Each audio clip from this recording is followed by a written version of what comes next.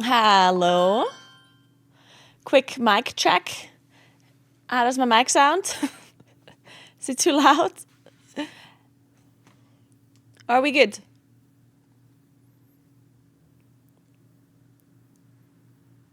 Sounds good? Perfect.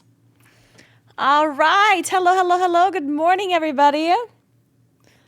Thank you so much for the sub, Wendy. Thank you very much. Thanks for gifting us up to Noggy and Wildy Kuros. Thank you very much. Congrats on your pet. All right, let's run the intro.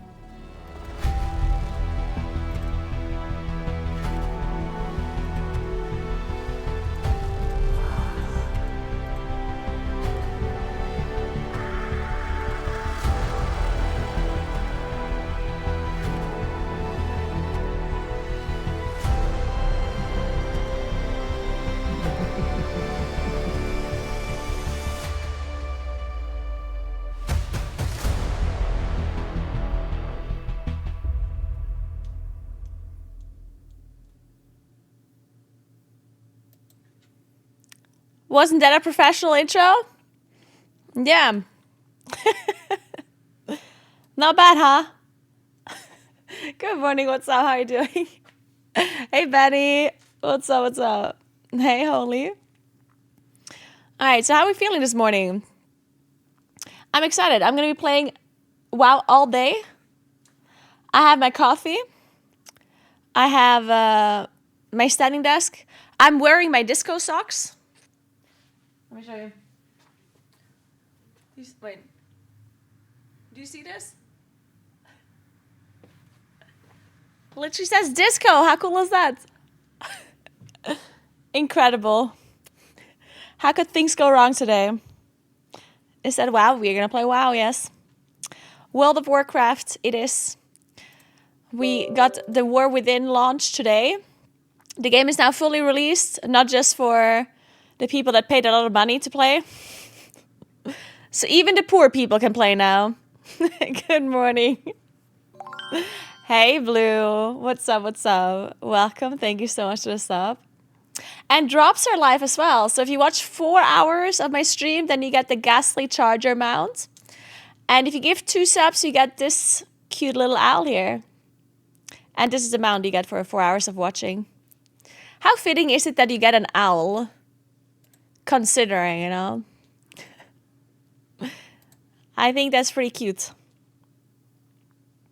On the front page, immediately toxic, classic streamer. They knew what they signed up for. They knew it.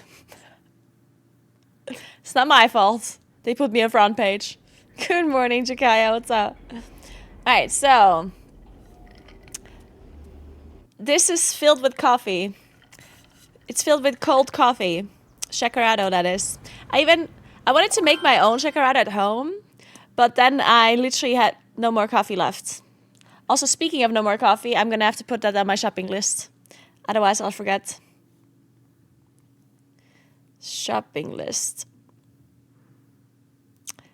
Coffee. Perfect. Thank you so much for the sub, Mark. Welcome, welcome. Good morning, Bella. Why cold coffee? I mean, why not? Because it's summer and it's hot. Mainly because of that. Good morning, Effie. And then, of course, since we are drinking shakarado, I'm drinking it out of a wine glass again. See, here's the thing, right? I know shakarado is like you drink it out of a wine glass or out of like a martini glass or whatever. But that's not even the main reason why I am drinking it out of a wine or a martini glass. It's mainly because when I do that, then everyone in chat is asking why I'm drinking it out of a wine glass.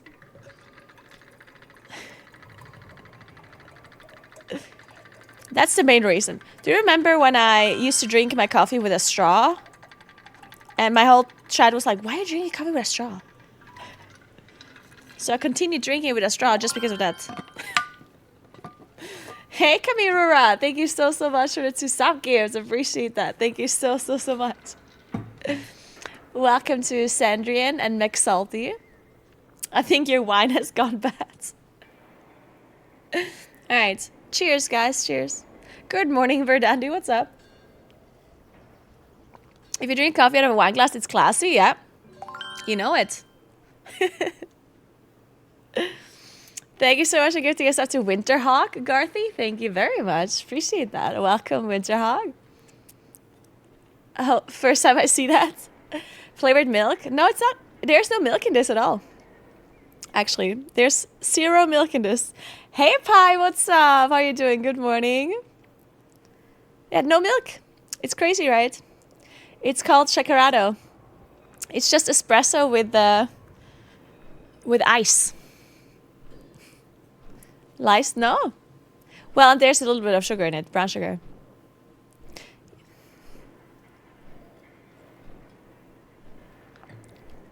It's delicious. You should give it a try. If you have a mixer, you just have espresso and ice and a bit of brown sugar, and then you just mix it all, and that's what it turns out. It's very delicious. Yeah, it looks like there's a lot of milk in it because of the color, but there's not. 0 milk, can you imagine? You should start drinking early today? Oh yeah, I am. You guys have been fooled. You think this is coffee when it's in fact just pure Baileys. What coffee machine do you have? Well, I didn't make this, but it's just because I ran out of coffee. I have a Philips coffee machine. Like a fully automated one.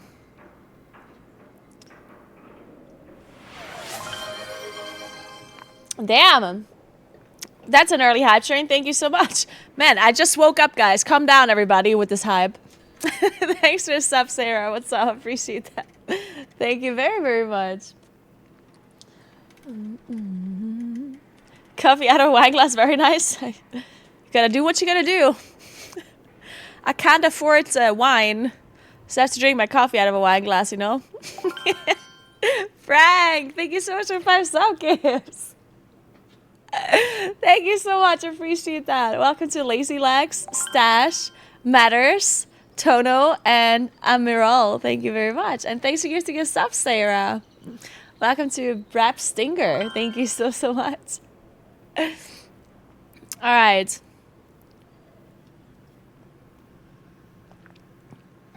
God, it is delicious.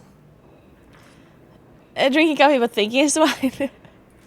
Man, that would be the weirdest thing. You know when you drink something or you eat something and you expect it to be something different? Even if the thing that you're drinking is not bad, it's still just like the shock of you expecting like a different taste. Is there a way to check the mount reward? I only have a prompt for the pet.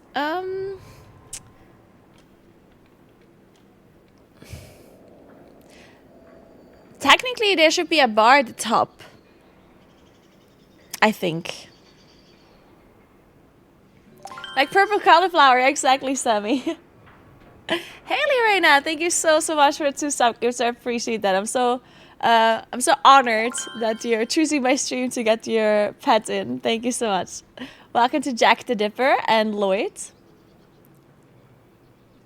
Your mic is too loud? Yeah, it might be. Thank you so much for 5 sub gifts, Diablo Steve. Thank you so much. Thank you very, very, very much. Welcome to Leon, Nate, Shirui, T-Cute, Angel. Thank you very much. Is it too loud? It might be. I can turn it down a little bit, but then I have to turn down the music as well. I'll turn it down a little. Okay. Let's try this. Is it okay now, or should I turn down the music? Or, like, how's my voice compared to the music now? Testing 1, 2, 3. Thank you for the sub as well, Steve. Thank you so much. I appreciate that. And thank you so much for 5 sub gifts. That is so kind of you. Thank you so much. Welcome. It's fine compared to the music still. And is it too loud? Because sometimes when I'm speaking loudly, it's like peaking. So yesterday I had some issues with the audio, and then we tried to resolve it after. And we only really managed to resolve it by turning down the volume. But then I turned it up with a filter on, and I don't know. It's like, it's good now, and it's not too quiet. Okay, then that's perfect. Hey, Jacobson, thank you so much for the sub. And thank you very much for gifting us up T Crunk. Guys, is this going to be the scam train where we actually reach maximum hype level? Is this the scam train where we manage to scam the whole of Twitch? Thank you, Krang. Thank you, Ratakaki, as well. Appreciate that. Welcome, everybody. And congrats on your pets as well. So the plan for today is, first we have to play our Wordles. Because obviously we can't just skip our daily Wordle games. We do that every time. Okay, that's a lie. We don't do it every single time. Sometimes when I do a real life stream or when I'm somewhere else, I skip it. But I'm trying my best here, okay? Hey, Ali, thank you very much. It's Susavkers. Appreciate that. Thank you so much. Hey, Dom, what's up? Do you get a pet for participating? I don't get a pet, actually, for participating. I have to gift subs in another stream. Or I could gift subs in my own stream. Actually, I'm not sure if that works. I'm not sure if I get a pet if I gift subs in my own stream. But I would not gift subs in my own stream anyway. I would give it to someone else, right? That would make a lot more sense. But yeah, I still have to do that as well to get the pet. And you have to watch a stream for 4 hours too, I think. I think just streaming doesn't count. So I have to watch another streamer for 4 hours. Using a new flight style in animal form is so nice, especially requesting. Yes, it actually is very convenient. I love the instant flight form and it being like skywriting. It's very, very cool. All right. Let's go for the Wordles. Also, I already moved up my standing desk because I think I'm going to get a little bit of a 99-minute walk in the morning, and then I'm going to get a walk in like somewhere later as well to like wake up again. That's my plans for today. Jan, thank you so much for suckers. Hey, what's up? How are you doing? Getting my pet. Thank you so much. Thank you. How are you doing? Long time no see. We have to meet again at some point. You should come here actually. I mean, LA is nice and all, but have you ever seen my mountains? Have you been so well? I am. Thank you so much. Thank you so much for gifting another sub, Jacobson, as well. Thank you very much.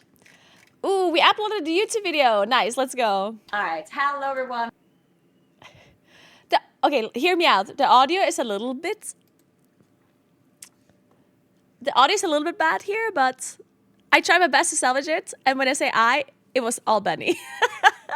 I like taking credit for Benny's work. It's like, I was sitting all day editing this video, fixing the audio. Okay, it was actually just all Benny, my editor. Thank you so much, Benny. You're the best. I appreciate you so much. All right, so I was interviewing, this was at Gamescom, so I interviewed George Valev and Michael Bybee about Mythic Plus, about class balance, about the tank changes, about Moonkin buffs, a bunch of stuff. So the video is now uploaded on YouTube. We can watch it together if you want after the Wordles. Of course, we have to do the Wordles first. I'm going to link it in chat if you guys want to watch it separately.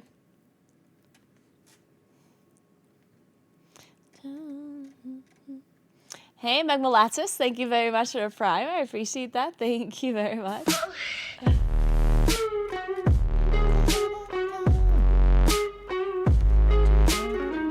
You look great today. : closing parenthesis. : closing parenthesis? Oh my god, wait. Who just donated? I didn't see it. I'm double checking. Sorry. 10 years by Arturolo. You look great today. Thank you so much, Arturolo. That is so nice of you. Aw, don't make me blush. Thank you so much. To be fair, to be completely honest with you, I know I shouldn't be sharing this, but I forgot to wash my hair. I wanted to wash my hair yesterday because, yeah, well, then I didn't because I forgot. And then I put a bunch of like dry shampoo in my hair. So, yeah. I'm just saying, you know, like it might look like I look good today, but I in reality don't. I rescued my hair with dry shampoo. So, you know, it could be a better hair day today. It could be better. Hey, Tane1, what's up? Thank you so much for the sub gifts. Appreciate it. Thank you very, very much. Exalted Games, thanks to the Prime. Welcome. And Bachu, thanks for 7 months. Let's go, guys. Definitely not watching now. I know that I'm going to a streamer who has washed her hair. You know what? Understandable. If you want to leave my streamer now, watch someone else that washed their hair. It's okay. I got it. I deserve that. Thanks for another sub gifts, TC. Thank you so much, Crunk. That is so nice of you. Thank you. And Cyrus, thank you as well. Caliglin, thanks as well. My hair do be looking good still. Thank you. I appreciate that, but you don't have to lie. I'm just kidding. I was so overhyped that I didn't sleep the night before and I fell asleep 15 minutes before opening last night. No! Nerve mage. You know what? It's probably better anyway. You didn't miss out on much. It's okay. That is really funny though. Hey, Greek Grandpa. Welcome. Thank you so much. Nice nails. Thank you. I have to redo them though. They're grown out a little bit. I have to do them again. But I like them as well. I like the color. They're kind of nice. So, sorry, I get distracted. Wordles into interview. Let me post the interview on Instagram first, though. We need to do the social media thing, you know? Also, if you want to follow me on my social media, you can totally do that. You don't have to, but, you know, like, it will be kind of nice. So if you take the time while I do this to follow me on all my socials, and, you know, then that'd be cool, you know? You don't have to. It's in the description below. Hey, Nav, what's up? Thanks for 2 sub gifts. Hey, Joey, what's up?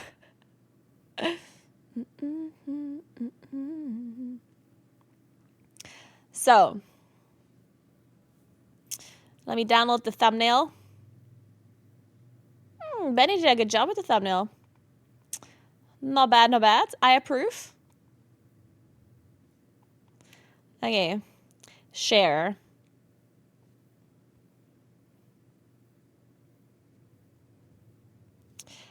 Def interview now up on YouTube.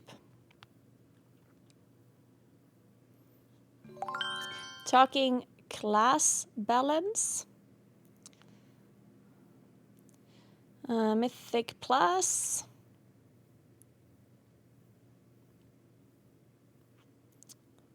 Plus Moonkin buffs and more.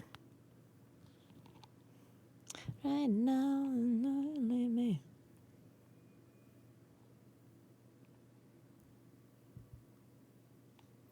Oh yeah. Also, I had to record, like I recorded this on my phone, and unfortunately I had to record it in like wide, what is it called? Like a wide angle, like the wide lens, wide angle lens, whatever. Which makes everything look kind of weird, but you know, it is what it is. But otherwise, I like cut half the people off, so I kind of had to.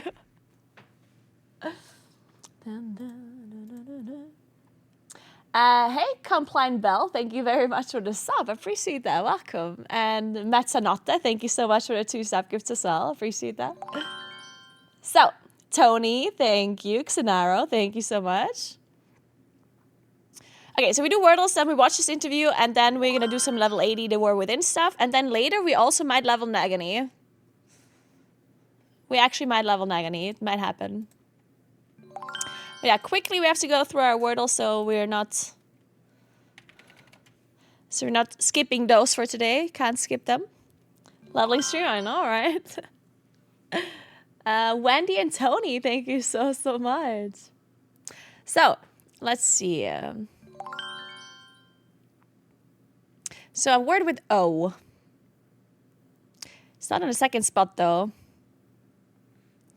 And R. Like we're renegades.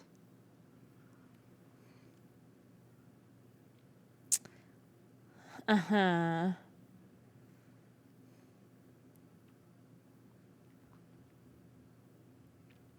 I'm thinking.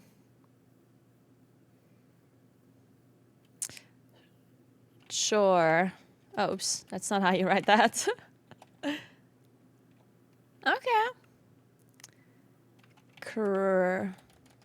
Crown?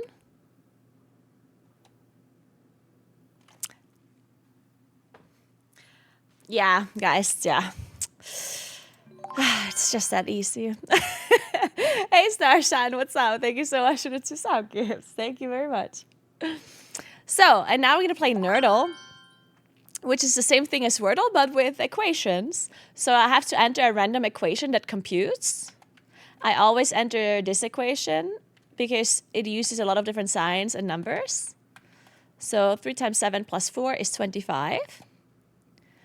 All right, so the way this works is if something is green, it means that the thing is on the correct spot and it's the correct sign.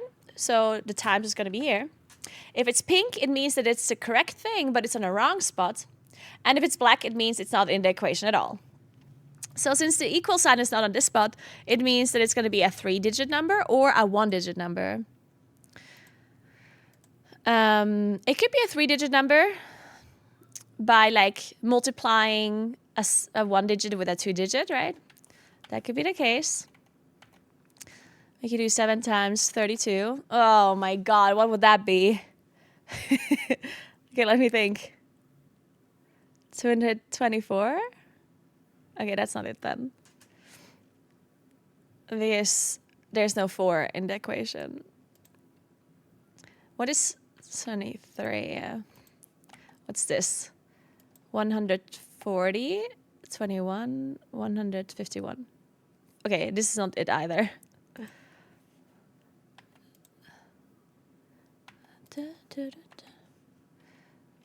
So 2... Okay, well, this is not it either because it's not a 3-digit number. Okay, so it's none of that. Huh. I guess we just try random stuff then.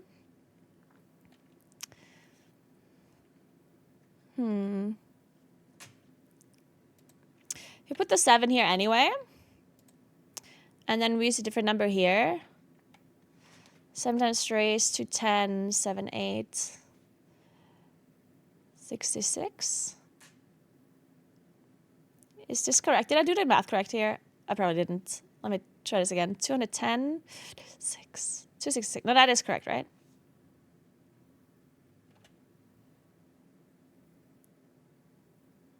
Okay, well, there's an 8. No 6. And I didn't hit any of the numbers. Okay, so it's 8 times... Whew. Man, that's too much. That is so much math. So we're missing 2 numbers.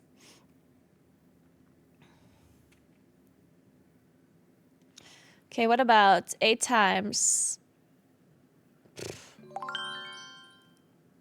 27? What is that? But 8 times 7 is... okay, there's no 6, so this can't be it. Hey, Pansrap, thank you so much for the Prime. Thank you very much. Thank you, Starshine, as well. Hey, Shiggy, thank you so much for Prime. Welcome, welcome, welcome. And Gayran, thank you so much for the sub gift as well. So this is not it. So I need 2, 3. What's 3 times 8 is 20. Okay, that's also not it. 8 times 7, 56. No. 8 times 2, 16. No. 8 times 3. No. 8 times 7. 8 times 8. Oh, no. 8 can't be it because this number is not there. 8 times 9. What's that? 72. Let's try that. So 8 times 2 is 160, 72, 232. Oh, you're missing a 7. Fuck. Guys, this is too difficult. Twitch should help me. Okay, we need 7, 8, 3, 2. Oh my Jesus. What if I just do 2 here, 8 here? What is this? Times 8, 260. Yeah, that's not it either. Shit, this is too complicated. No help? Please. Oh my goodness. Oof. Huh. Okay, so well, 7 is not here, here, or here. God, this is too hard. I can't do it. Man, the problem is I don't know a single number. Like, I don't know the position of a single number. No, you can use the numbers multiple times. Give 10 subs and we help.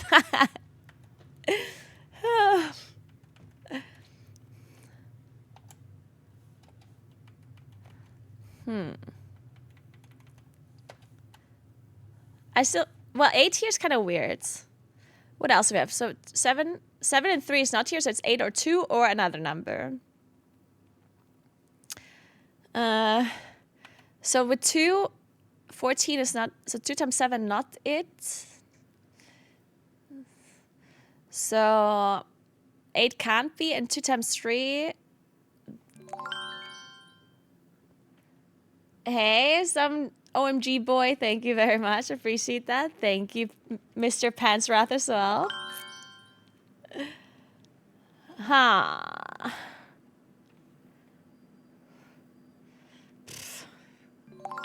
What if you just do 9 here? Just like that. What is this? 160, 18, 178? Ah, but then I'm missing a 3.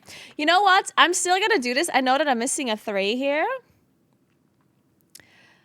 Like, this cannot be correct.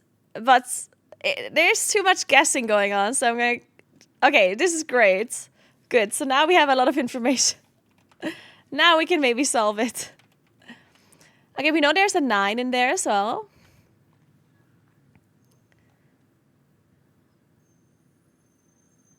Oh, I think it's 9. It's probably this. Wait. 9 times 8 is... Or? Wait, no. Wait, what is this? 9 times 8 is... 720...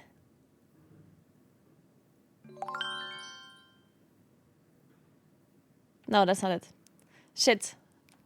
Okay, my brain was lagging for a sec. Okay, give me a moment. So we need to go get 8. 9 times what is 8 at the end? Nothing. I mean, okay, maybe 9 is not here after all. Hey, but 7 has to be here. Or here. It could be here. And 9... Where's my 2? Where's number 2? Oh, wait, 2 has to be here. So it's this? 9 times 82 is 720, 18, 738. Oh, yeah. Oh, let's go. Whew. Jesus. Naguura just joined. Can you explain this exercise? Yes, I can. So this is Nerdle. I'm playing a bunch of different kind of daily games at the start of my stream every time. So Wordle, you probably have heard of that before. And this is the same well, a similar thing, but with an equation. So basically, we're looking for a random equation that changes every day. So it's a different one each day. And I don't know which one. So you have to enter a random equation that computes. And then it will tell you like which numbers are correct, which ones are correct but on the wrong spot, which numbers are not in the equation at all, and so on. So my first equation that I entered was 3 times 7 plus 4 is 25. And it told me that there's the that this sign is correct and in the correct spot. There's no plus, there's no 4, there's no 5, and so on. And then you have to like figure it out. Hey, Blaskaya, thank you so much for Prime. What's up? Thank you very much. So, and now we're going to play Connections Wordle, where you have to create 4 groups of 4. So you have to somehow find 4 groups that relate to each other. This game is usually a little bit like tricky because sometimes there's multiple things that could relate to each other, like more than 4. And I can already see there's a bunch of US states, but there's like more than 4. Because we have like Arizona, Kansas, Nevada, Colorado, Montana. Like these are all states, no? I'm not American, so sometimes this is a little bit too American for me. This game here.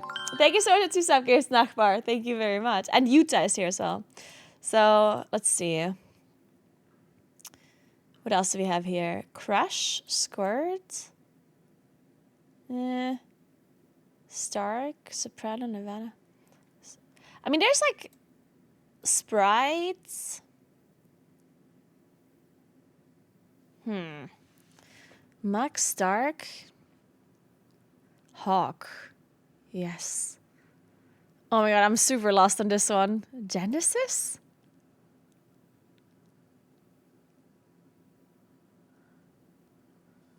Oh, they're drinks. Oh, I've never heard of those. Crush, Squirt are drinks? I've heard of Sprite before, of course, but Squirt and Crush I've never heard. Is Rush maybe also a drink? Or Muck?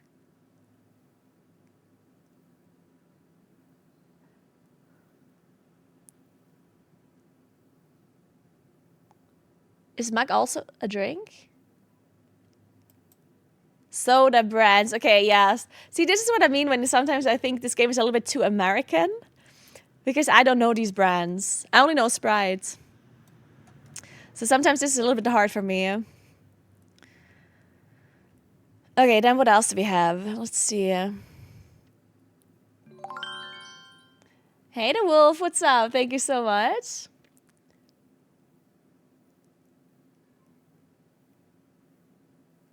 Yeah, there could be sometimes there's also the connection with words. So like it could be Arizona tea, something tea, something tea, something tea. I did decorate this room by myself, yes. Do you like it? Thank you so much for the Prime sub, Lollykins. Thank you very, very much. Good morning, Alvin. Oh, Utah, I see Colorado to create the 4 corners. Oh. Utah, Arizona, Colorado, Nevada. Yes, mountain states. Okay, interesting. Well, then what else do we have here? Stark, Rush, Hawk. Man, this doesn't mean anything to me. I'm really lost. Soprano? Hey, Vladarino. Thank you very, very much. Oh, pop groups. Oh my god, I've also not heard of those.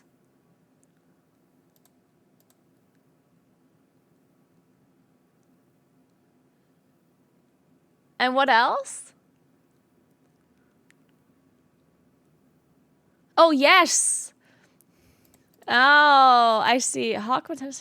Tony Stark, Tony Hawk, Tony Montana, Tony Soprano. Oh, okay. Oh my god, that was so difficult. Good job, Twitch. I would have been completely lost in this one without you. I would have not have known. Jesus. Thank you so much for gifting us up, Anonymous. Thank you very much. And Toke Tick, thank you as well. Such a positive summery feeling. It must feel so good playing games in there. Can you decorate mine also? I do agree. Like one thing that always bothered me in the past, because you know, sometimes as a streamer, the only thing that has to technically look good is your background, right? So sometimes in the past, I had like gaming rooms where the background for the stream, the things that the stream saw was kind of pretty. And then the rest of the room was kind of like a mess.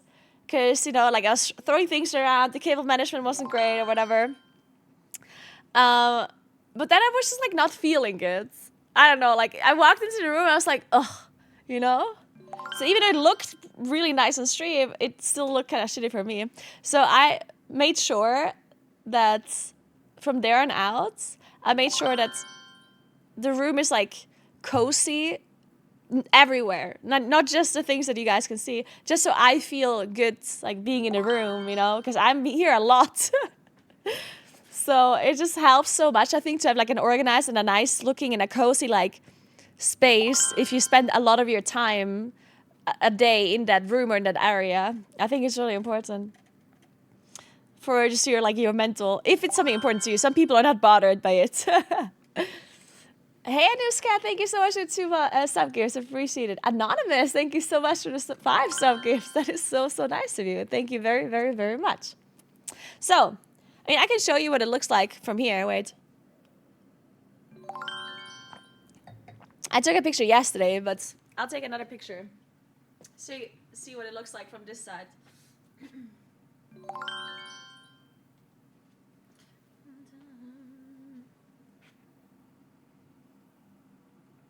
To be fair, this side looks a bit cuter when it's night.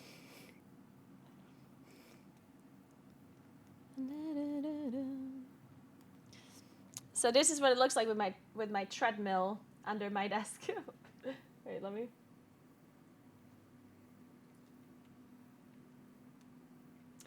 It's cozy. I have my 3 screens and there are 3 windows in front of me, so there's lots of like natural daylight whenever it's bright, which is very nice. Hey, Kenny, thank you so much for the sub gifts. Appreciate it.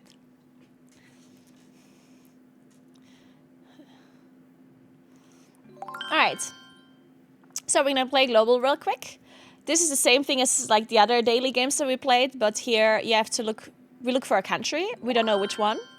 And then I enter a country and it will tell me how close that country that I entered is to the country that they're looking for. Thanks for the 2 sub gifts, Anonymous. Thank you very much.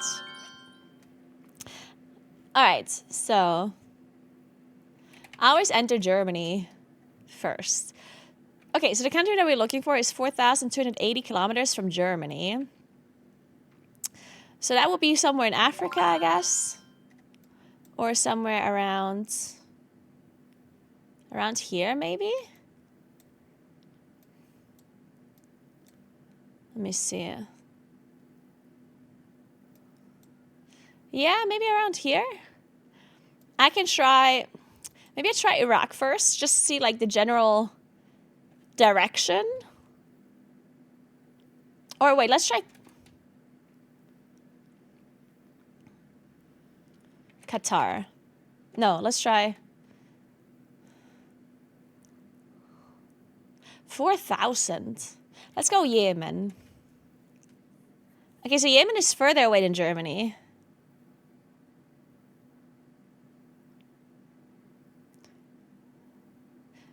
What does that mean? That means it's here? Right? It has to be here, I think, then. Because it can't be here. There's only Russia, really. And if it was here, then Yemen would be closer. So it has to be here, right?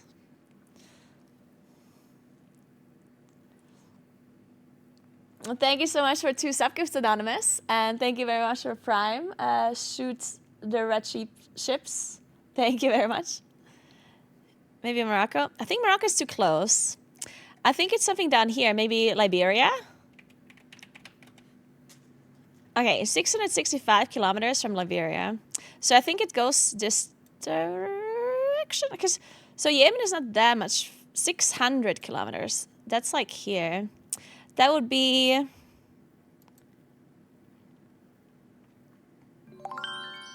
maybe Togo? Togo is further than Liberia. The Gambia?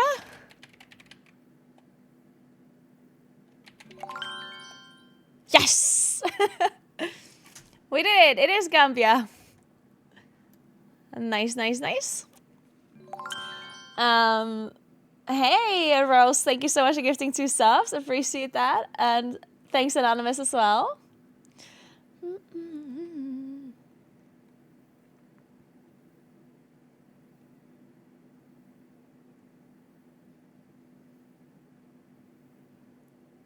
Hey, Dots, I 100% agree. I agree. It's very important. I do agree with you. All right, so now this game is called Travel. This one is a really cool game. I like it a lot. So on this game, you have to go from one country to another country that they give you. In this case, from Poland to Bosnia and Herzegovina. And you're not supposed to go the fastest way. You have to try to cross the least amount of countries. Not just Gambia, the Gambia. Yeah, it's called the Gambia. I did enjoy my stay in Germany at that Gamescom, yeah. Dankeschön, Boonwin. Dankeschön. Okay, so we have to go from Poland to Bosnia, which... Whew, I'm gonna mess this one up, huh? I'm gonna mess it up. Whew, whew. So Bosnia borders... Oh, Mercedes. So Bosnia borders Croatia and Montenegro. Probably should go on the right, like a little bit on the right. Whew. Good morning, Bound. What's up? Thanks, Night Crown, and thank you, Garand, as well. We backseated. You can backseat a little bit. So I think we go...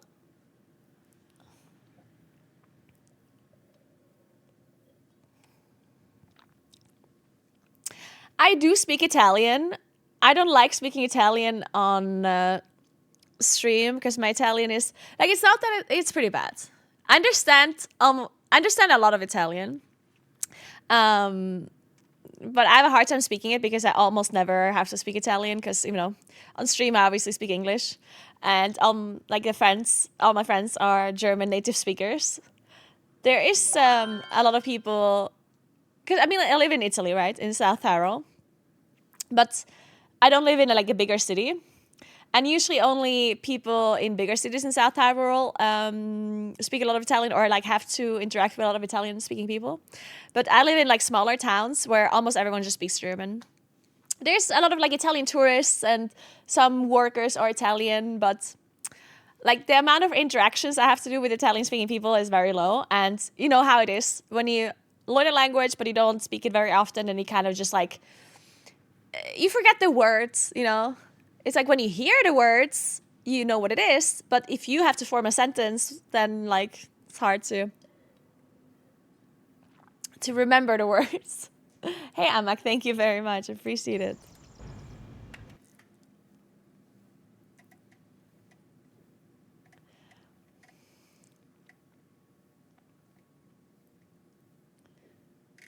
Serbia. Okay, so I think we have to start from Poland, though, guys.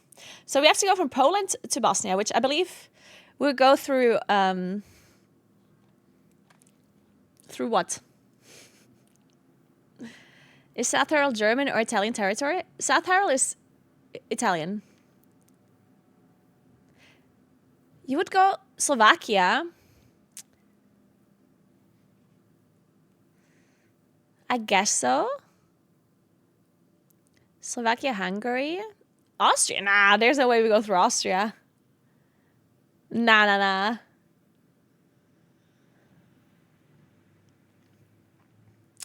Going to Serbia makes sense. We don't have to go through Czech Republic. I doubt that. I think it's just Hungary, Serbia, right?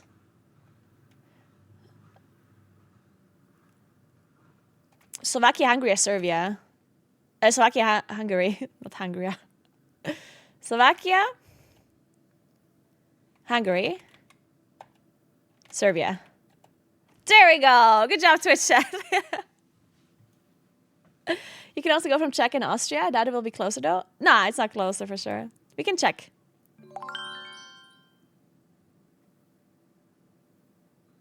Now, because you need 2 countries, right?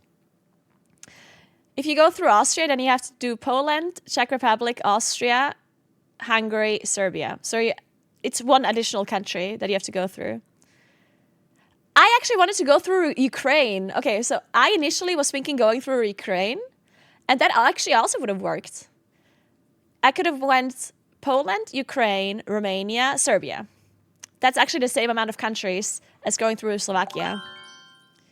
Yeah, I was initially thinking Ukraine, but then you all said Slovakia, so I was like, you know what, I'll just do Slovakia. But yeah. And Croatia would have worked too after Hungary, yeah. I meant in terms of kilometers. Yeah, but this game is not about kilometers, it's about crossing the least amount of countries. It's an interesting game. Hey, Wolf, I am having a lot of fun in The War Within so far. What about yourself? Thank you so much for the sub, Gears. Appreciate that. That would depend from where in Poland then? No.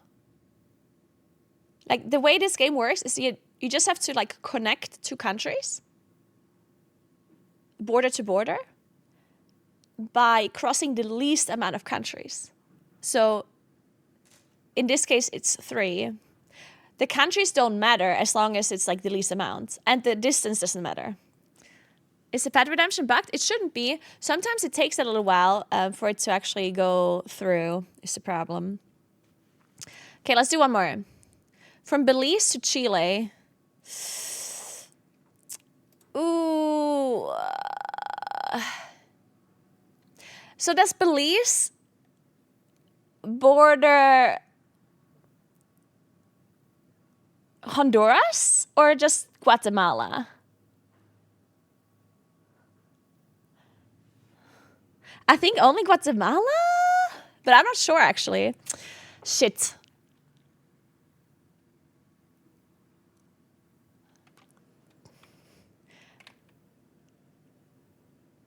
I'm gonna try Honduras actually.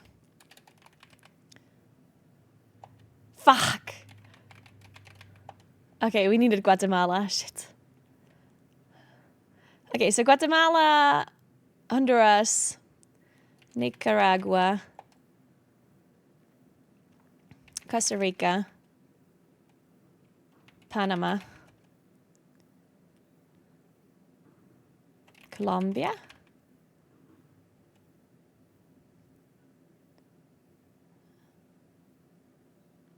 Peru. There we go. Man, I messed up Honduras. Let's see. Okay, so Belize only borders Mexico and Guatemala. Okay. Does not border Honduras. Oh well. So, okay, next. Let's play LOL real quick. We're almost done. We're gonna play WoW very soon.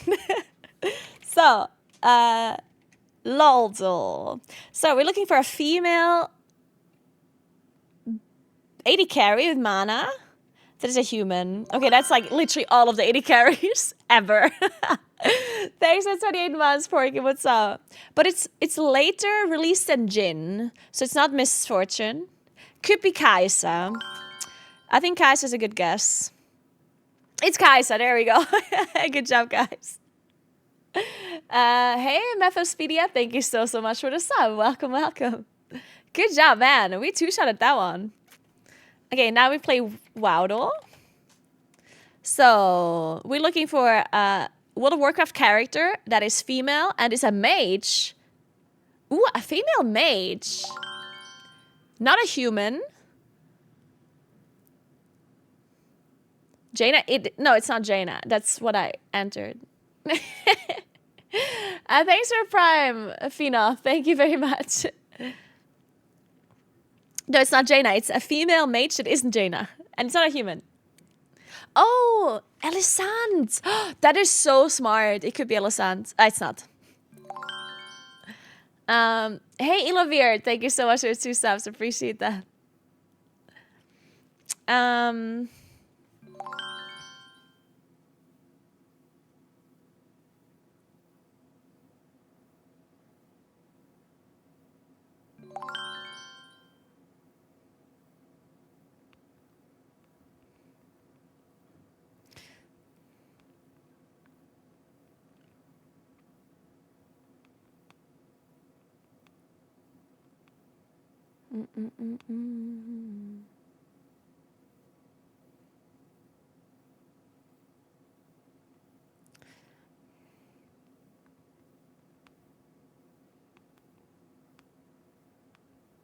1 second.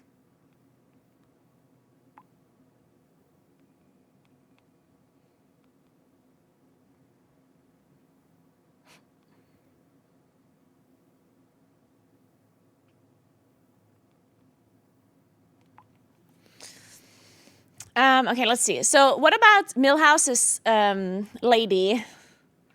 What's her name? Milhouse and Maleficent.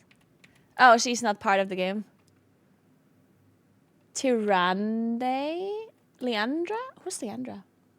Hey, True Granted, what's up? Ashara is considered a mage? Oh, actually, yeah, you might be right. Oh, it's a Naga. Okay, so it's a female mage that is a Naga. But it's not Queen Ashara. Who is that then? Thank you so much for 2 sub-gift tops. Thank you very, very much. Lady Vashi, maybe? Yes! Vashi. Yes, good job. Nice. Good job, good job, good job. All right. Cool. So now we're done with our Wordles for today. Hey, Vampex. I have a question for you. I saw you IRL stream 1 month ago when you went biking and I fell in love with South Tyrol. What is the fastest way to visit there? First of all, I'm so glad you enjoyed my IRL stream. I'm so glad you like South Tyrol. I love it here too. Thanks for 2 subgifts, Shadka. So unfortunately, the connections to get to South Tyrol is not always easy or fast. The problem is we don't have an airport that is like a bigger one. We do have one really small airport in our capital city in Bolzano, but that one is too small. I would not consider... Like, I would check it out in case that whatever airport you're close to somehow has a connection there, because that could be the case. But I wouldn't bet on it. So if you have to fly, then it's almost always the best to fly to Innsbruck, because that one is the closest airport. But Innsbruck is also a pretty... And that's in Austria. So Innsbruck... Wait, I'll just show you on a map.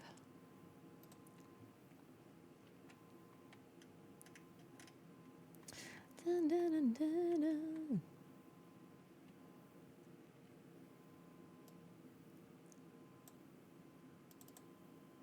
Dun, dun, dun, dun, dun.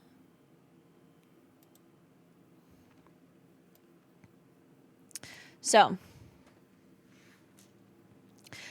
right, so this is South Tyrol here. You can see where I am right now.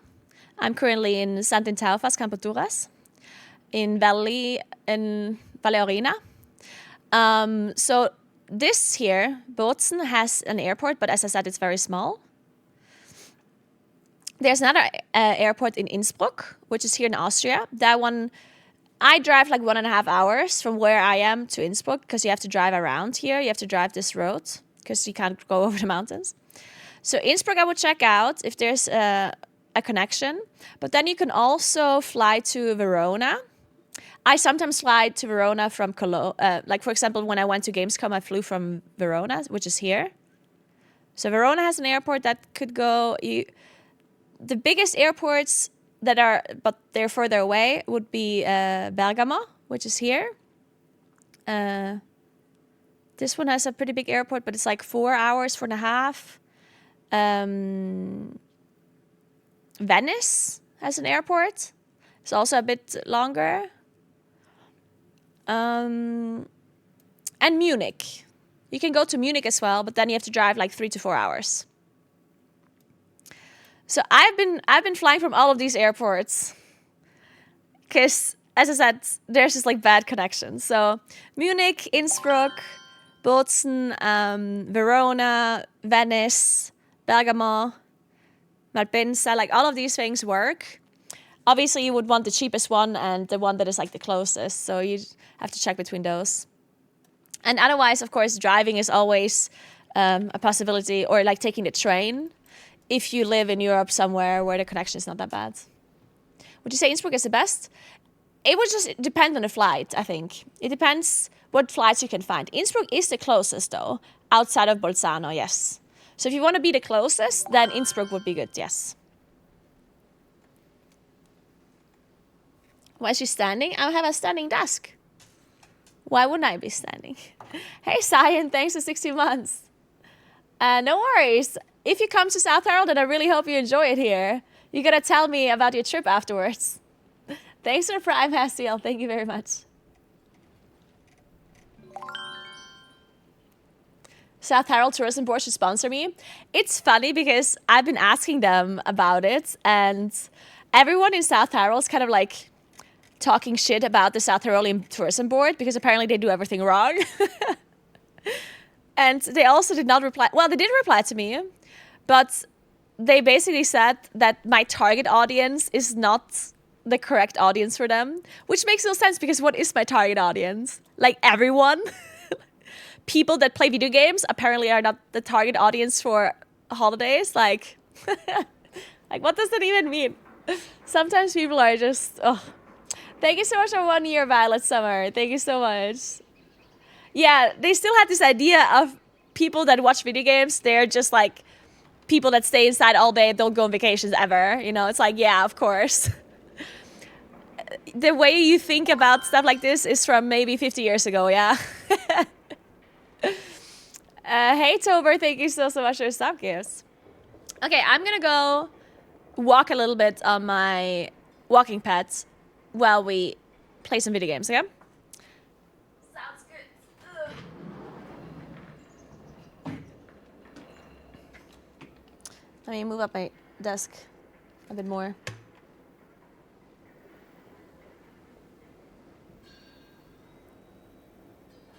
Wait, can I leave my room? Actually, no, I do not allow you to leave your room. You stop that right now. Thanks for 7 months, Kenarf.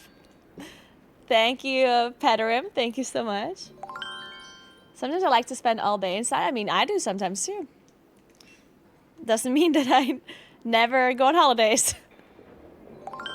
You would think that people that play video games also go on holidays. Can you imagine? Crazy concept. So. Hey, Deep Dive. The model of a treadmill is called To Do. It's a walking pad. I don't think it's meant for actual running, though. It's actually meant for walking.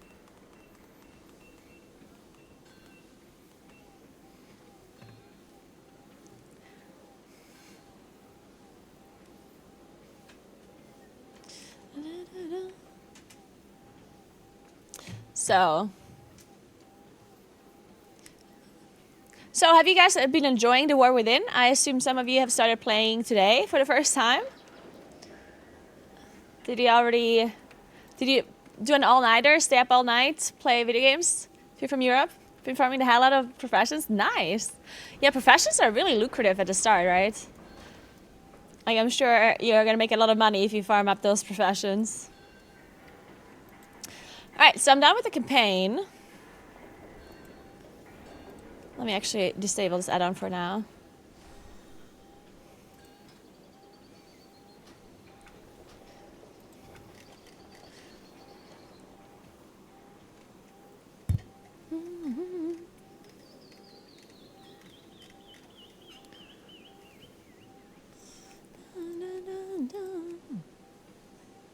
You did all the side quests, really?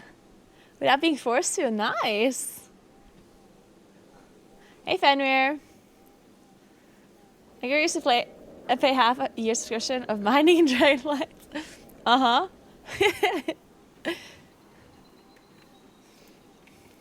Yeah, leveling is pretty fast. And the light is kind of weird.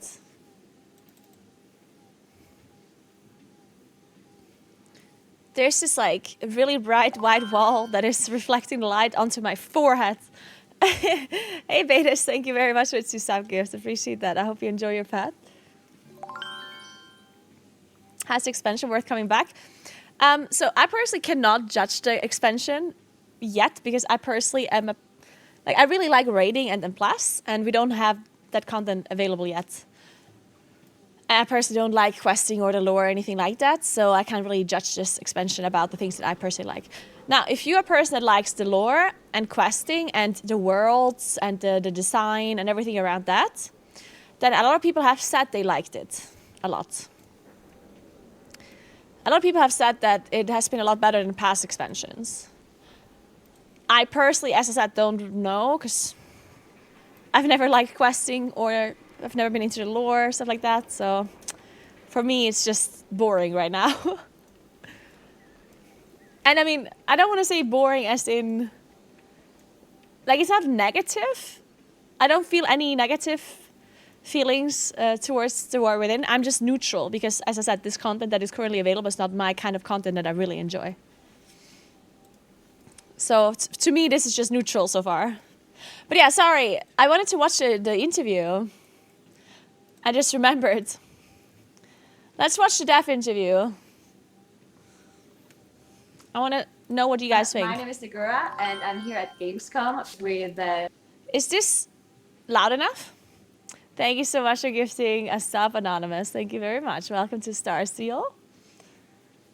game producer, George Valef, and production director, Michael Bybee. There we go. Thank you so much for joining me and answering some of my questions, hopefully.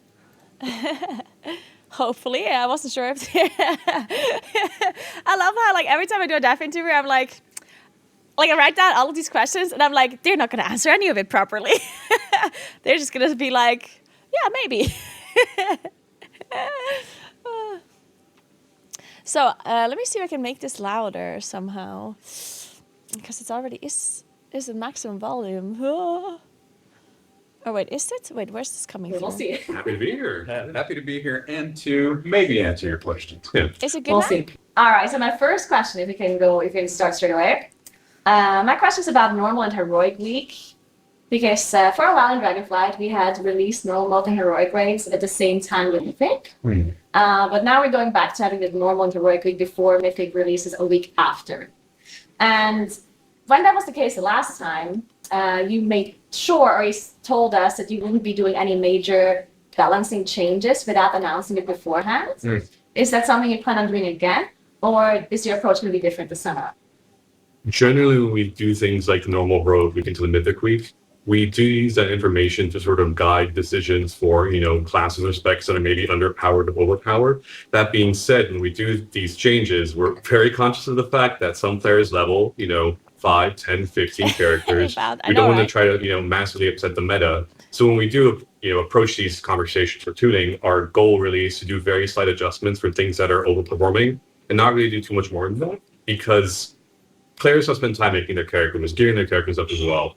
We don't want to sort of, take the time away. So in terms of tuning updates and sort of timeline, it is planned to do updates before Mythic Week and before Heroic Week, depending on the data that we get. That being said, they're not going to be, large changes to sort of change up people's expectations, because fundamentally people have been preparing for, the race world first and their own, journey for quite a while. We don't want to sort of take that away from them. Okay, so... Also look at, please, do you see the card that I'm holding? Like, how professional do I look? As if I actually know what the fuck I'm doing, yeah? What you don't see in this video is that I was a complete mess when I showed up at this interview. I was late. I didn't have my setup. It was super scuffed. I had this weird kind of selfie stick that needed to hold my phone and a microphone, and then it didn't hold up on the table, and then we had to prop a book underneath it so it stays upright, and it took me forever to set up, and it was all shaky. So thankfully you don't see any of that here. Thanks for your 2 sub gifts, Anonymous. And Old and Bald Gaming, thank you so much to you as well. So it looks professional, but trust me, it was real bad. So there will be like percentage damage changes, usually Hey, not Will, like thank you so much for major the sub. changes Good to morning, rotation or Moonpanda. something like that. Unless it's really required, I assume. Yeah, it'll be similar to what we did in Dragonflight, where before Mythics unlocks and before Heroic unlocks, we'll be taking a look at classes and specs that aren't performing it or overperforming, and making adjustments for sure. Okay. All right. Sounds interesting. Another question that has been something on my mind for a long time, and I'm not sure if you can say anything to it, but basically my understanding of the way Mythic works currently, the Mythic rating, the difficulty. To me, it seems like that the skill gap between the World First guilds and like an average Mythic guild has grown so large that I feel like they're playing different games almost, right? And I can see how that causes lots of issues when it comes to tuning and the bosses and the difficulty itself. Do you think that is a problem? Do you like, is that something you think about? Is it something that you think is okay, or that this is something that you want to tackle, or what is your stance on that? Interesting question. It's a good question. So I basically was saying, hey guys, do you think they should be playing the same difficulty, or do you think we need something new here?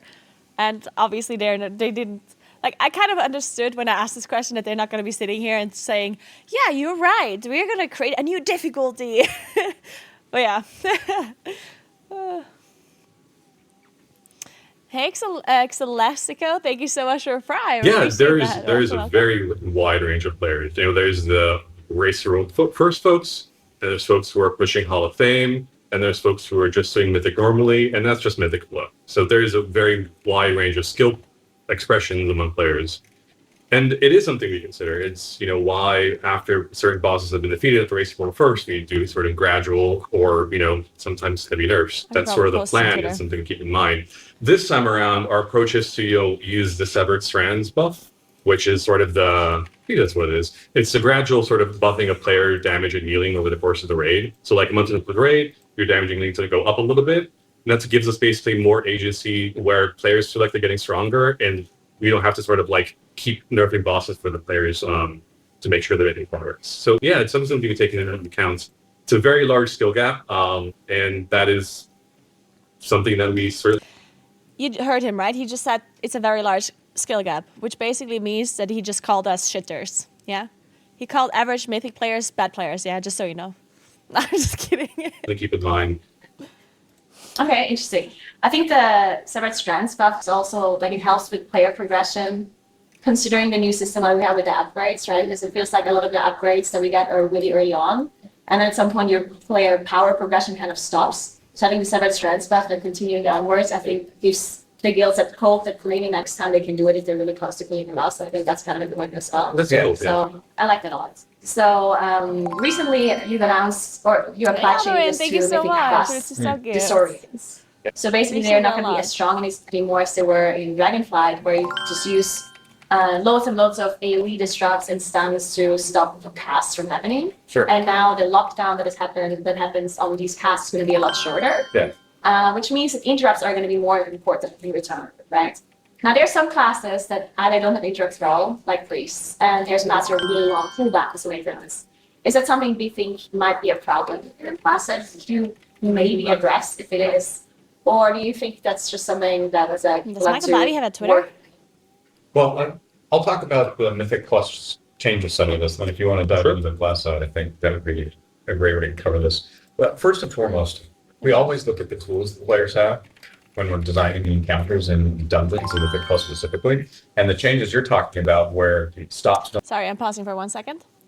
Thanks Anonymous for 2 subs. Thanks Medliff as well. Thank you Moon Panda for the 5 months. Welcome back. No longer completely interrupt the cast and then it just goes off again. Really, it's not just about emphasizing kicks. It's about emphasizing deliberate play and strategy in the way that you pull the dungeon and the way that you choose to engage in certain facts and mobs. So it's about giving players more choices, or basically making them have to make more interesting choices or have to grapple with that in the same way. And obviously that's a little bit of a balance when some classes have some abilities and the classes have Thank you, Sakura. don't have the same, they have one, Sir Johnny, welcome back. But the Thanks for overall 10 months. How you intention for doing? all of the Mythic Plus changes that we made this time is to encourage a more deliberate play style. It basically slow down the, like, we're going to Zerg every single pack, AE it all up, burn it down, and then move on to the next thing. And actually, some of those abilities you should have to choose. No, I want to grapple with this versus this, and I'm not going to pull that back because I know we don't have a stop for that, or not a big pick for that quite yet. Yeah. Sorry, I just wanted to have a follow-up question Yeah, to that, if that's totally. okay. So you're saying that, and this is something that I've seen in the changes as well, that Stops no it longer. looks like you're trying to stop players from doing bigger pulls and just surging everything down, as you say, just AoE stopping it. To me, it feels like that is what I like doing them. Like, I like doing these big pulls and pressing my big AoE button, seeing like big numbers. Right? I think a lot of players really do enjoy that. And whenever I think there's changes that are being applied to the game that stop me from doing that, especially in a forceful way, because if it's just more difficult to do it, then I know, okay, we just have to play better to execute that big. Yeah. But if there's something that really completely stops you from doing that, like certain auras that have AoE damage reduction, stuff like that, then I feel like, okay, no matter what I do, I can't do this big pull. Sure. And is this something that you're aware that people like these big pulls and you're still trying to stop? Are you aware that people want to do big pulls? Totally. And like I enjoy that as well. A lot of people do, but if you follow the through line, if the progression of gameplay is bigger and bigger pulls, and all you're doing is, hey, I'm basically trying to pull as much of the dungeon as I possibly can, and then burn it down and move on to the next one, and do that. It forces a specific group done. It forces all of the interesting mechanics that might actually make one dungeon different from another dungeon, starts to like get sort of rubbed down so that everything starts to feel the same. Running different Mythic Plus dungeons becomes very, very repetitive. And then ultimately in the long run, it means that some players don't have the option to participate if they don't want to play one of the classes that are specifically required to do that. So like thinking about Demon Hunter Tank in the last seasons that were like, in order to do what you were talking about, you had to absolutely have a Demon Hunter Tank in your group. You had to have certain classes and those kinds of things. And so this is like, it's the challenge with game design is always like, okay, can we not turn it back all the way so that we're absolutely forcing you to play like that, but can we dial the knob back a little bit and then see how it goes, get feedback, see if it's like, oh no, nobody likes this, we've gone too far, okay, let's turn the knob back a little bit more, and then see. And I think really high skill players are still going to be doing a lot of this, and it'll be maybe slightly smaller goals than what they've been in the past, or with some of the tank debuffs that have happened. Like, it might have to be a little bit more careful, and then we'll see how progression goes throughout the entire expansion. One more follow-up question. Sure. Priests. Oh, priest getting interrupted. I mean, as Michael mentioned, really our goal is to try to give players the tools that they have to basically succeed in different environments. Priest getting interrupts. So quickly, just wanted to say about what Mike and Bobby said about the AoE pulls, or about my follow-up question. So, like, I don't know what to think about it. Like, I understand his concern, or their concern, I guess, generally, about all of the dungeons feeling the same with AoE pulls. Like, I understand the concern generally, but at the same time, I kind of don't, and I didn't want to like follow up with another question, and I also had to think about it for a second before I could even like give him a follow-up question. Hey Sam, thank you so much for gifting us up to Pepper Lab. I appreciate that. But so here's my thinking. Like, I understand the concern, but when I'm raiding, there's so many bosses that are single target bosses, right? Where I am doing my single target rotation, and the concept of the boss is very much the same all the time, right? We have a boss, the boss is hitting the tank, we are in a room, everyone is like hitting that boss, and everyone is like executing their single target rotation. The only thing that changes on the boss is the boss mechanics, right? That we have to execute. Now, I do understand that a boss's mechanics will always, like, you can make mechanics a lot more complicated and a lot more difficult, and you have like basically a lot more tools to make a boss different compared to making trash different, right? You cannot make a trash mob do a mechanic that is similarly difficult compared to a boss mechanic, right? Of course, I understand that, but I still think that you can make pulls feel different through other means than to just stop players from pulling so much, right? At least that's my opinion. Like, I think because people like it so much to do big pulls in M+, I think instead of trying to stop players from doing big pulls, I think they should just make the big pulls feel different from one dungeon to the other. I think that is my... Like, I feel like I would be approaching it that way. Rather than saying, hey, if everyone just always does big pulls, it feels boring, it feels samey, what is the solution to this? Oh, let's force them to do smaller pulls. I think that's, like, I don't think that's the only solution, and I also don't think that's, like, necessarily a good solution. Because, as I said, I think most people like big pulls. So, just saying, hey, okay, let's just make bigger pulls different with either with affixes or in, like, a positive way, and not, like, really annoying affixes, right? Or make big pulls different depending on the dungeon, and make mobs actually do something different depending on the big pulls, you know? But yeah, how's that cold coffee? It's very nice. I'm a big fan of Shakerato. You should give it a try if you haven't yet. Thank you so much for the sub, Jacob. Thank you very much. Welcome. Thanks for sub gifts, Chagrin, Jacob. And Schleck und Weg, thank you so much for the sub to you as well. Appreciate the welcome, welcome. Kind of agree with them personally, because it doesn't really matter how many mechanics they give mobs if all the mobs spend their uptime being CC'd and burst down.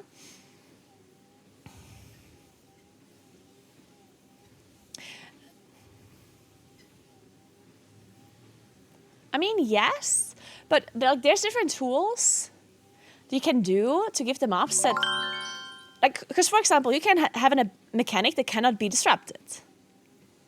You can have that. You can give mobs different kind of health pools. You can give them different abilities.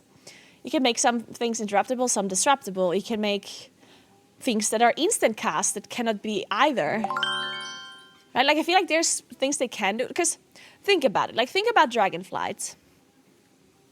Do you think that do you think that the dungeons that we had in Dragonflight all felt the same because we did just think about dungeons where you can do big pulls. Freehold. Do you think Freehold is boring because you can do big pulls in that dungeon? Because, like, I personally think it's not boring. Like, because think of a big pull in Freehold where you pull a trapper.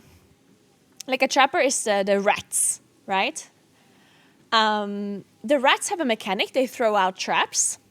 And you stand in it, you get rooted, and you might die because there's a lot of damage, right? So that ability happens, and you cannot interrupt it. So you can still do a big pull with a trapper, but you still have to play that mechanic, right? And I think those kind of things you can do no matter what the big pull is, right?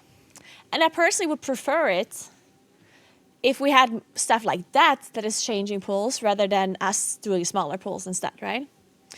So saying, hey, we're going to give some mobs abilities that are things that you have to dodge on the floor, things that you have to react to, but they're not interruptible and not avoidable.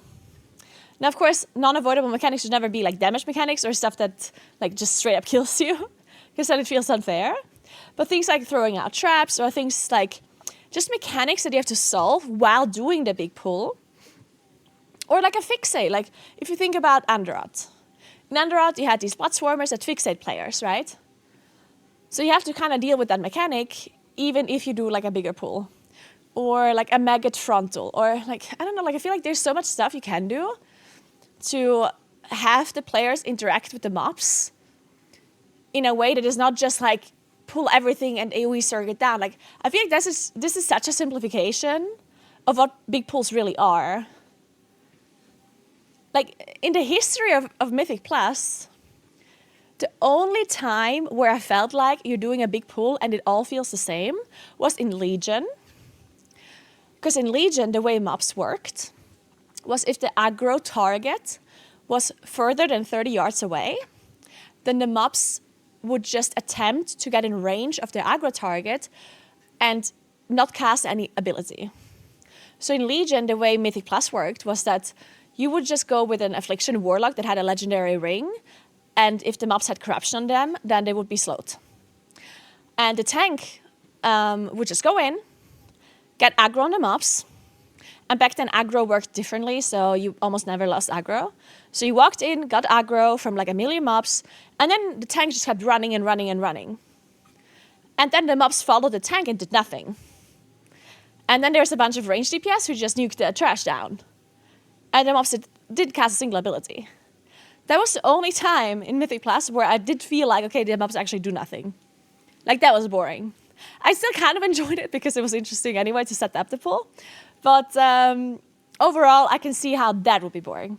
But outside of that Legion and Plus situation with the kiting, I think big pools almost always felt like I'm still doing stuff and I'm still doing like different things. I'm not just sitting there AoE surging it down without losing a thought on something. Or do you actually feel this way? Like, do you feel like, and I feel like you can only answer this question if you are doing this yourself. Because I can see if you're a person that does not do high and plus yourself and you're just looking at it from the outside. Like if you're watching TGP, for example, or you're watching MDI, or you're watching a streamer do like high keys. If I am not participating myself, if I'm just watching, I can see how it might seem simple and boring because you don't actually know what's going into a pool like that. Like you don't see the preparation, you don't see the strategy behind it, you don't see how they are gathering it up, you don't see what the rotation is on the CC and so on, right? So I feel like you're not really, like the difficulty of the pool is not really being conveyed to the viewer perfectly. So I can see how a person that is not doing these pools thinks that it might be easy and boring. But I think the people that are part of the pools, I think they don't feel this way. I myself certainly don't feel as if big pools were ever boring just because you pulled a lot of mobs. Right? So I think that it's almost like a misconception that big pools are boring and like samey, personally. But yeah, I don't know. Thank you so much for 2-stab gifts, Mousebite. Appreciate that. Thank you very much. Look at Robin's stream. Oh God, what is Robin doing?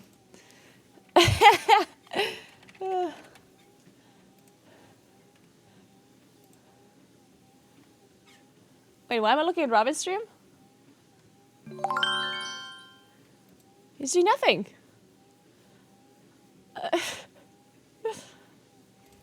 I can't speak to whether that is or isn't. Thank you, Flimpo. What's up? Thank you, thank you.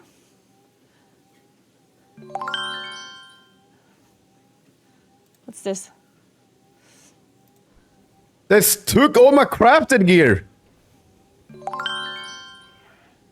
What? That's why I struggled so hard to...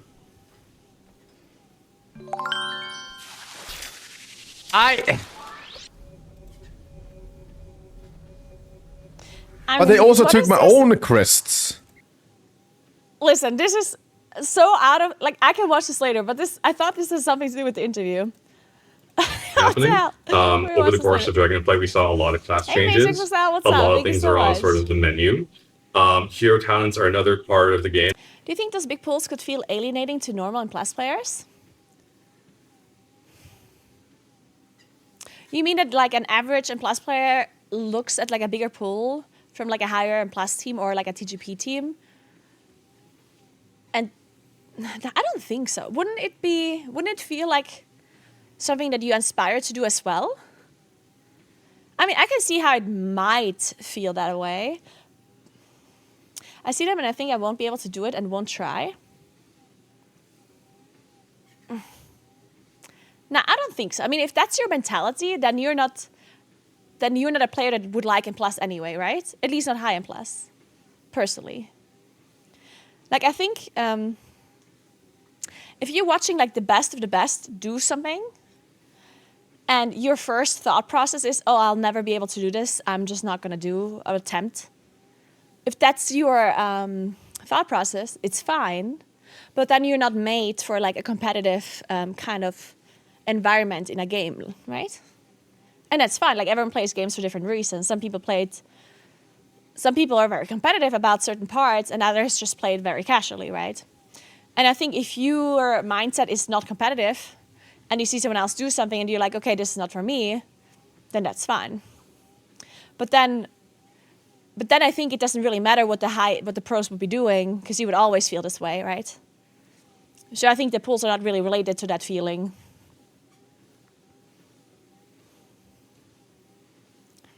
Different breed, but they might try to make it more casual friendly. Yeah, but I don't necessarily understand why it's more casual friendly, because they literally make the mobs more difficult to deal with. Like, in fact, like, I almost feel like they're doing the opposite. By making mobs do something that stops you from doing bigger pools, they, by default, make the mob more difficult to deal with. Right? Which would be the opposite of making it easier for casual players. In my opinion.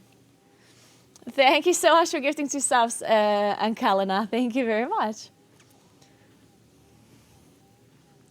And I also think that just because I'm a more casual and plus player, it doesn't mean that I'm looking at pros, seeing them do a big pool, and attempt it myself. Like, I can see how it happens probably sometimes, but do you really experience this on lower keys? Like, do you see that do you sometimes do lower key levels and you see people attempting to do like MDI pulls? Because I hear this sometimes, and I can see how it might be true very rarely. But if anything, I can see this being true if it's like an ult from like a better player that is like let's say I'm a player that has like high score in my main, and then I log on my ult, and then I do a lower key on my ult, and then I attempt like a big pull on my ult, like an MDI pull. I can see that being true, but not from like an actual like more casual player. I feel like that's such a made up thing.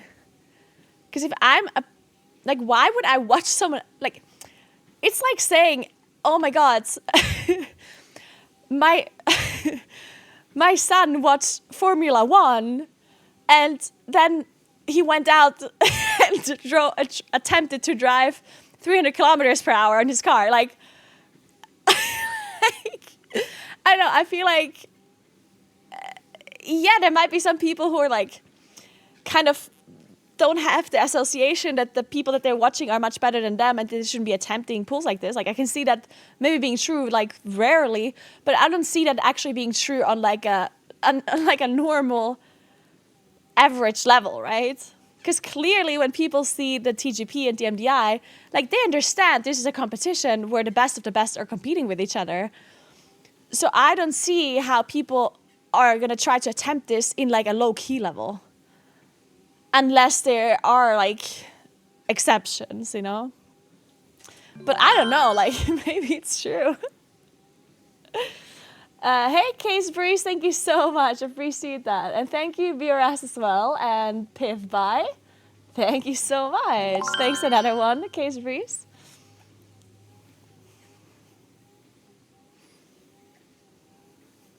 I think it's more like seeing a pro footballer do a trick and being like, I want to try that. Yeah, okay, maybe I see that. You know, maybe they see a big pull and they're like, oh, I want to try that. Which, yeah, I can see that happening. Where it looks cool and it's like, okay, I want to try this. Yeah, I don't know. Like, it's... The thing, though, is, like, even if this is true, like, let's assume that a lot of players watch the TGP or watch the MDI, see something crazy and try to attempt it themselves. Which causes problems for the group that they're like ruining the key with, right? Now the issue is, this will always be the case. Like, how are you going to stop this from happening by forcing people to pull smaller? Like, that's not actually solving that problem, right? Because the TGP and the MDI will always do the absolute craziest thing they can do within like the constraints of the dungeon, right?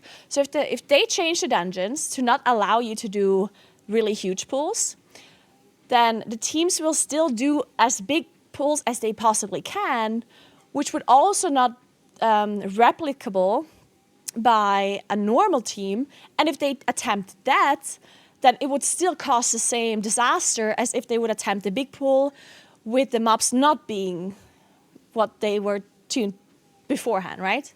So what I'm trying to say is, like, if they say, hey guys, you can only pull 8 mobs now, maximum, but pulling the 8 mobs is super difficult. While in the past, you could pull 20 mobs, and pulling 20 mobs was super difficult, right? So if now they change it to do only 8 maximum, and it's super hard, but most people should only pull 2, well, then in the MDR and TGP, they will pull 8. And that's not something that a normal group should be doing. And then they see that, they replicate it or try to replicate it, and they wipe. So isn't that the same thing? No matter how you're tuning dungeons or what you're doing, the pros will always do crazier things than what a normal group can execute. So no matter what the dungeon is tuned for, they will always attempt something crazy that a normal group shouldn't be doing. So I just don't see how changing the pool size is gonna not affect that, right? I don't know. And that we're going to be looking, very closely at. We've added a lot of crowd patrol hero talents. We're going to be looking at them, making sure that they're going in the right direction, that they're tuned properly. So I think there's been a lot of past updates and spec updates, and honestly, even hero talent updates going forward within. But specifics for things like priest getting interrupts, can we talk? Pets. Okay. I'm looking at. And other classes getting shorter interrupts? Like me? He also said that they didn't think of changing the interrupts, right?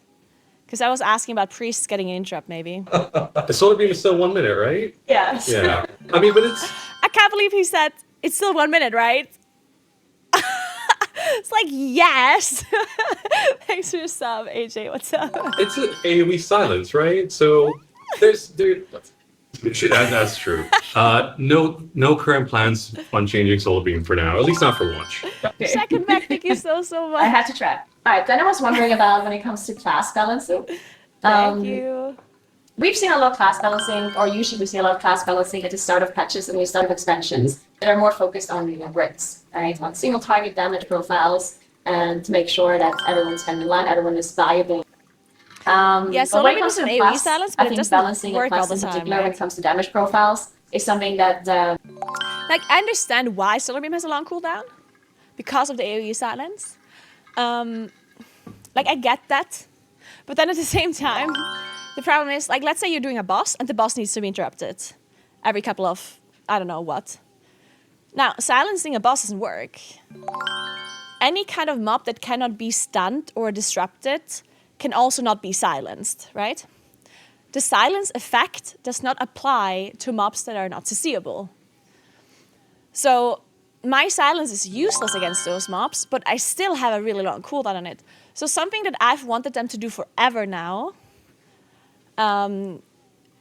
is if I successfully interrupt, or maybe even not successfully, if my main target that I'm casting my Solar Beam on is a non-CCable target that cannot be silenced, then I wish my Solar Beam would be in a shorter cooldown. I feel like that would be a perfect solution. I understand there might be issues with it, because then you're forced to use it on a mob that isn't CCable or blah, blah, blah, right, to abuse it. But that would kind of solve the issue with bosses. So let's say I have a 1 minute interrupt if my silence affects a mob. So if I use Solar Beam and the silence effect does something successfully, if it silences a mob successfully, then it has a minute cooldown. But if I use my Solar Beam and it does not silence anything, then the cooldown is shortened. I feel like that would kind of be a solution for it. Hey, Vivica, what's up? Thank you. Appreciate that. Have a great day at work. Hey, mister. Thank you so much for the sub gifts. Appreciate it. Thank you. Hey, Panda. Hey, Akrish and Nikki. Thank you so much for the sub gifts. Carmen, welcome. Thanks for the Prime.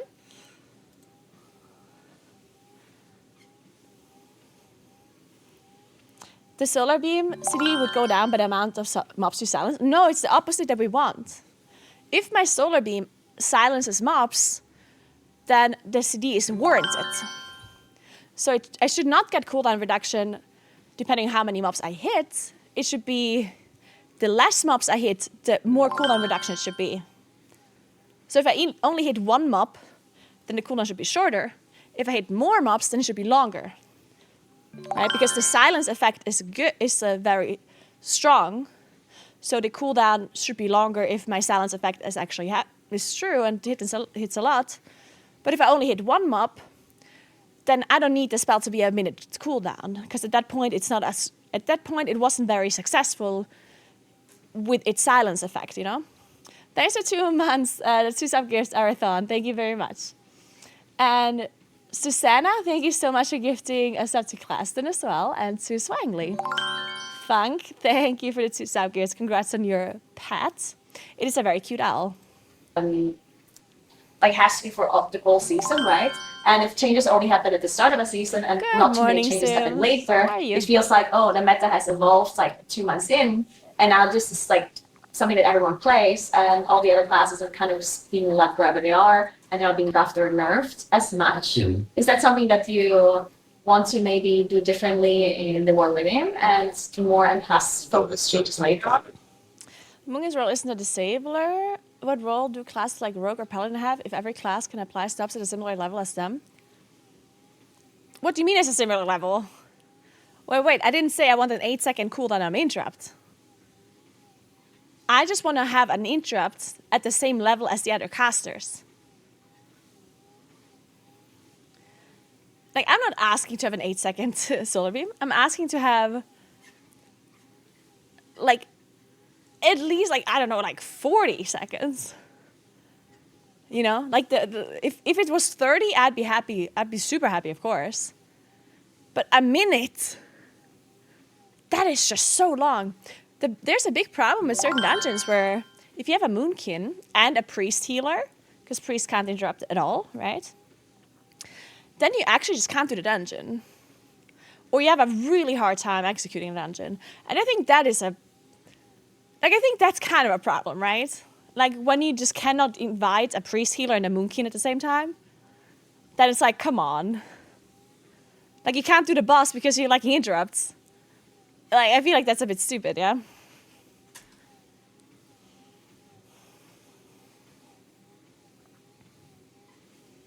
Hey, Failed Destiny, thank you so much for the sub, appreciate it.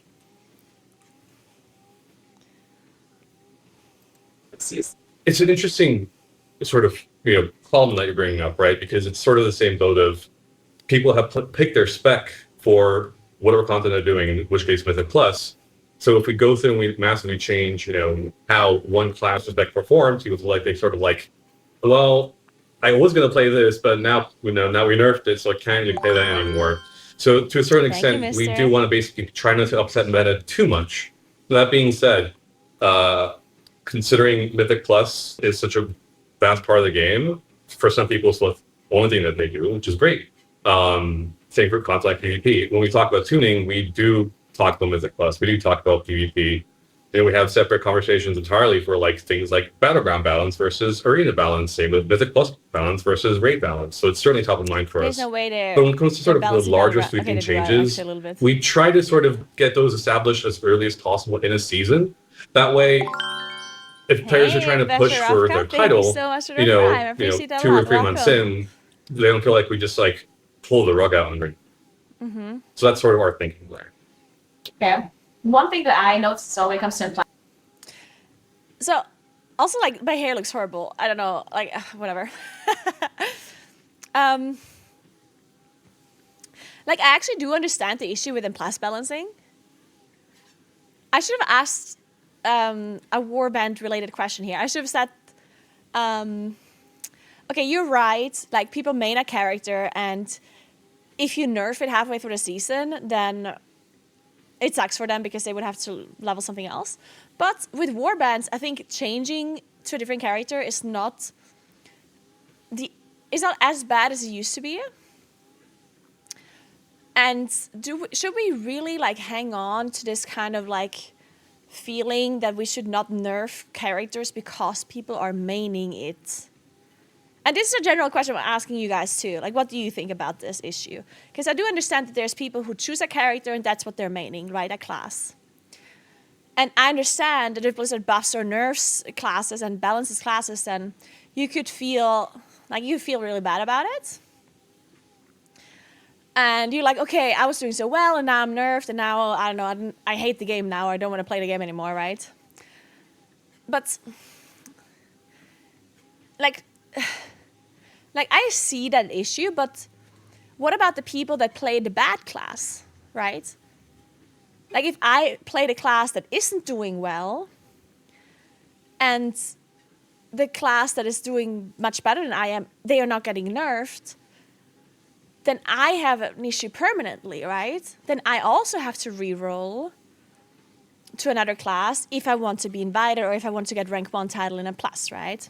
So even though I understand the sentiment that nerfing classes sucks for the people that play those classes, but then at the same time, if those classes are so strong that they are like the only in plus meta that is getting invited into in plus, then every other class that is not those 5 classes is not getting invited, and they have an issue, right?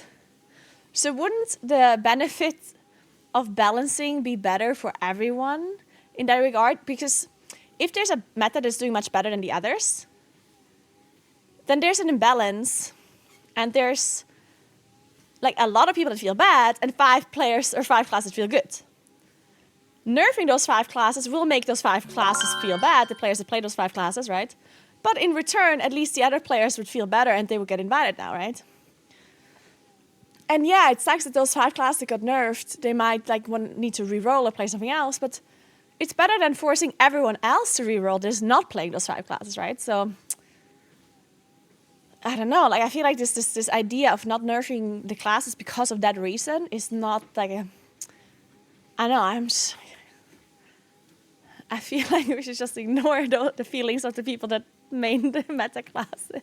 Hey Sharon, thanks for 11 months. What's up? Appreciate that. Welcome back.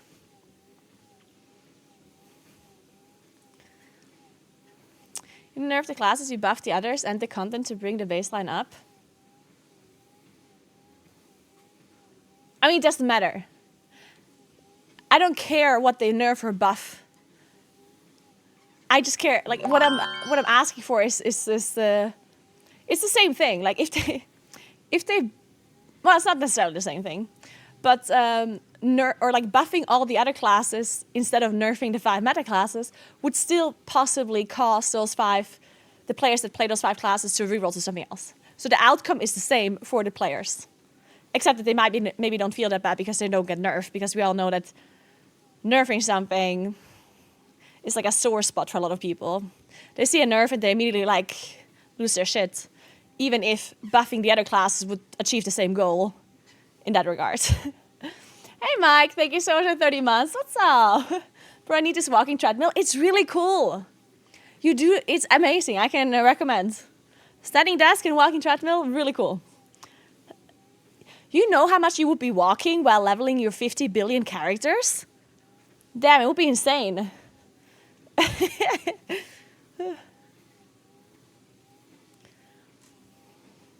Class, like I agree that changing classes halfway through, like people are going to be disappointed. But and plus is something that like the rank 1 title, for example, happens at the end of the season. So even if you change something mid-season, I feel like people technically do have enough time to maybe play another character or focus on something else if they wanted to.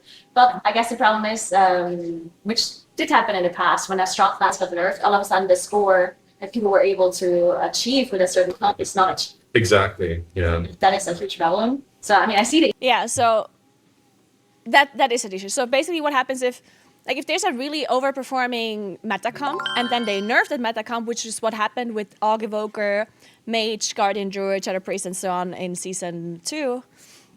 If they nerf that comp, then all of a sudden rank 1 title is not achievable anymore. Right? And that's obviously it needs to be addressed somehow. What they did in Season 2 was they nerfed the content to compensate. But the problem was that season 2 consisted of 3 seasons.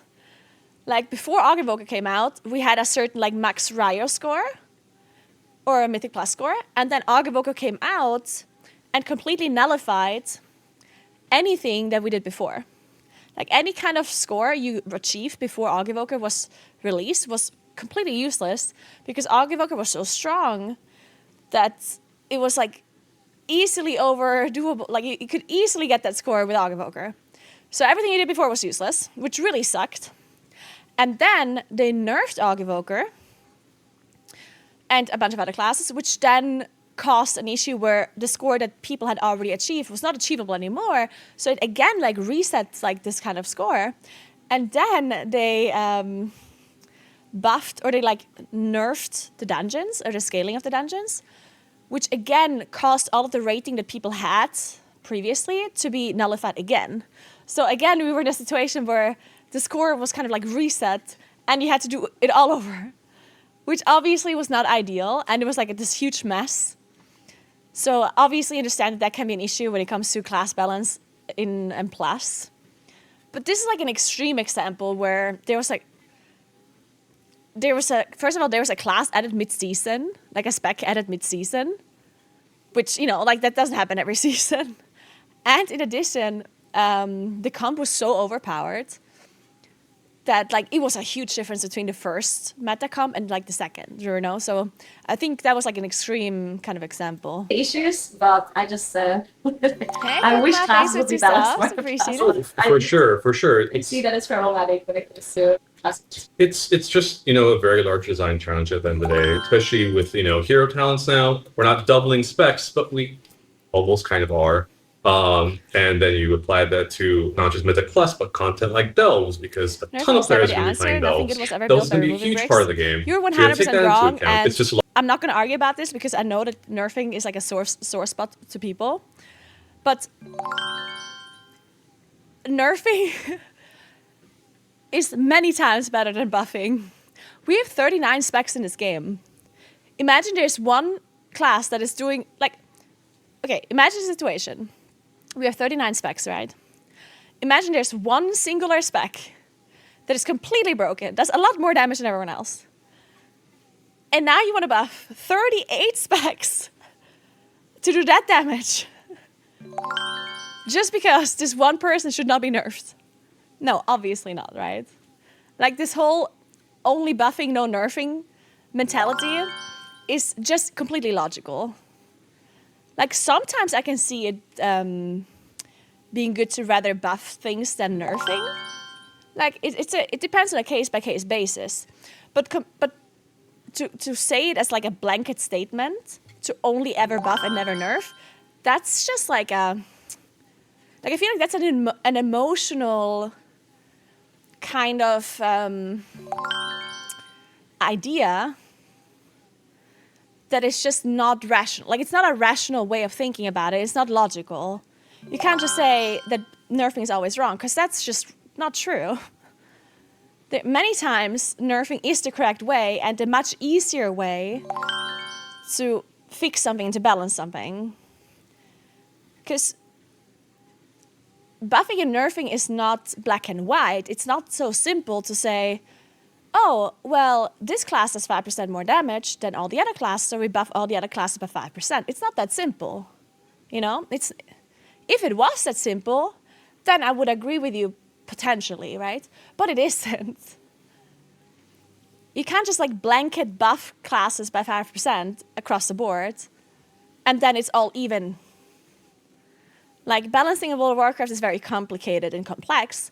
And sometimes a class is only doing really good in a certain aspect of the game, but not in all aspects of the game. Or it's only a certain ability that is broken and not everything. It's a certain combination of classes doing really well. Like it's a lot more complex than just to say, oh, we just buff everything by 5% and then it's good again, you know? So it's a lot more intricate than that, and it really depends on the situation. Thank you so much for 5-star gifts, Joe. Thank you very, very, very much. Appreciate that. Thank you, Nempek, as well for the 5-star gifts. Hello, Frank. Thank you so much for the sub. Welcome. And Damup Man, thank you very much for the sub to you as well. Frats, welcome. Appreciate that. May I ask? You already asked your question, so you only get one. That was it. No, you can ask what's up. A lot of variables and a lot of content that we need to support. Mythopus is certainly one of them, though. I think one thing that we are trying to accomplish a little bit differently this time around, though, when we talk about War Within, is making sure that, season over season, the quote-unquote meta feels a little bit different, at least, because I think in the past that's been places where we can do one. Okay, here's another question about Delves that I did not submit first. Can I still ask you? Yes, but we may not have an amazing answer for you.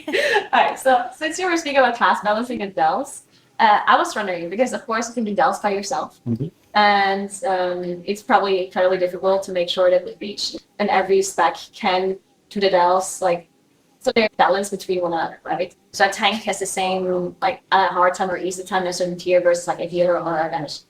And I was wondering if you're, first of all, going to address that with the way the Delve works, depending on what class you're playing at, or if you're able to change specs, like to have certain talents or abilities to do more damage in Delves. Can balance it differently. Well, I can talk a little. I'm not sure if you understood this question because I worded it kind of different, weirdly. I noticed this as I was saying it out loud. Thanks for the sub, Marty, again. Thank you so much. I basically was wondering if, because the way Mage Towers works is that Mage Tower is, of course, something that you only do as one, like by yourself. So they can change the mob that you're fighting according to the spec to balance it this way, right?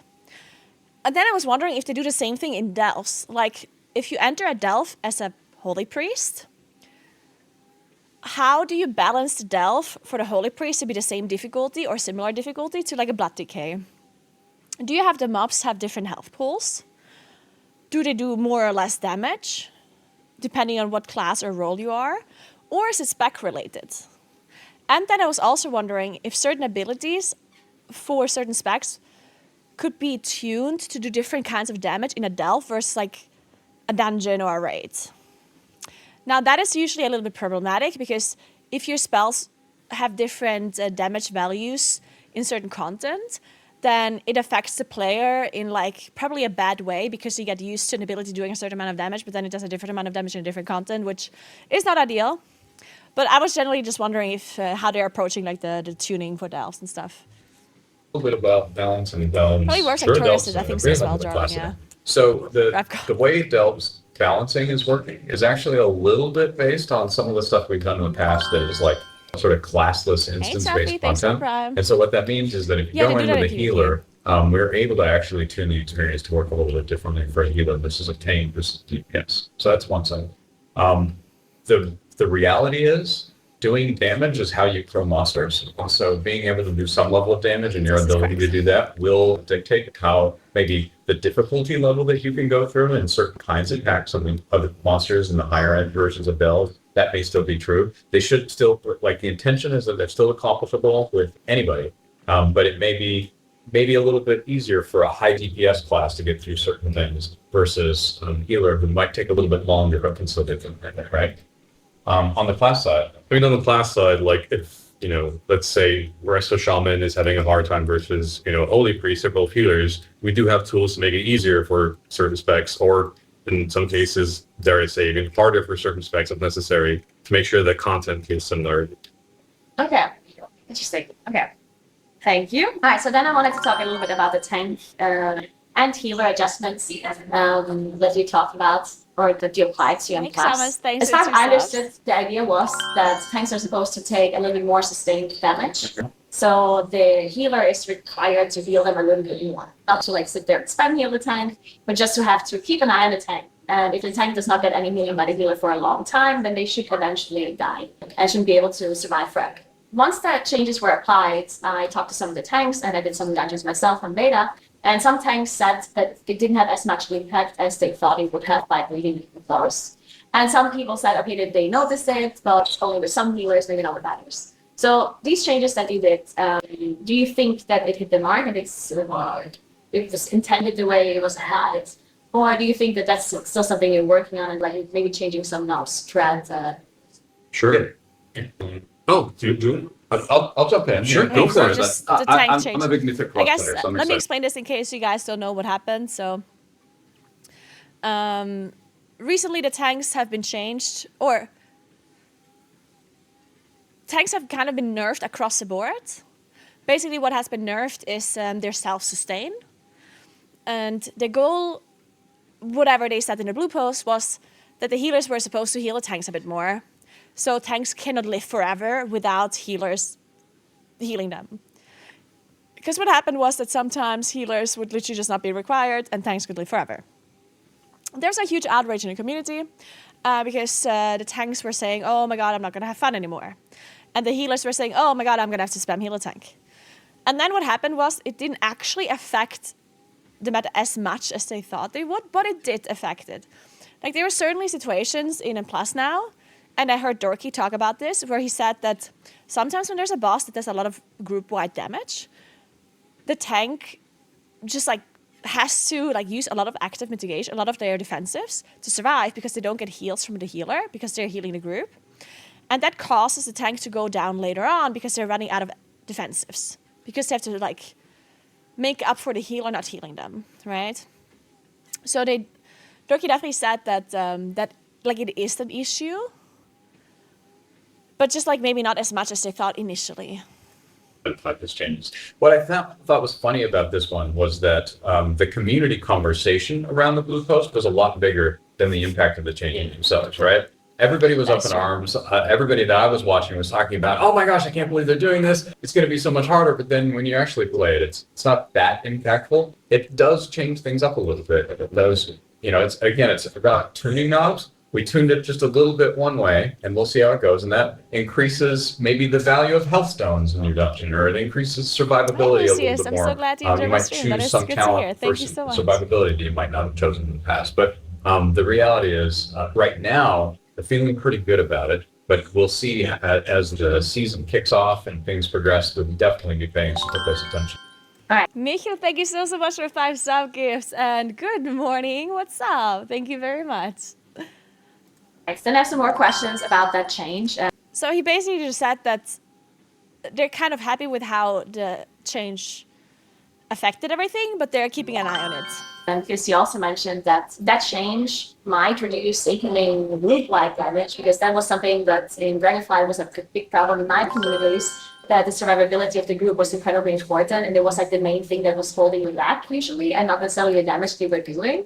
And that's something that I personally didn't enjoy, and I think I got a lot of feedback from other people as well that said they would rather like... Oh, you're James! All right, Dini, okay, good. Good to know. All right, welcome back then, James. Make sure that the damage is something that they can optimize, and that's what they meant that, rather than them just dying to a boss without having any defensives left, and they just can't do anything about it. Which Dini? Do you think that this change for the tanks is actually going to affect that aspect? So they, the person who has to heal the tank more, that you're tuning back the incoming group-wide damage, so that the group survivability is not going to be as important as it was in Dragonfly? That's the intent, but it obviously has a lot of nuance, and it depends on the fight, it depends on the dungeon, it depends on the situation. The goal is oh my god, wait a second. not to make it more complex. Okay, wait, I'm going to finish this but question. to change where the complexity is. So you're focusing a little bit more on the tank, you're focusing a little bit less on keeping group going. But you're still going to have to focus on keeping group going. Yeah. People are will have to use their defensives at appropriate times and just be careful that way. And that will still continue to be a part of it. Okay. And all right, so I just realized that I have to eat soon because it's lunch time. Well, I don't have to, but I kind of want to. So I'm thinking that I'm going to watch the rest of this interview when I'm eating, because I can't play while eating, but I can watch this video while eating. So let's watch the rest of this interview later. If you guys want to check out the rest anyway beforehand, then you can check it out. I'll post it in the chat. If you want to give me a follow on my YouTube channel, that'd be really cool if you're interested in WoW videos, but I also do other stuff. Definitely just check out my YouTube channel. I'm posting some guides about what's best to do on max level. Mostly focused on endgame content and how to min-max your character's power. But yeah. check it out. So, listen to music back on. Okay. And since there's so many people here, I know that most of these people that are here are probably just not actually watching. They're probably just like from the Twitch front page. But yeah, thanks for 44 months, Kalpa John. Thank you so much. But if there are some new people here, first of all, welcome. I appreciate you being here. My name is Naguura, and I'm a content creator for 10 years already. I've been around for a long time. I mainly do stream WoW, but I'm currently trying to diversify my content a little bit. I'm trying to do a lot of my IRL streaming as well. So if you guys are generally interested in WoW and maybe even IRL stuff, then definitely give the channel a follow and check out my streams. I do stream 5 days a week from Monday to Friday.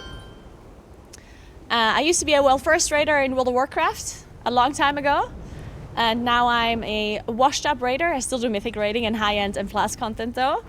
And I'm also a commentator. I cast World of Warcraft MDI and TGP for Blizzard. And I also cast the Race to World First for Echo and Liquid in the past.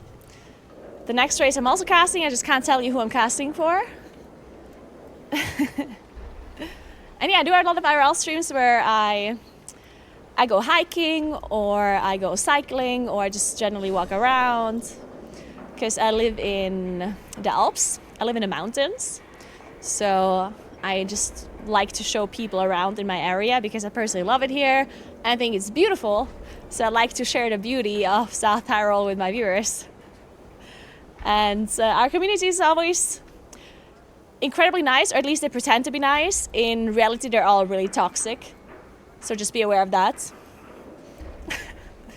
But I would love you guys to join our community because we always have a great time. So yeah, welcome in everybody, and thanks for all the follows and for all the subs. I really do appreciate it. Hey, Meldrock. Thanks to Sapkirst Anonymous, and thanks for Prime, Dwayne Don Johnson. Thank you very much.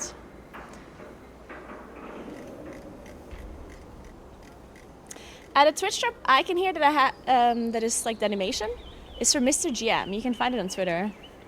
Huge shout out to Mr. GM for providing that animation every time. It's very cute. Thank you so much for 5 Sapkirst Meldrock. Thank you so much. Welcome everybody. So yeah, Gamescom, really, I hope you had a great time. I did have a good time at Gamescom. I hope you had a good time at Gamescom too. Hey, Oopsie, thank you so much for the 1 year. Appreciate that. Thank you very much. Hey, Chris. South Australia. Nice. I was in Australia once, in Sydney. I was casting the World Championship of the MDI there. I liked it. I do like my Australian friends. Great interview. Asked some good questions. Thank you. I'm so glad you liked the interview.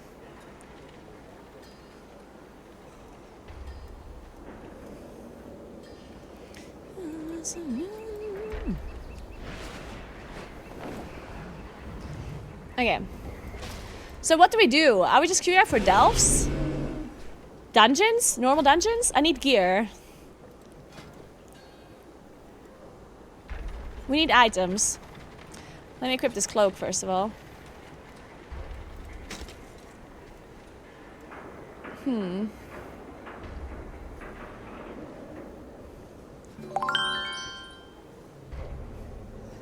$545 dagger. Seems good to me. Go auction house for greens? That would make sense maybe. Hey Pete, thank you so much for the sub. Pete, that reminds me of my Christmas tree. When I moved back, because I lived in Austria for a while to study for university. And then I lived in the UK for a little while. And then I moved back to South Tyrol. And when I moved back here, I bought my first Christmas tree ever. Because I never had a Christmas tree before, except like at my parents' house, right?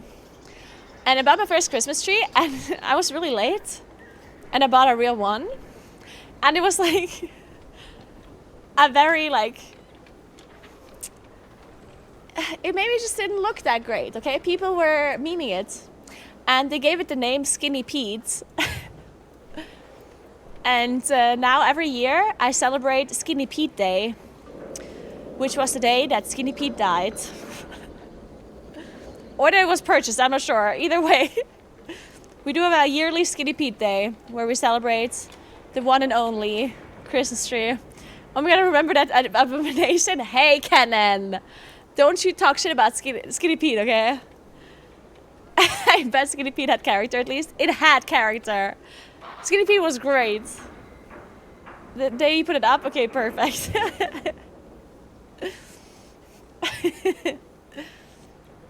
Okay, let's do dungeons.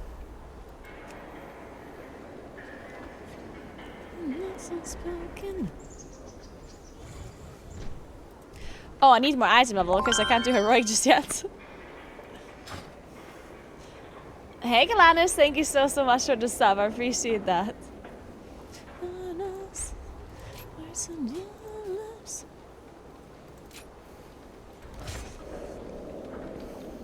So, we play a really cursed build. And I think it's something like this. Unreturn. Wait, why is... Oh, requires 3 loon. Wait a second. Wait, you actually need? Wait, that's so dumb. Wait. Okay, well, I guess we need to skill Fury of Loon. Fine, I guess. Fine.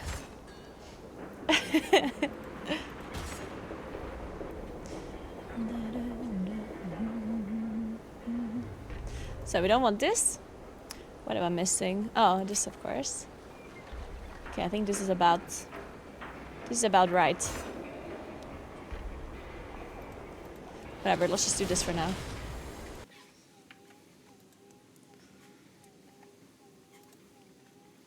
So let's see how much longer my treadmill goes. 68 minutes I've been walking, so it goes another 30 minutes. Okay. The treadmill stops at 99.99. Hey, Saladin, thank you so much for the sub. Welcome, I appreciate that. Do you plan on making Moonking guides? I do plan on making Moonking guides, yeah.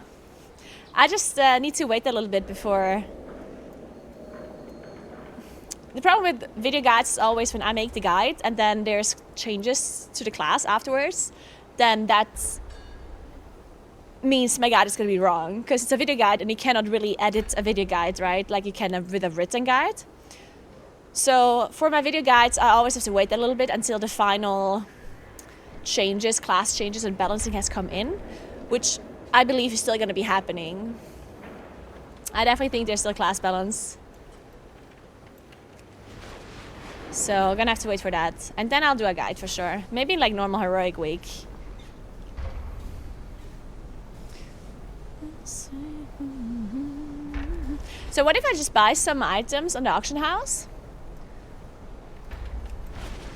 Where is the auction house?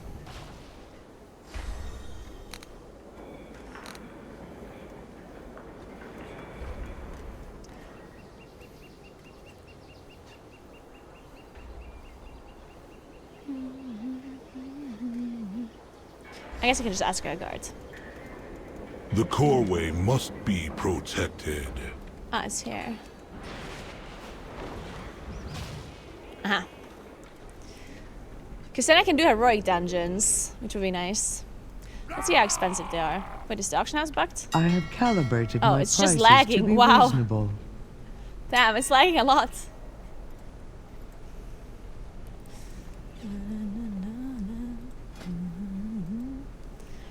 $564. Oh.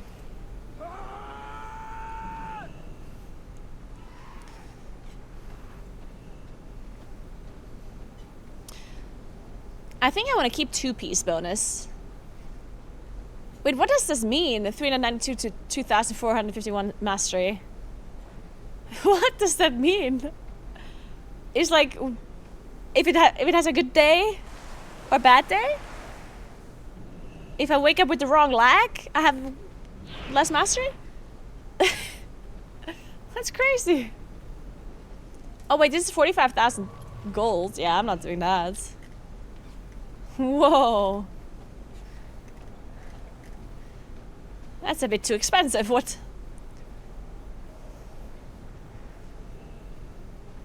Haste Mastery. I can buy this one.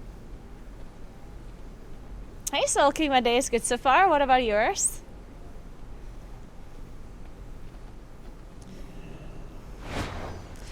Yeah, what item level do I need to queue heroics? I'm just gonna buy some stuff.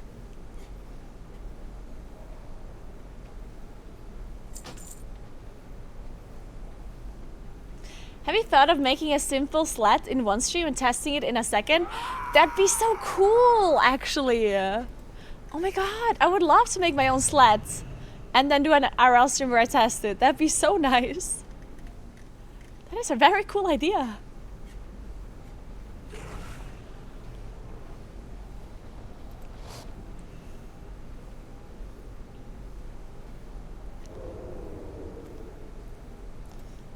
Dun, dun, dun, dun, dun, dun.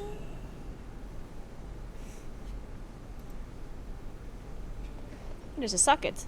Just gonna buy that one, I guess.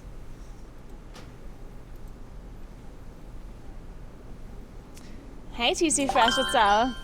Thank you very much for the sub, DBA. Welcome, welcome.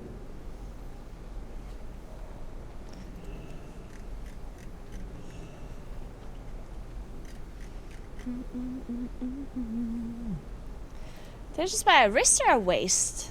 I think a wrist.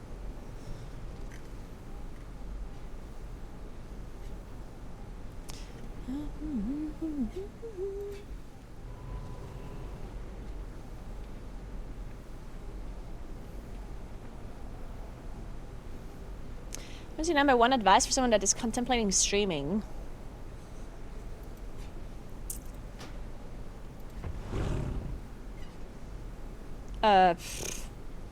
Just one? I mean,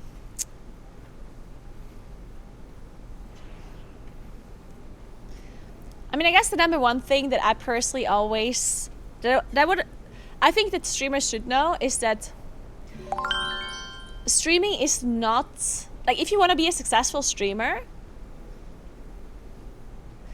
you shouldn't be thinking of streaming as like, a lot of people think that if you're really good at a game and you start streaming, then you are gonna get viewers, but that is not how it works. Streaming is entertainment. If you're a streamer, you're an entertainer. So forget like whatever like, I don't want to say that it's completely irrelevant what you do in the game. It's not.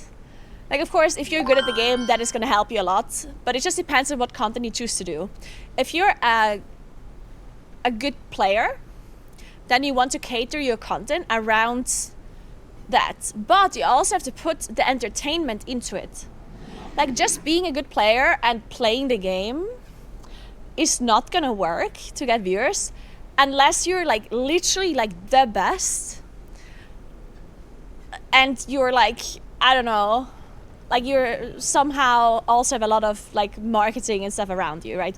Because the only WoW streamers that are successful because they're good at the game are streamers like Gingy and Max and now stuff like that, right? But even they don't just play the game and do nothing else.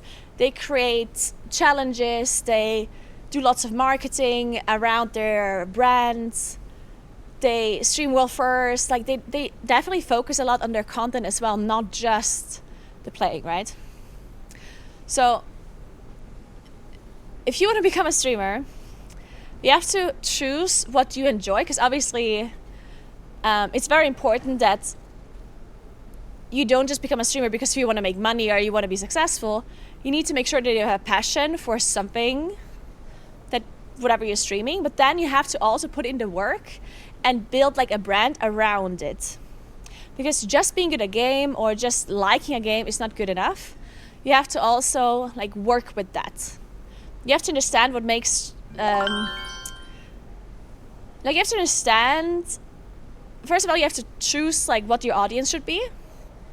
what kind of like, because people are gonna watch for you, or that's at least the goal.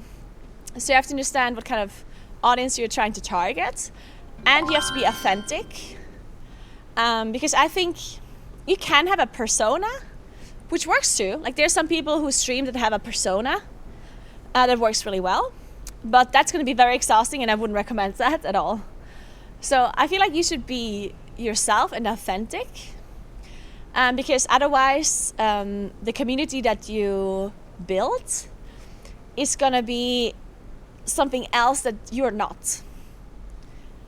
So being yourself will automatically attract viewers that like you the way you are, which then in return makes streaming easier for you, because you feel like you're part, like you like the people that are watching you, right?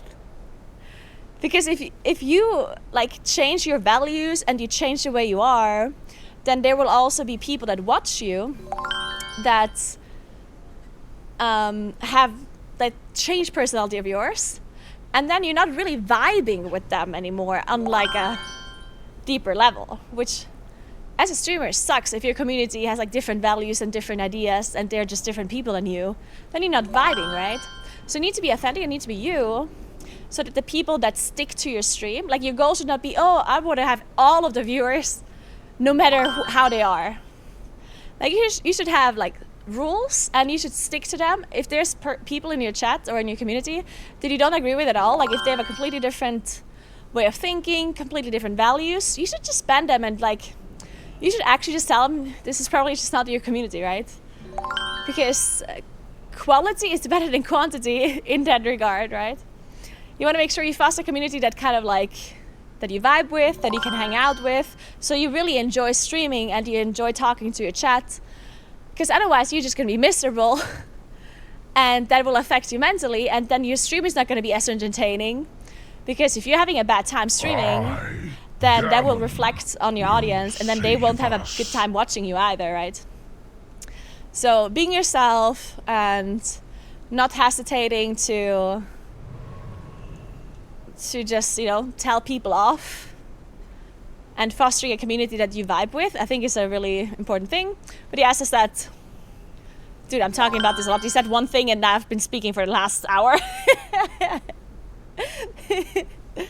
But yeah, just make sure you're focusing on your content and on your stream, and not just on the game that you're playing, right? So either you choose to be like an entertainer in relation to like educational content, which is something that I do, or at least that was my initial way of doing it. I've been streaming for 10 years, so I've changed my approach a lot, because I changed as a person, right? Like initially I was very much focused on education, because I was a high-end player, and my stream was really about high-end gameplay, about educating people about like World of Warcraft and all that stuff. And nowadays I shifted more towards entertainment. Well, I still do educational content, but not as much anymore, because I've personally also moved more away from high-end rating myself, and I still do casting and everything. Like I'm still knowledgeable, right? But also like my real enjoyment is now like doing some other things, and also made sure like I make that part of my stream as well, so people can like, so my community kind of changes with me as a person, you know. Great speech. Hey Kate, thank you so much for 2 months. What's up? Hey Nat Hunter, thank you so much for the gifts. J Pangs, thank you as well.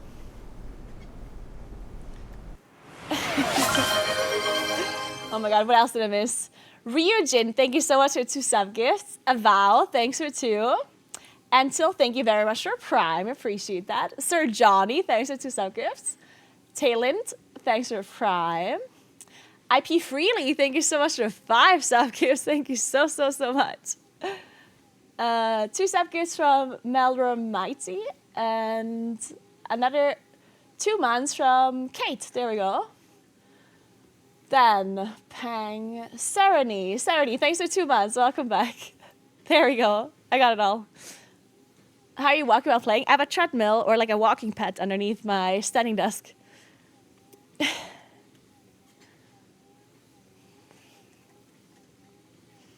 Phoenix. I was in Method, yeah. No, it wasn't called Different. It was called Method. I was in Method from the end of Cataclysm to until Legion. She's just perpetually moonwalking. The floor is just slippery. Thanks for Prime. It's Scott. How are you doing?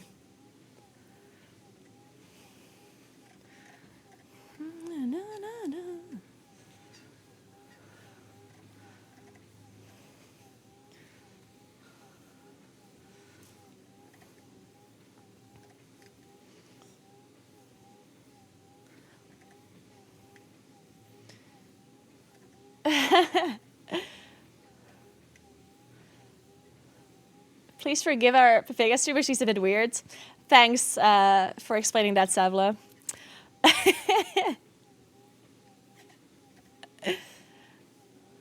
I personally don't think it really matters when you stream. Like the time of the day, a lot of people think it's really important to stream at certain times, but I personally think that is only important if you're a really big streamer. Like if you're a huge streamer that has like 8,000, 10,000 viewers every day, then I think the streaming time is important because you're competing with other really big streamers. But if you've any amount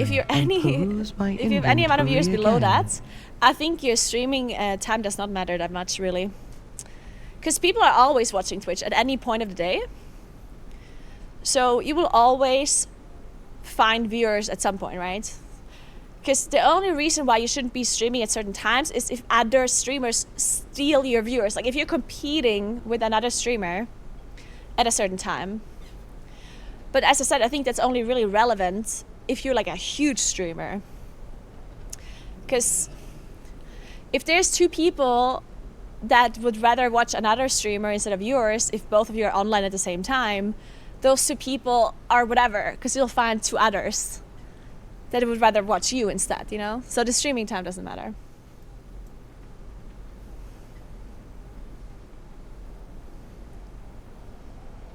I think it's important during your growing time. I disagree. I don't think that's true.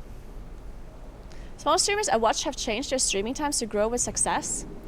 I personally don't, I mean, I just don't see it being true. Like, I don't see why that would be. Because, like, the only time, okay, the only time where I think this can be true is if you're a language streamer that is not English.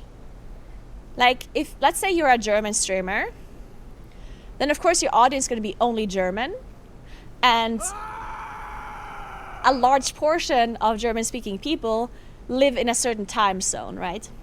So if you're a German streamer and you stream from 1 a.m. to 8 a.m. in the morning, that's probably a bad time to stream. Because the majority of German-speaking people are asleep at that point, right?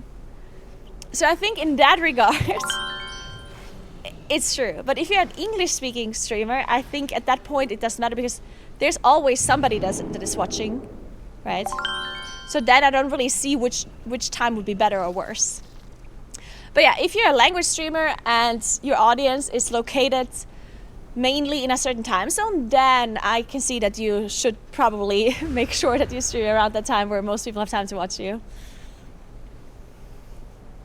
Kara, thank you so much for 2 sub gifts. Appreciate that. Thank you so much. Hey, Mineko, thank you very much for the sub to you as well. And thanks for another sub gift, Anonymous. 2 sub gifts even. Thank you very much. Thank you, Kara. My directive is to serve you. Hey, I wasn't that drunk when I did the bird dance. It was just a special stream. What can I do? To be fair, I'm drunk a lot during special streams because how else would I get through my special streams? So, let's buy some more items. Because this game is obviously pay to win. And we all know that I'm winning when I buy items from an auction house. Hey, Relith. Thank you so much for 5 sub gifts. That is so nice of you. Thank you very much. Thank you. All the people that get a sub gifted, make sure you say thank you to your sub gifter. Congrats on your pet, and keep in mind that you can actually get my UI if you're a sub. So if you get a sub gifted, you can join my Discord channel and connect your Twitch account, and then you can get my UI if you like it, if you're interested. That's really cool. 538, wait a second. That is a bit low item level.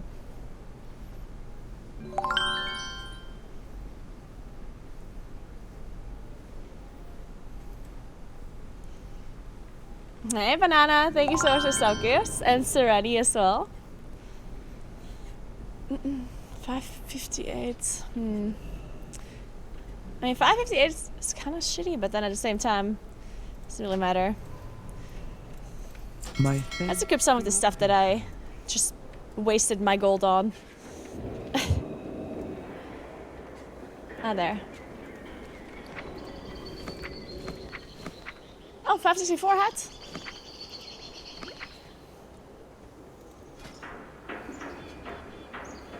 Nice. Oh, I should have sold it. Nah, whatever. Could have gotten a lot of money.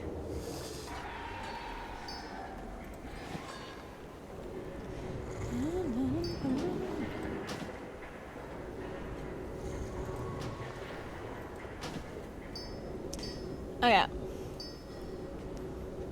I'm just gonna put an old gem in this one if I have one still. Man, how much longer I have to walk? I have to pee, but I don't wanna go until my treadmill turns off. 87 minutes, okay. I have to do 12 more minutes. I can do that.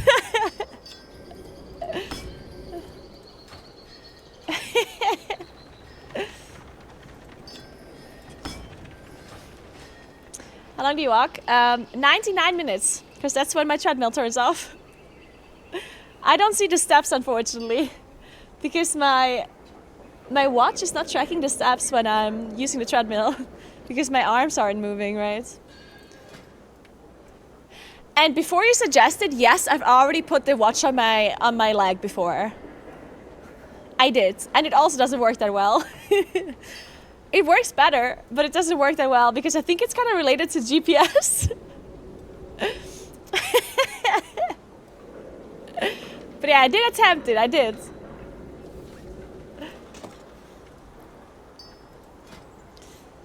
Okay, let's see if we can queue now. Probably not. You need 551 item level. Oof. That is so high. Ellie, thank you so much for your 2 sub gifts. Guys, how do you do this thing with the heart reaction? How does this work? This is so cute. Oh, thank you so much, Ellie. How do you do, like when Ellie's gifted the subs, I see these hearts. Can you like select it when you're gifting? You can choose a theme. Oh, it's new. That is so nice. I love it. Oh, Chimmy, thank you. I'll buy Dark Moon. Good job. That makes sense, yeah.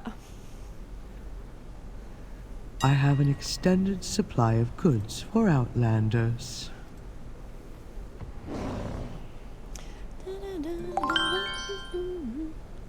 Hey, TF Monk, thank you so much for 2 sub gifts. Oh, we got the scam train level 5. Let's go.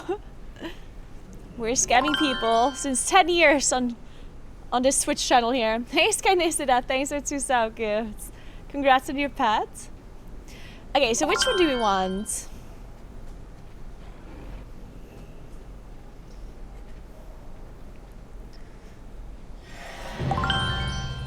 Are they all implemented in Simcraft? This one's good, right? The Vivacity? This one's also good, right? Symbiosis? Hey, Kelly Kate, thank you so much for 28 months. Welcome back. How is life?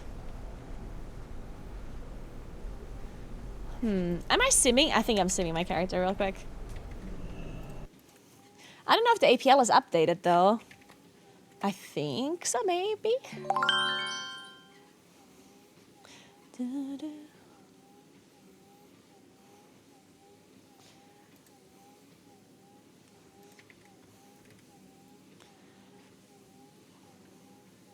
Wait, can you not do gear compare anymore? Oh, is it in the top gear? Item search. I see. Dark Moon deck. Like Ascension?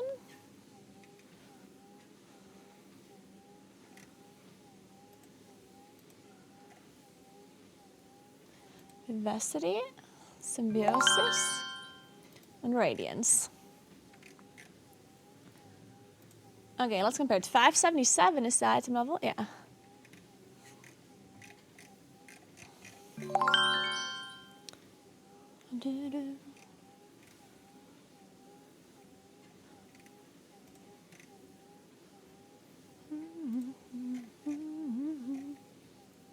Okay, let's give this a try. Hey, Naivara, thank you so much for Prime. And hey, Peppa Poo, thanks for the Prime as well. Now I know how people make money, be fast at expansion start and sell a gear. Yes.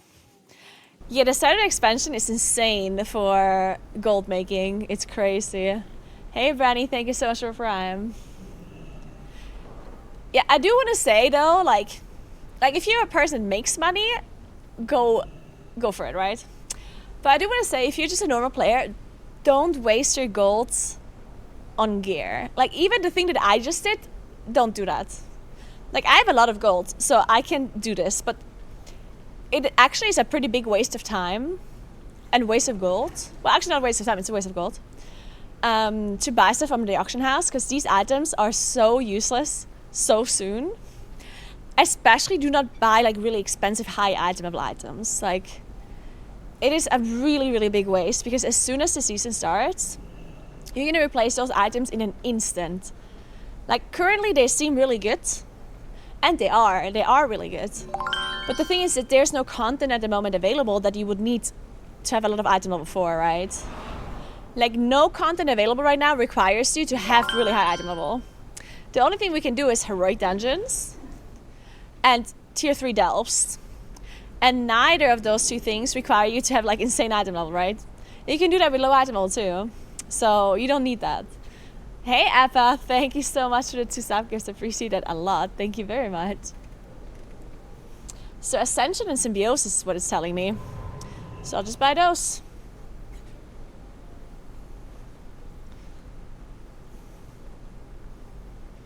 Alright, Ascension, Symbiosis.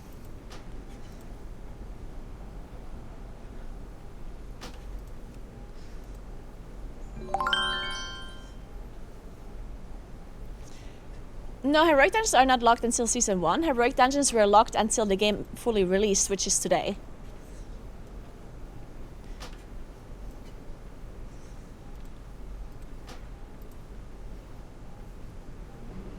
It was just in pre-season where it was not available. Did I buy the other one, or did that one get locked? I think I might not have bought the other one. Okay. So, Ascension is this. So the Dark Moon card, I mean, you can buy that, of course. Like, I'm not saying that you can't buy, like, I'm not saying that you shouldn't buy the Dark Moon card, because it's actually just really cheap, right? Like, I just bought this for like 800 gold, so.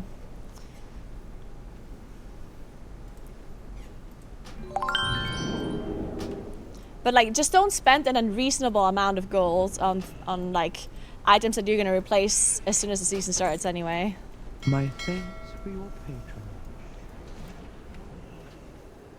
Hey Noboa, thank you so much for 2 subs. Appreciate that. Welcome, welcome. Make money in real life and buy RL and buy tokens. Yeah. Good point, good point. That'll work.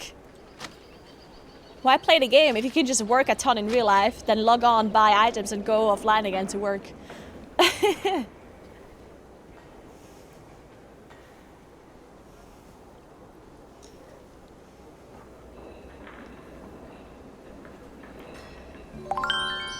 Yes, so it's almost always true that at the start of an expansion, the token prices drop a lot.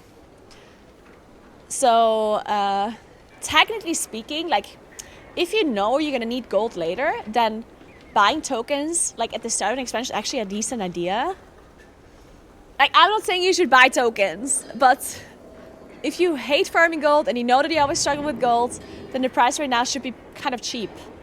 And then it's gonna go up later. Yes, I'm on a running pad while gaming. You can game all day and stay healthy if you just walk on a walking pad. Who needs to do actual exercise when you can just game and walk?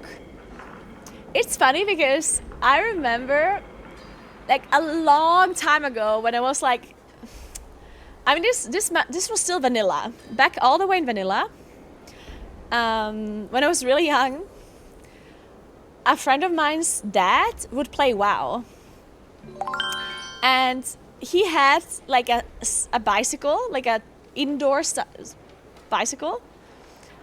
And he had like a tiny little table or just like a tiny little plate that he attached to his bicycle handle.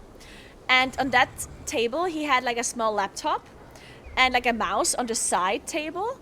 And he would play like that. So he played vanilla WoW on his bicycle with like this thing.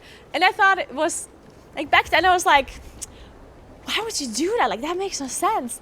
And now, like all these years later, I think back and I'm like, oh my God, he was a genius.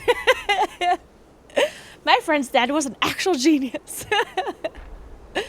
Especially because in vanilla, it was all about grinding, right? So you could easily cycle and play at the same time. Hey, Antonetti, thank you so much for the sub. I appreciate that. Mini-Me, thank you so much for sub gifts. And Kitty Pie, thank you so much as well.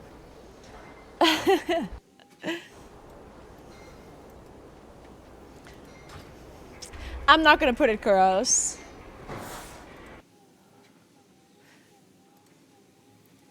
I decided not to put it. It's too much on my screen.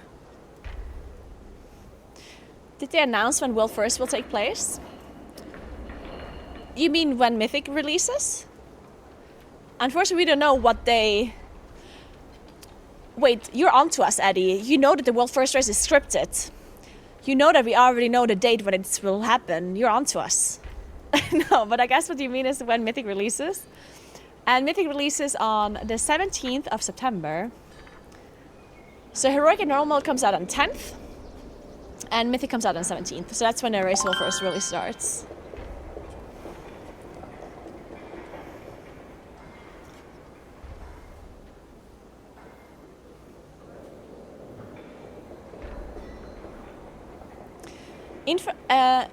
My infograph sheet / item upgrade tracker Delph guide. Oh, that's really cool, Natsuki. Thank you so much. Yeah, you can send it to Kuros and then he'll send it to me. Thank you so much. That is so nice of you. I appreciate that. Honest opinion, is this expansion worth it if I'm not interested in any lore or story? If you're not interested in any lore or story, then I cannot answer your question if you're going to be interested in the rest of the content or not because we don't have it available. Like the only thing that is currently available is the story and lore and the design of the stuff, you know, of the areas. So if you like the game or not will not be clear until the raid comes out and Mythic Plus is available, right? So, oh, there we go. My treadmill stopped. I walked for 99 minutes.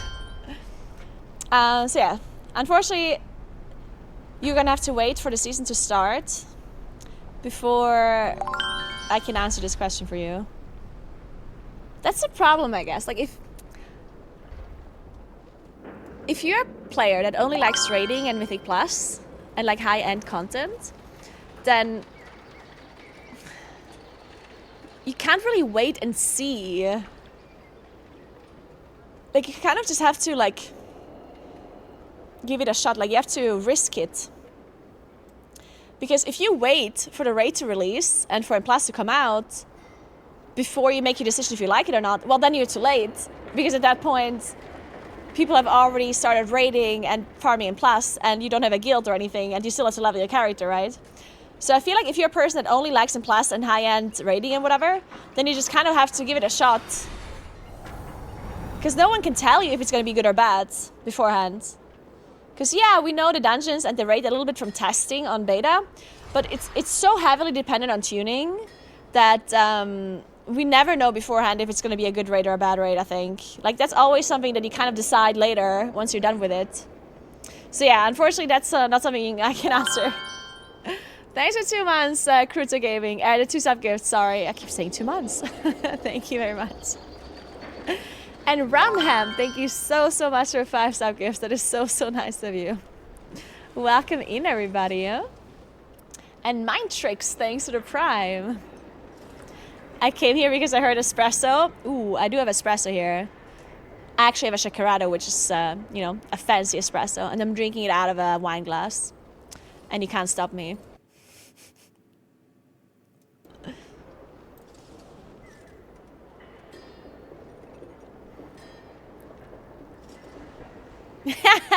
Hey, Caro, great to see your funny and informative content. How is the leveling your 30th druid going? Are we still doing that? We're totally doing that. Thank you, DK. You're totally up to the task. I knew I could believe in you.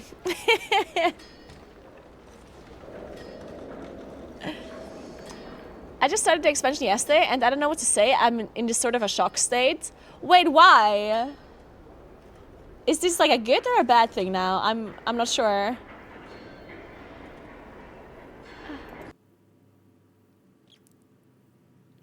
Hey, Space Aids. Greetings. I just started playing WoW for the very first time in my life, really.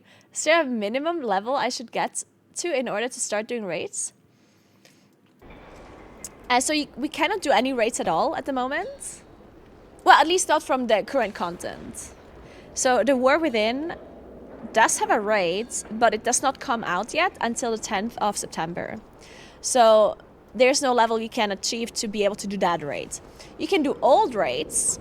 And the old raids you can do whenever you want to, but they're more like a thing that you would do for fun or to get transmogs. They don't give you any other benefits because they're old content. They're retired content, basically. If you're talking about dungeons, because raids are the things that you do with more people, with like 10 to 30 people, right?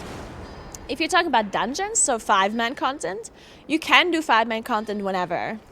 The dungeons that are available to you, you will see when you open a group finder and you go to Dungeon Finder, you can queue up for a dungeon here. For a specific dungeon, depending on what level you are, you can just queue up for a dungeon here. You can also do a follower dungeon. If you're afraid to do dungeons with other players, then you can do a follower dungeon where the game will provide you with NPCs like AI. And then you can do the dungeon like that first. No, you don't need a specific level for it, or it will tell you what level you need for the certain dungeons.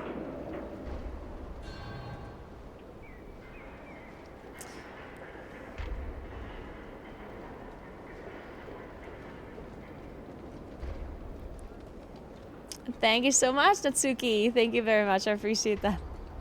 I play on Terran Mill, the server. Elemental Enhancement Shaman or Shadow Priest, which has easier time leveling from 10 to 70 and onwards to endgame.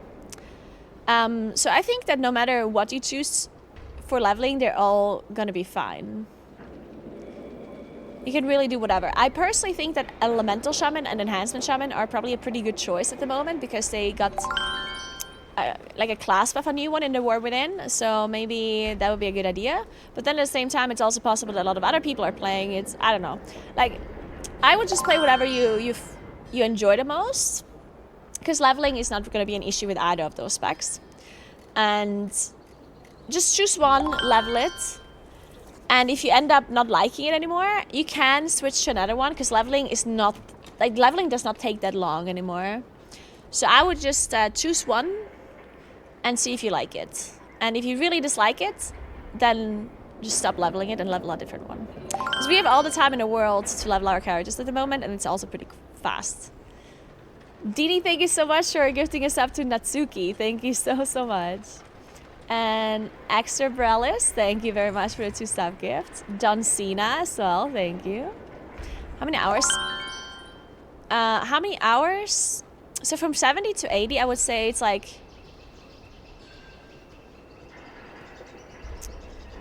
I mean, it depends how you do. If you do it with dungeons and the main campaign, like 5 hours, 5 to 6 hours. And leveling from 1 to 70, I don't know how long that takes. Does anyone have a clue how long that takes approximately? Hey, Snooze Mumrican, thank you very much for the stuff. Okay, guys, I'm gonna be right back 1 second because I really need to pee. And then we're gonna watch the rest of the dev interview that I did because I'm also gonna eat my lunch, okay? And then we're finally gonna play video games. I said I'm gonna play for 3 hours and I didn't. All I did was buy items at auction house.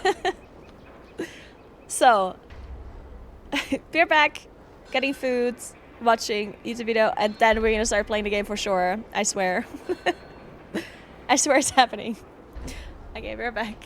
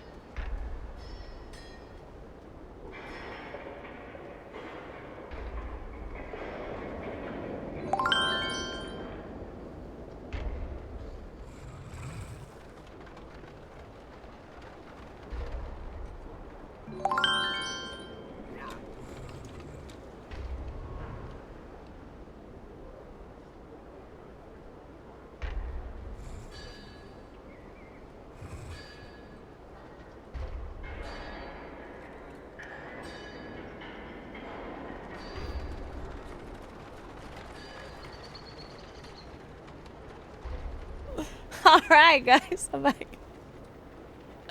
So, by the way, I just realized, Kuros, you maybe mean the other overlay, not the one with the YouTube video. I forgot that there's another overlay we were talking about with the pet counter. That one I kind of do want. Unless it's too late now, then it's whatever. If it's too late, it's too late. So, God, I can't speak anymore. I have lunch. In case, because I know people are going to be asking what I eat for lunch. I have grey cheese, and you probably don't know what that is, but just Google it. Graukaas. It looks like this. It's literally a type of cheese that is very low. It's very high in protein and very low in fat. I like it. You usually eat it with vinegar and onions. I don't have any onions, but I'm eating it with vinegar. Balsamic vinegar. Which is delicious. And then I have yogurt. Yogurt with frozen, with like berries. And granola. That's not grey. Actually, I don't know why it's called grey cheese. It's not actually grey. This is a very good question. Hey, Tom. Be careful, Chad is going to steal your cheese if you put it out there like that. Nah, it's okay, Chris. Let's just leave it. Whatever. Okay, now we're going to watch the end of my deaf interview while I'm eating, okay? If this change is not going to affect that group survivability. You call it Hatzerkäse? Really? That's the same thing as Graukäse? Really? Interesting. Okay. As much as you wanted it to. Do you still consider nerfing the defense? Wait, I just realized that a bunch of people subbed while I was gone. Oh, man. Williams, thank you so much for the Prime. Thanks to the 1 year Twisted Skiss. Thank you so, so much. 1 year. Let's go. The Wolf for the sub gifts. Grey One for the sub gift. Snow Rage for the Prime. Rasket for the sub gift. Taiso for the sub gift. And Grey One. Thank you very much. Appreciate it. And Burodar, thank you so much for the Prime. I appreciate that so, so much. Welcome in. All right. Of damage dealers across the board. Do you still? To give you context, I'm currently asking about the tank changes to M+, where the tank survivability or tank sustain has been nerfed a little bit, so healers don't have to focus heal them so much. Blizzard was specifically stating that it should maybe change the incoming group damage a little bit to have players be less reliant on survivability than before. And I'm basically asking if they think that change is good enough or if they're considering nerfing damage dealers' defensives and then nerf the incoming damage accordingly, because I personally think that would fix a lot in M+, and I'm asking them this question here. Thank you so, so much for another 5 sub gifts, Eurodar. Thank you so, so much. That is so, so nice of you. Welcome in, everybody. I'm currently in the major city of the new expansion, yeah. The capital city. Consider nerfing the defensives of damage dealers across the board to kind of fix the whole situation of the incoming damage and having to be tuned so highly because the damage dealers have so many defenses available to them. Yeah, this might be a good class point. Sure. It's a little bit of an arms race, right? Like, we buff player defensives via things like hero talents, so Ray damage used to go up, so healers have more to do. But if players don't hit those defensives in some groups, you know, not everyone's playing at the highest Keystone level, heroes are having a bad time. That is definitely something we talked about quite a bit. In terms of actually adjusting players' defensives for content like Mythic Plus, it's difficult because then we're adjusting defensives for players that are only doing delves or only doing world content. There's a lot of people to consider, and also raids. I don't think for now we go so far as to be hitting players' defensives. But like Michael said, this is just the very beginning. There's a lot of knobs that we need to tune still, and we'll be tuning going into season 1. I just quickly want to say, like, he's right, of course, that by nerfing damage dealers' defensives, you would be nerfing the defensives in all aspects of the game, not just in M+. But that's why I specifically wanted them to do this at the start of the expansion, because that would be the easiest time, right? Because if you nerf the damage dealers' defensives at the start of an expansion, then you can tune all of the content accordingly to the defensives that they have. Nerfing damage dealers' defensives across the board midway through the expansion, well, at that point, it's a lot more problematic, because now you have to all of a sudden nerf the content. Like, you have to nerf all of the content. You have to nerf plus that incoming damage, you have to nerf rate damage, you have to nerf everything, right? So technically, in my opinion, nerfing the DPS or the damage dealers defensives, the absolute best time to do that would be the start of an expansion. That's why I specifically asked about it. But obviously, it's too late for them to do this now. Like this, at that point, the War Within had already been released, right? Yeah, stick heals, yeah. Right? Yeah, I agree with you. My headset just turned off because I'm out of battery, so give me a moment. I forgot to plug it in.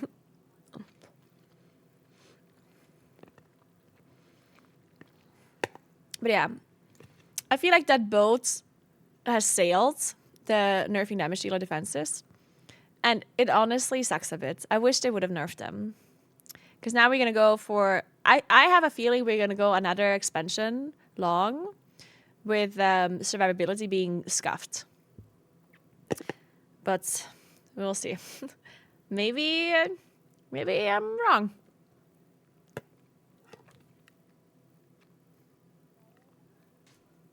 The War Within, so time will tell. But as of right now, we have no plans to sort of hit player.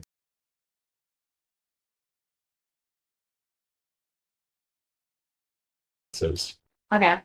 I'm going to keep asking the question. I asked last time as well. Sure. All right. Then one more question about this, about M+ in general. Sure. I wanted to know, because in my opinion, there's two things that can hold you back in your class for you like to time it or not time it. Like two major things. Number one would be survivability. Like you're just stuck on a boss and you can't pull it because the ability just shuts you and you're running out of defensives. Yeah. Or you manage to do the whole dungeon, but you're running out of time. So you basically we're not efficient enough, you didn't do enough damage. So in a scenario where a team has like the best comm possible for this dungeon, for this situation, and has near perfect gameplay, what would you think is like the ideal scenario? Like what would be holding this group back on like the highest level it can do? That's an interesting theoretical question for this expansion. Well, I think if you're pushing at the highest keys, it's because of the way we changed the affixes, right? It used to be true that on Tyrannica weeks you were really getting stumped, and that was like you just couldn't get past certain passive killers, that kind of thing. Theoretically, now every week will be the same. It'll feel the same, so you'll be pushing. It'll be more about throughput. You will. Probably for certain classes and certain abilities, which are going to run into like, this is the thing that is always killing me at a certain level. But I think more broadly speaking, it's going to be okay. I would go that route too. In the War Within world, I think my gut says it's going to be more like rating, where you're going to want to continue doing content over and over until you master it, and then you're going to want to figure out like, oh, I'm going to save my 2-minute cooldown for this pack, my 3-minute cooldown for this pack, but that didn't work out. So next time I'll do that, I'm going to move that around, and optimizing like player damage and healer damage and tank damage is going to be a big part of it. That's my. Okay, that's really good to hear, because I personally always think that's more fun to like, if you run out of time at the end, or you like talk to your group, okay, let's do this differently, use our cooldowns differently, try to make this pool more efficient. I feel like that's more fun than to just survive an ability. Totally. Like when so many options to survive. Nobody likes getting stomped and not being able to do anything. All right, then I have another question about hero talents. So the hero talent tree is, of course, completely new in the War Within.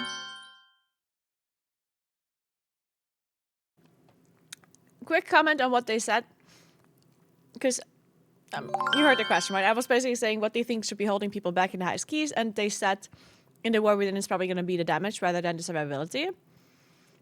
Which honestly, I'm a little bit doubtful. considering that they didn't nerf damage dealer defensives, but we'll see. That would be ideal.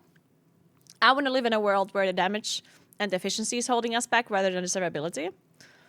No shot to get that right. I'm also doubting it a bit. But they said they will, so we'll see. But yeah. I wanted to say something else, but now I lost my point.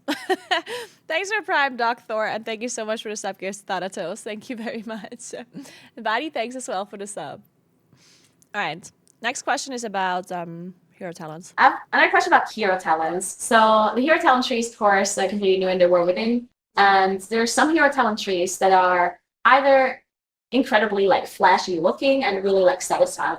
And there's some hero talent trees that change your gameplay a lot in that regard. And then there's other hero talent trees that are maybe not as satisfying, maybe like passive talents don't impact your rotation as much, and others that are maybe not like visually as interesting as others. Is that something that you're aware of and that you're like working on improving throughout your War Within? Or did you are you not planning on doing any major changes in the hero talents? Good question. Hero talents are here to stay. They're not going anywhere. I just basically told him that some hero talents suck, yeah? In a very nice way. I hope you got that one. Hey, Sarah, thank you so much for the sub gift. And Suicide, thank you so much for the Prime. The moment that, we sort of launch, they're part of your class and spec. They're evergreen. They're not going away after War Within. We're going to treat them like how we treat classes and specs. And if Dragonfly has anything to show for it, we've done a lot of redesigns, a lot of updates for specs and classes over that expansion. So in terms of updates for hero talents, stuff like that, certainly on the docket. In terms of visuals, we definitely have a goal of making sure that they feel visually distinct from each other. Some will naturally be more flashy. I think it's hard to be flashier than summoning 4 Horsemen of the Apocalypse on like a 3-minute cooldown. Like, it's kind of hard to top that. Yes. But there's also value in something that's a little bit sort of smaller and more like passive, because not all players want to have, very complex hero talent trees. So in terms of visuals, we're always trying to do better there. And players can certainly expect updates in that field. In terms of passive versus complex, we understand that for some players, talents are inherently very complex. Specs already feel potentially too complex for them. So for some hero talents, we opted to make them a little bit simpler, a little bit more passive, because players essentially need to pick one or the other. So some trees will be more passive, some will be more complex. The last thing we wanted to do is have players feel like they need to sort of like, oh, every single hero talent tree gives me a new button or change something dramatically. That's not really a goal of ours. We want them to feel more like flavor than anything else, and have your class and spec be dictated more by your class and spec trees. Okay, yeah, makes sense.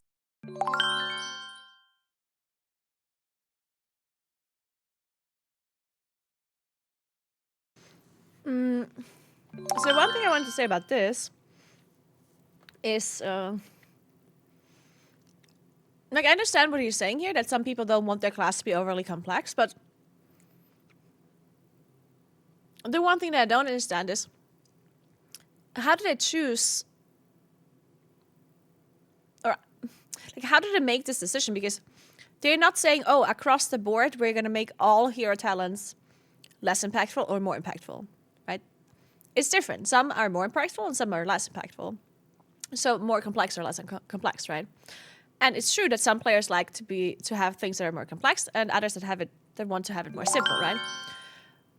But who did they choose? It's like, oh, people that play this spec, they probably want to have more simple class talent trees. Like, how did they make this decision? Also, in addition, there's people that play a certain spec that want their spec to be a bit simpler, and people who play the same spec who want it to be more complex, right? So I feel like it's a weird decision to say, oh, we're going to make some trees less complicated, others more complicated, because who makes this decision that a certain class wants it simpler? So I don't know. I feel like that's what I was confused about on this question, or this answer rather. Because it's not that I don't understand his point. I just don't understand why it's being applied to some specs and not to others. I don't know. Mintanker, thank you so much for the 2 sub gifts. TDC, thank you so much. Annie as well. And Raycock, thank you so much for a prime.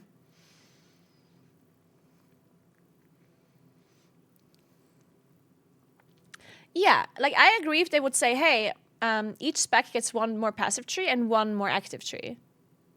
But that is not really achievable, I think, considering how the spec trees work, how they're like overlapping, right?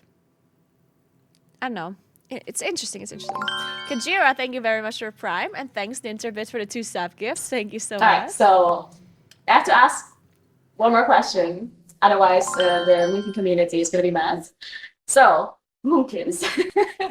So, the hero talents for Moonkins have been a little bit underwhelming for most of the community, at least if you like that, and my personal opinion as well.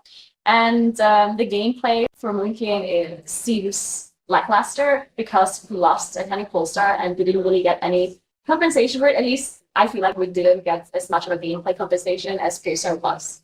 And in addition, it feels like the damage is also a little bit lackluster too. Is that something that you're aware of and that maybe is getting addressed? Yeah, certainly. A lot of community feedback's on our radar. We read a lot. We read Reddit. We read forums. Honestly, if someone makes a TikTok about class tuning, I'm probably going to watch it at some point. It's going to show up on my For You page. So yeah, we're aware of people's sort of complaints and feedback, whether that's positive or negative. I'm going to start from the middle of that question. In terms of sort of numerical updates to hero talents or Moonkin in general, we're still planning to do, like I mentioned previously, there will be tuning passes going into Season 1, The War Within, and there'll be tuning passes into The War Within for Season 1. So all that stuff is on the table, not just Moonkin, but for essentially any hero talent or class of spec. We want to make sure that Season 1 is as good as possible. In terms of hero talent updates or redesigns, can't really talk too much about that at this point. We're happy with how they're going for launch. That being said, we are discussing future updates for Moonkin down the line, not for launch, but for a future patch, and we're looking to sort of address a lot of the pain points that the community have brought up for sure. All right, that was really good to see. I love that answer. Thank you. Then I have 2 more bonus questions. Oh boy. Did you hear? He said, let's repeat it. Possible. In terms of hero talent updates or redesigns for launch. That being said, at this point, we're happy with how they're going for launch. Listen. That being said, we are discussing future updates for Moonkin down the line, not for launch. We're discussing future updates for Moonkin down the line. For a future patch, and we're looking to sort of address a lot of the pain points that the community brought up for sure. We're looking at addressing a lot of the pain points that the community brought up. Confirmed Moonkin buffs. Not sure when though. In 12.0, guys, let's go. 12.0 Moonkin, where you work. All right, that was really good to see. I love that answer. Thank you. Then I have 2 more bonus questions. Oh boy. So you mentioned that you really do like spiders the last time I know you had an interview. And I was wondering if you had a really interesting, cool fact about spiders that you could share with us. That's a fascinating. That's all of you. Yeah, totally. Well, I guess, man, which to choose? I think actually the one that I share that I like the most is so I have spider tattoos. That is This one on the top was actually a spider that I had in the office. Was a tarantula that folks in the office knew about. Some people were uncomfortable with it, so I brought it home. And unfortunately, she passed away during the pandemic. This one is one I found camping with my son, and it has, it's hard to see, but it has all its babies at the bottom. And then this bottom one was another one that when people at the office learned that I like spiders, they brought more spiders to me, which is why I now have more spiders at my desk that are sort of on display. And that was the biggest one. So, that is very, very. So hopefully that's a cool fact. But That is so cool, isn't it? I absolutely love that. That is just so cool. I love that. That is like very amazing. cool. All right. Do you also share that excitement for spiders? Or I think like crabs on. arachnophobia mode is great. I don't personally mind spiders. I think they're neat. Maybe not so much as micro, but they're great. I'm looking forward to killing a bunch of spiders in the raid, that's for sure. But no, spiders are neat. All right. I also saw that you really like kimchi. I love kimchi. Never had kimchi before. You have to try it. You have to try it. There's so many variations. Like there's cabbage. Where I live. So what's like the best way? Like can you recommend any kind of kimchi? You have like an eight. Well, I think you have to start with like the radish kimchi. Like radish kimchi is sort of the classical kimchi. There's also like cubed radish, which is my personal favorite. There's Napa cabbage, which is probably the more traditional kimchi. Is it spicy? I'm not a big fan of spice. I wouldn't say it's very spicy, but definitely has a kick. Okay. So there's a lot of types of kimchi. I'm talking about kimchi. There's red kimchi, which is traditional kimchi, and that is spicier. There's also white kimchi, which is less spicy. I love this so maybe you should try that. White kimchi. White kimchi? It's funny because he was so excited to talk about kimchi. I was like, oh my god, I actually have to try this. Like, it sounds amazing. Like, so after this interview, on that same day, I went out for dinner, and we went into this Korean restaurant, and they had kimchi on their menu, and I was too scared to order it because I was thinking, oh my god, it's just gonna be really spicy. But then they had like this like appetizer plate where they had a bunch of different appetizers, right? And then there was kimchi on it, like the cabbage red kimchi that everyone kind of knows, that one. And they also had the cube kimchi that he mentioned as well on it, which I didn't even know that existed. And it was it was cubed, and it actually had like a red tint because I think it was like in root. What are the red beets called? That stain everything red. What are they called in English? Beetroot or something? Beetroot, yeah. So it was like fermented, like beetroot juice. So it was like all super like bright red, and it tasted really good. So the only thing is that like you get tired of it kind of fast. Like I enjoyed it, but I couldn't eat like that much because it gets like a lot, right? Because it's very intense. But I did like it, and also the kimchi that I tried, like the cabbage one, that one was not as spicy as I thought it would be. So maybe just this Korean version I tried was less spicy. But anyway, like I liked it. I grew up in Bulgaria. I grew up eating. The red is chili, not beets. No, it was beets. Like I'm specifically talking about the cubed version that I had. It was beets. Like it literally said so on the menu. So I'm not talking about like the traditional like cabbage kimchi. That one. Eating a lot of like pickled foods. So there's not a lot of like equivalent foods to that here. There's like pickled vegetables, and that's hardly the same thing. And I just really like the taste of kimchi. It reminds me of home. Really cool. Yeah. Okay, I'm gonna try it. You should. Yeah, it's great. All right, thank you so much for Thank you so much. questions. I appreciate that a lot. Yeah, of course. Pleasure meeting you. All right, that's it. Thank you so much. Thank you. I just want to say, like, George and Michael, they were so cool. And, you know, I arrived late. I was, like, a mess and stressed out. And, and they were so cool. And they answered all the questions. And then there's, like, really interesting fact about them at the end. Like, they were cool about that, too. And they were just really, really nice. Really nice people. So, yeah, I'm really glad I was able to do that interview, and I'm really glad I met both of them. Very, very nice. All right, I hope you enjoyed the answers to some of these questions and the questions in general. But I think it was pretty informative, so that was cool. If you guys want to check it out, it's linked in the chat. So definitely give it a watch, give it a like. If you have any comments, then let me know or write it in the comments below. He was so excited to talk about himself. Yeah, it was really cool.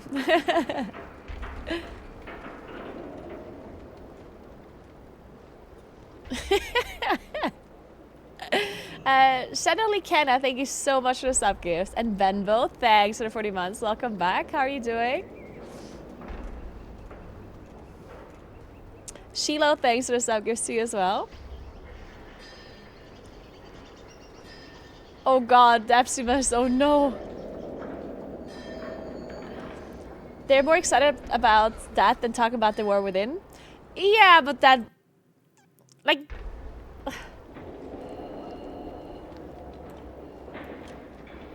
I think that is fine. Like, I don't think a person has to be as excited about their work than they are about, like, some of their favorite things in life, right? Like, you can't blame them for not talking about their work as if they're talking about, like, their favorite hobby, right? Like, it's different things. It's work. I'm sure they are excited about their work, too. But... yeah.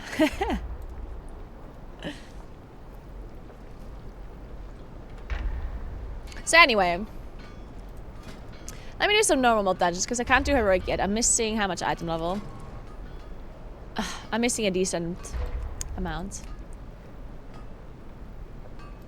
What actually is the best way to get item level initially? Is it normal mode or is it delves? Because I kind of have to do delves eventually anyway, right? Because I have to level them up. Hey Sadcrow, thank you very much. Work is there to support your hobbies. Some people don't have hobbies and make work the only thing in their lives, which is sad. I agree. I do think that work should not be like the only thing that you're excited for. Like that's a very dangerous way of living.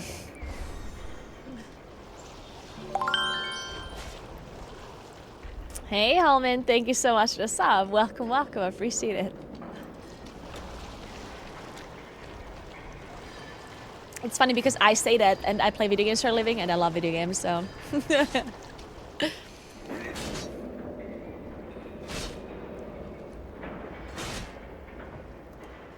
Wait. Are these world quests?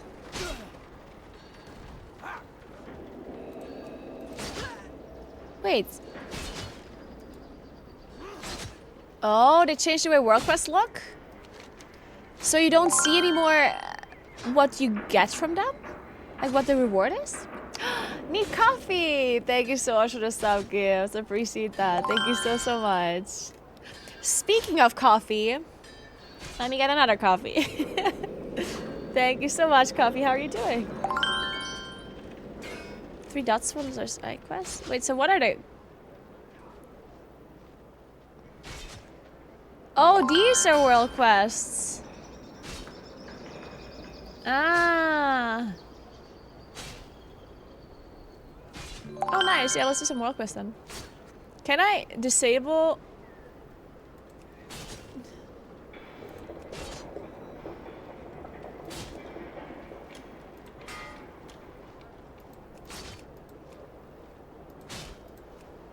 There we go. What's this theater trope? Oh, what's the theater trope? What's that about?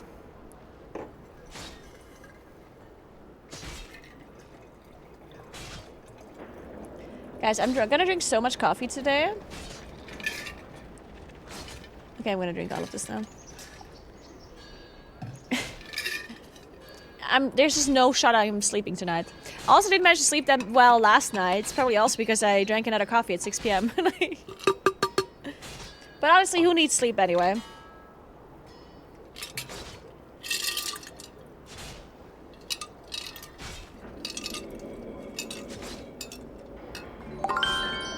So, thank you so much for gifting a sub, Anonymous, and Lessa Moongate, thanks as well for the sub. Welcome, welcome. Did the actual server market go downhill too? You mean downhill as in like it went offline, or it's like not working, or things being like pricey? Because earlier it was lagging a lot when I was trying to buy stuff from the auction house.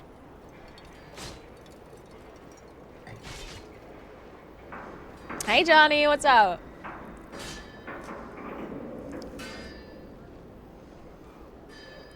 Inflation, am I right? You know it, John. You know it. Let's see. Earthen Capital and Fortress protecting the Corway Council during a renowned rank 4. Ah, I see. Let's see how much time we have left for this. 2 days left. 3 days left. 1 day, 16 hours. 16 hours.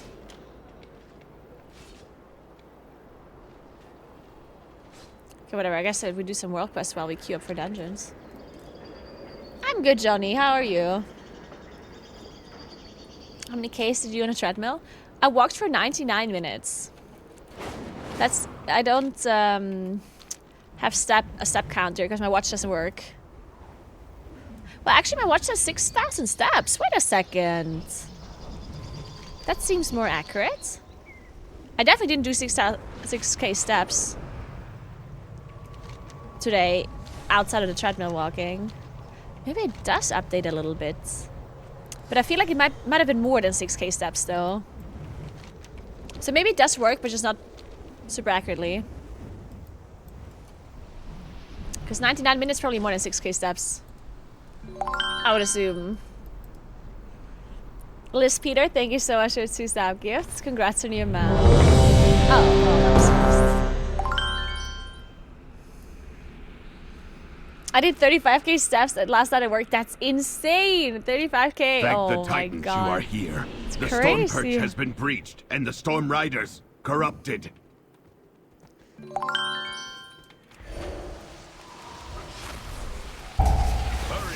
If we breach the storm, we can fly and crash the Wait, can I not turn off? To the roofs, oh, there we go. I will distract them here. We can link up later. Yeah, it obviously depends on the pace, yeah. For me, 1 hour walk is around 8 to 10K steps. Yeah, I think that's... Let me think. Yeah. Like at least 8K, I would say, is like an hour for me, something like that. But I only really have a comparison for when I'm walking outside. It should have been mine, Bill. And I assume when I'm walking on a treadmill, I definitely walk differently. I probably walk slower than in real life. Well, it's not that it isn't in real life, but you know what I mean? Like if I'm walking outside, I probably walk faster, I think. Because I'm also like doing other things as well, right? I'm focusing on like talking to Chad and whatever. It's more like of a... And I probably don't take as much of a stride as well because I'm maybe a little bit scared to like, I don't know, step over the treadmill or something. So I think I'm probably also not taking such big steps, which would give me more steps in total though, technically. Yeah, that was a boss, yeah.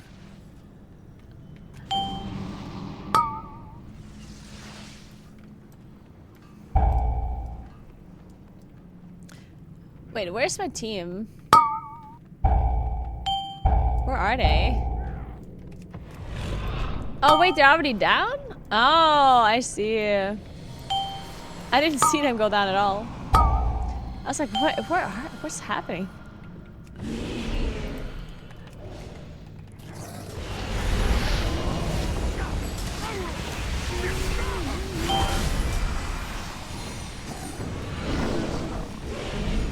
Oh, make him sound so loud? I can turn them down if you want.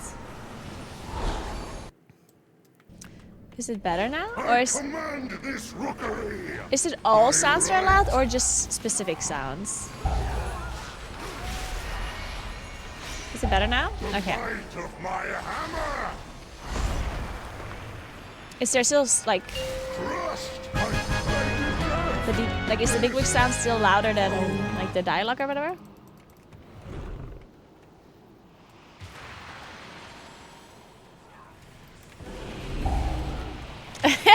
Johnny. I do not like that it feels better like darker this? and colder as we go down. But there are more What is that? What? The lift is out. If we want to keep going, we have to take it down. Did you guys get the mount already, by the way, for the 4 hours?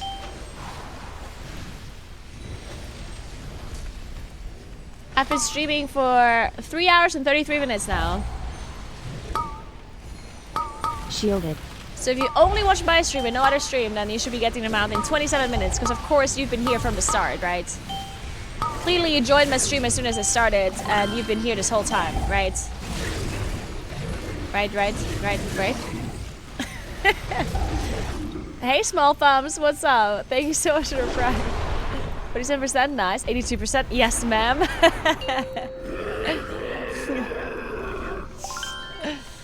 Hey, no, thanks for the sub. Welcome.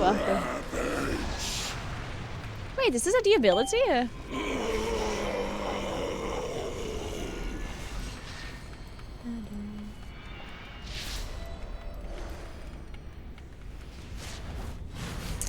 You should be able to do almost the whole campaign.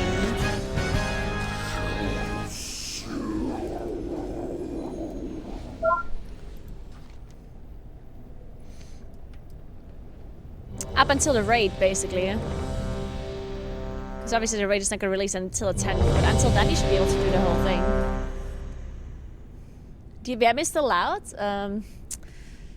How do we make that more quiet is the question, I guess. Titans, you are here. The storm perch has been breached, and the storm riders corrupted.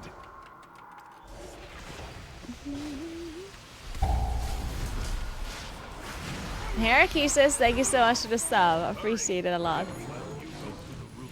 I will distract them here.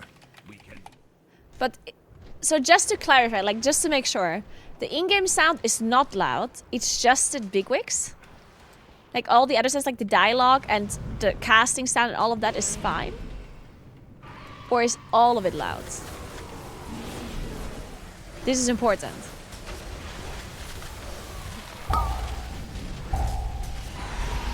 The title, the glory, it should have been mine, Pilgrim. You never deserved to be Stormward.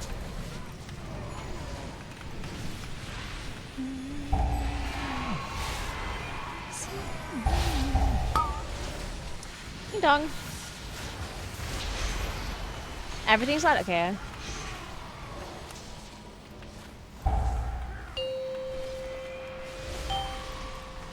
Okay, let's make the whole sound lower.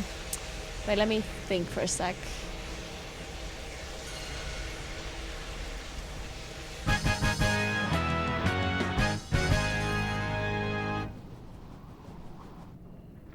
Alright.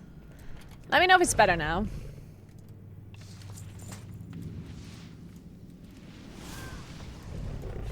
It's obviously gonna take a while because there's no sound. Let me know once there's sound.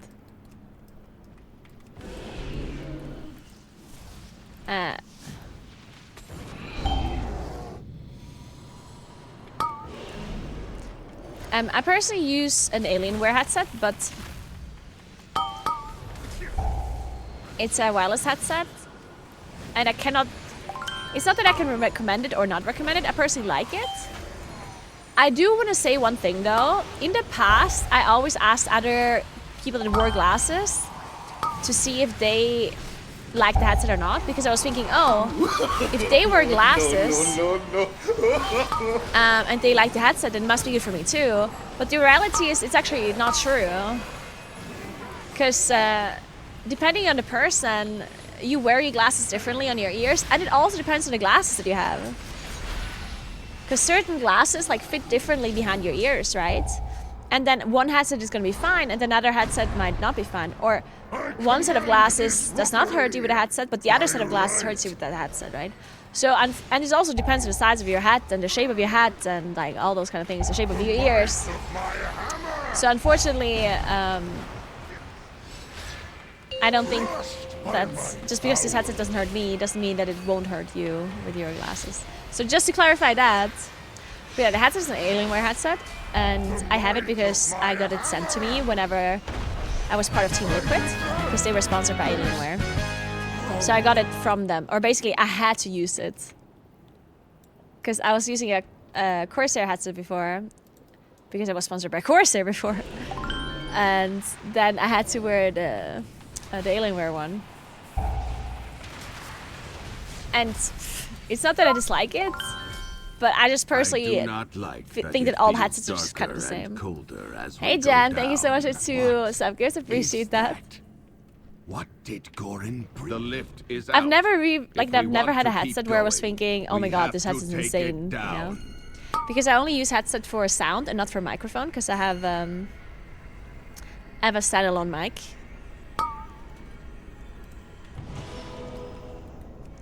So I ever only use the headset for sound. And for sound, I feel like all of the headsets are just kind of the same, honestly. I don't hear like huge differences between all of these headsets. So honestly, if I were you, I would go for style rather than function. Like just go whatever headset you think looks good.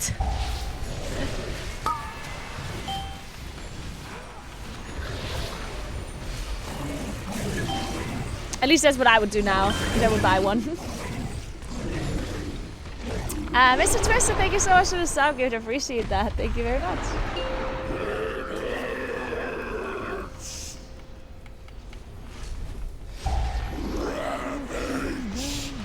But yeah, if you use the microphone from the headset, first of all, the mic of a headset will always be kind of lackluster. But I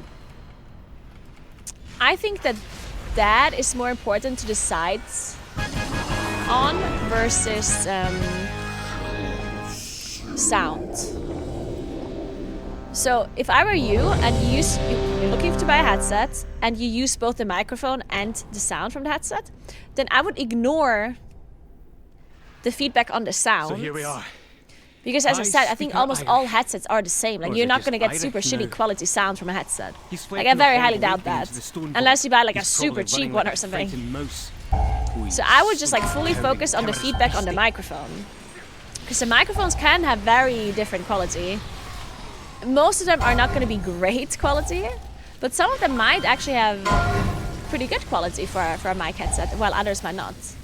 So I would investigate that. I would make sure that I get a pretty decent mic. And all the other things are probably going to be fine. Megapixie, thank you so much for 5 sub gifts. Welcome everybody. Thank you very, very much. Golem fused with I something think else? comfort is most important. Titanic I mean, earthen yes, I technology agree, but you enhanced with cannot magical augments. test comfort. That's the problem with it. Because you can read reviews on microphone quality, but you cannot, like, you can read reviews on how comfortable something is, but as I said earlier, that is very individual. So another person might say, oh, this is the most comfortable microphone I've ever had, or the most comfortable headset, and then you buy it, and to you it's like completely uncomfortable. That's the problem with it, right? If you can go to a store and test the microphone to like put it on your head, Either one of these parts then could of lead us to an course access you can go console. and do that. But reading reviews about how comfortable a headset is, I think that one is not really gonna help you because, as I said, people have different shapes of their heads, different sizes of heads. People have different kind of ears, different glasses, the way it sits in your face. So a headset might be really nice for one person and really uncomfortable for the other. Therefore, Fascinating. yeah.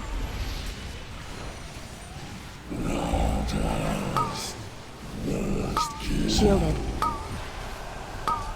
I'm silenced.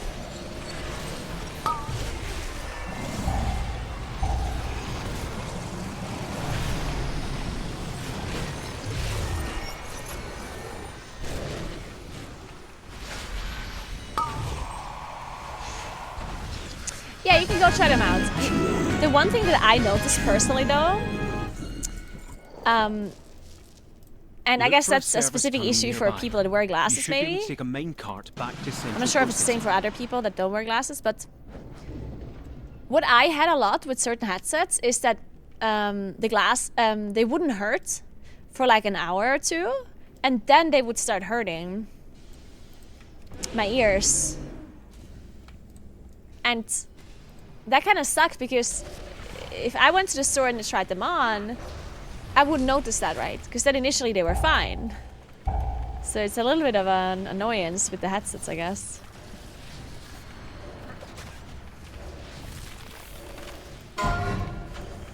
What I generally think is true though, is not buying headsets that are like really heavy. Also, oh my god, one thing that I hate, I even have the headset here. Like, do you know these like really expensive headsets that are made for like studio recordings? That are like super soundproof and whatever? In the stone vault. I have one Phonetically loyal, here no doubt. that I got from like Blizzard for the MDI. And they have this like weird thing at the top where it splits. Like there's like two kind of like plastic bits that go over your hat. And they kind of split up. Oh, now I can show you because I'm outside. Build it up. I'm going to need some personal time.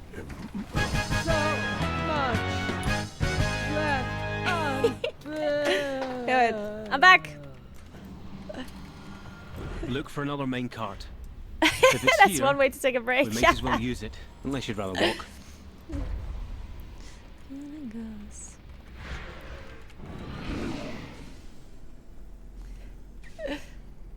Okay, so this is what they're called, or what they look like. Wait, I have to enter this card first.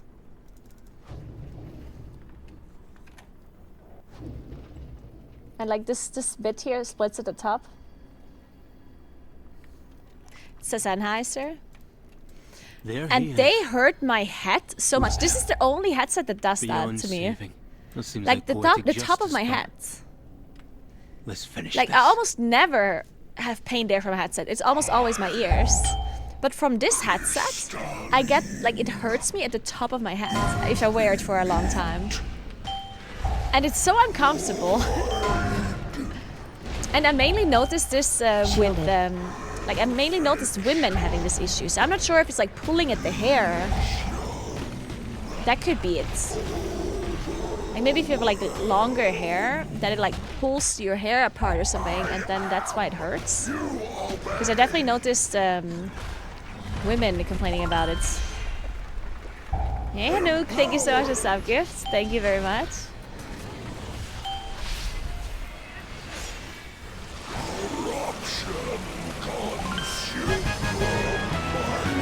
I'm getting carried by my tank and I love it.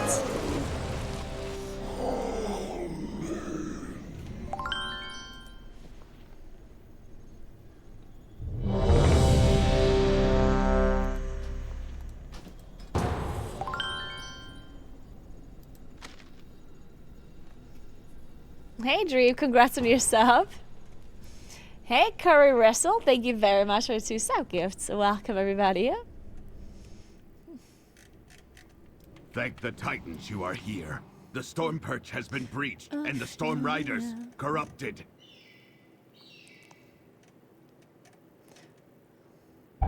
You tried using high quality earbuds instead? I did actually. I use I have earbuds from. I really love them actually. They are from this brand, the German brand. They're called Biodynamics. Yeah. Them here.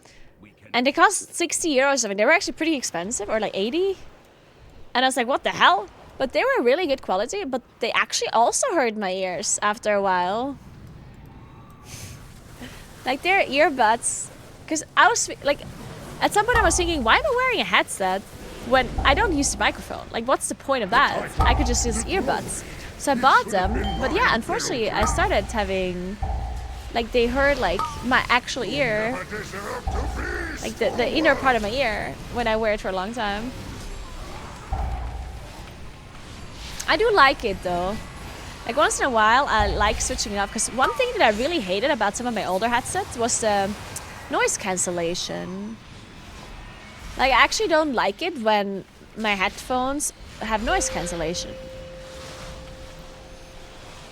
Because, I mean, I'm by myself here, right? It's not that I have to drown out any kind of noise. And the thing that bothers me by noise cancellation, like I feel like I don't know what's going on behind me, right? Like it gives me this feeling like, what if something happens behind me? Which I mean, I know It's not that I'm afraid that something would happen, but it's like I wouldn't hear it if there was, you know? Or if something happens outside, you know? If there's like, I don't know, like... I don't know. If there's something going on, I literally just wouldn't hear it. And I kind of hate that feeling, you know? Maybe I'm traumatized from this one time where I almost burned down my apartment and I didn't hear the firefighter knocking at my door. Maybe it's related to that? I don't know.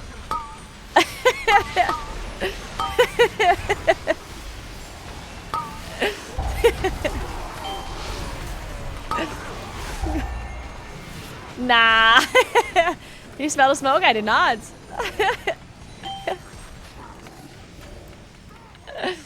Moonkins. Hey, Julian, thank you very much for the sub gifts. Appreciate it. If you, I told you to stop listening to your therapist. They keep making shit like this up.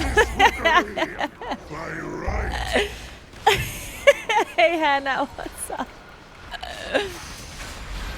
Your death is my directive. My valor, your ruin.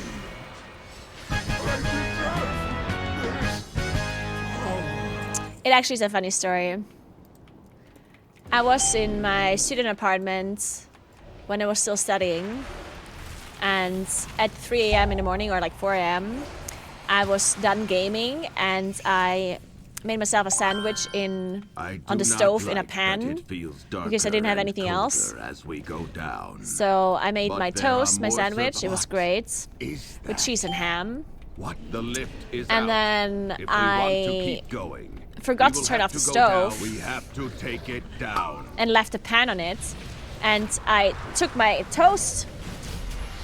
I went to my room. And I went, like, I ate the toast in bed, of course. Like, imagine me, yeah? I have my headset on.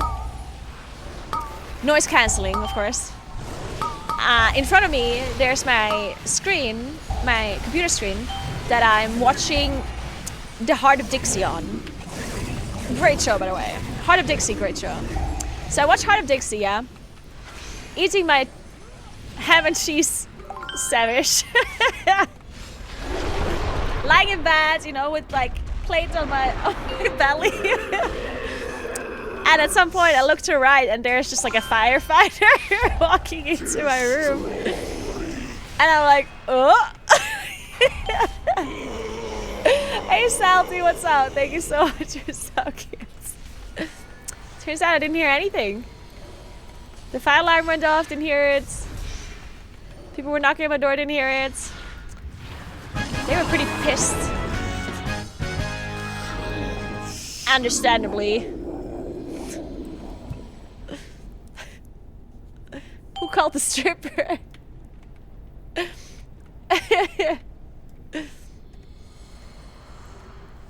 Every woman dreams of an encounter with a firefighter walking into their room, yet this instead feels like an impractical Joker's punishment.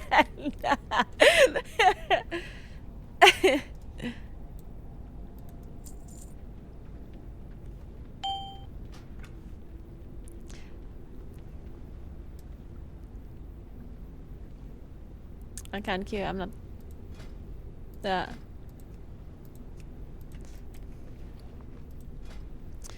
This is, problematic. I guess we have to leave. Okay, shit. Fuck, we lost our good tank, guys.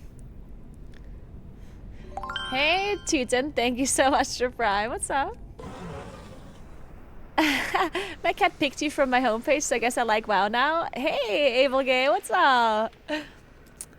See, your cat knows what's good content, yeah?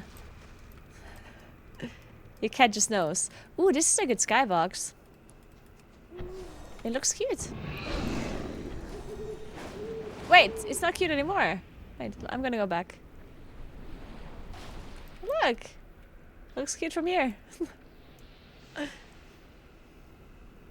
I started playing WoW 3 days ago. I'm a walking disaster. Yeah, don't worry about it. We all are. Cats have impeccable taste. Agreed. Okay. Oh wait, I forgot about my coffee.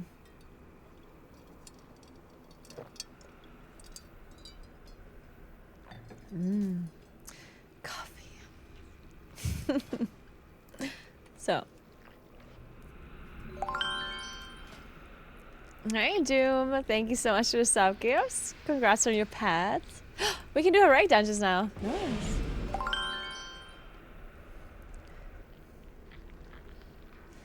Will he learn?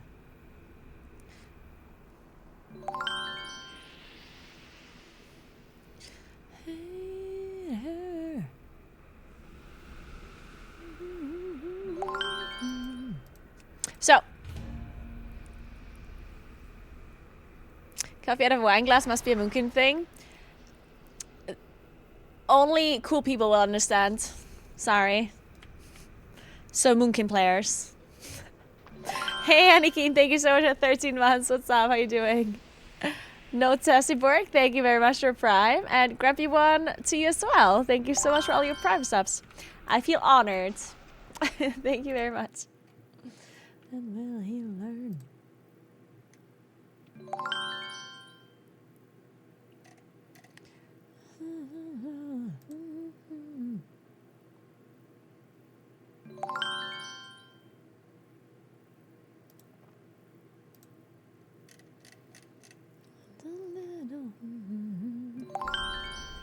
I'll never be cool. I play BM Hunter. Oh, BM Hunter are kind of okay too. It's okay. They're kind of okay.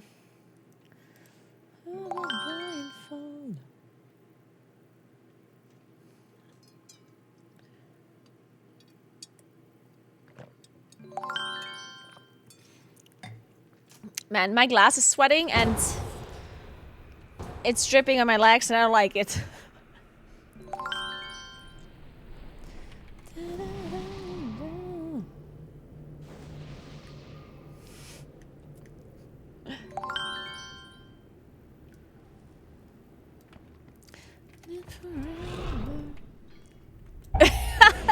Keep your nerd grab to yourself.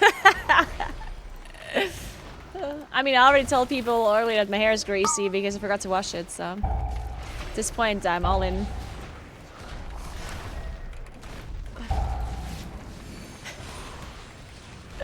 On this episode of things Naguura should be keeping to herself.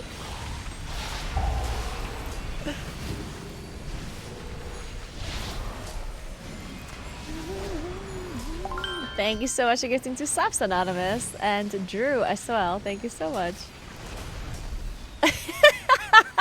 Johnny.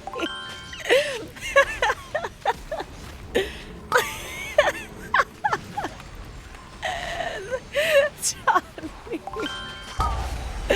Oh my god. That's perfect. Hey Delphini, thank you so much for sub.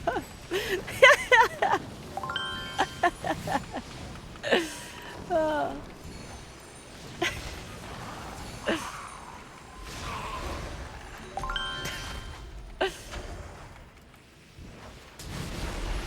Good morning, Mikutoro. What's up? How are you?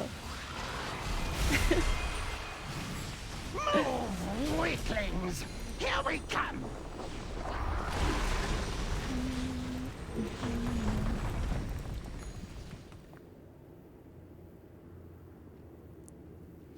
Yeah, Fury Warrior, that's not good. Fight! Yeah, Fury Warrior, you should be happy. No dodge, my god!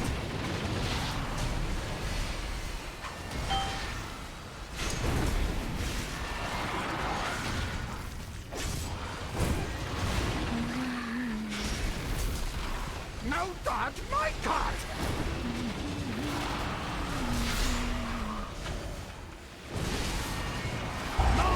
Move, Wick!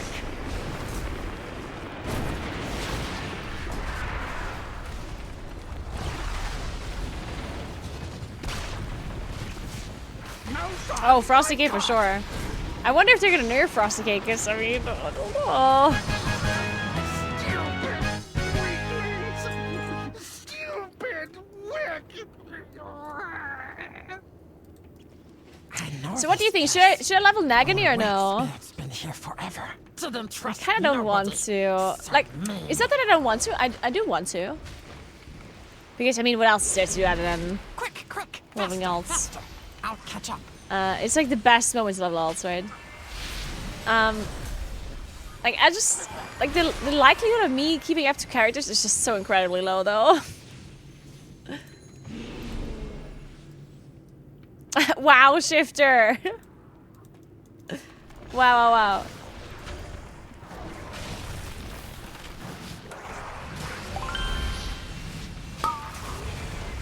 Hey, Boily, thank you so much for the prime. Welcome.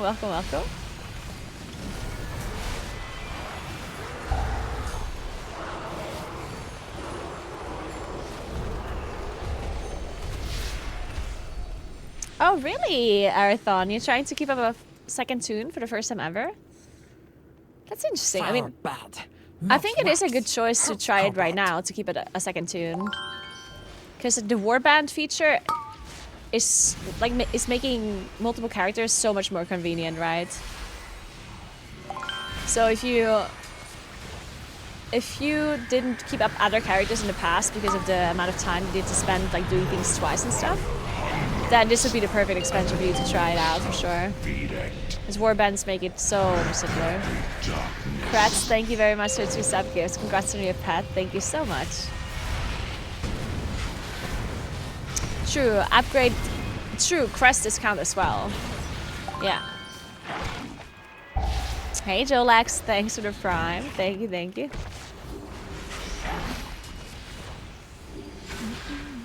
By the candle's light. We didn't play the mechanic properly, and now we're all gonna burn. Let there be darkness. Hey, Stream Stanbay, how are you doing?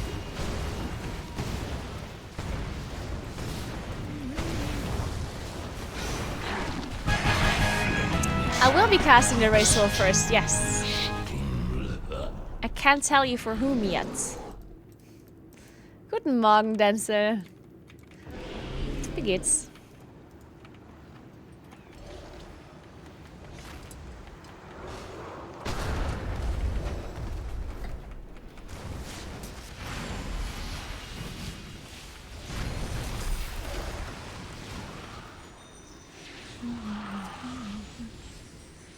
It's not chocolate milk, it's called Chacarado.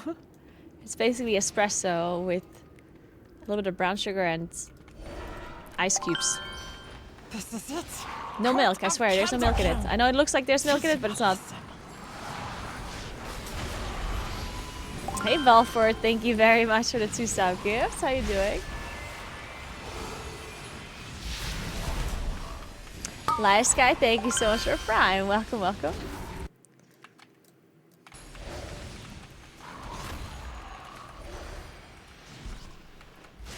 I can't tell you where I'm casting from either because that would basically give it away.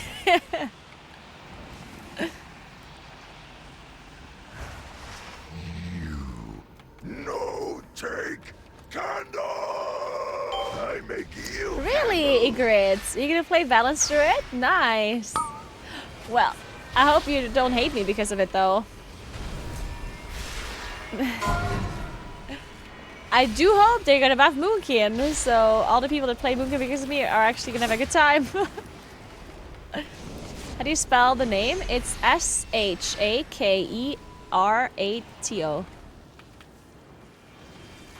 Yeah, Kuros wrote it in chat. I make you what I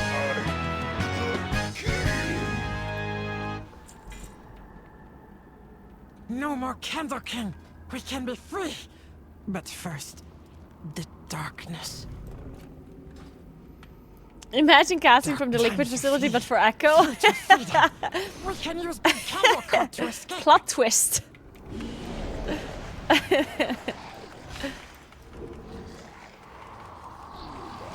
Has anyone else redeemed their mini pet code and haven't received the mini pet yet? I did it about 12 hours ago and still haven't received it.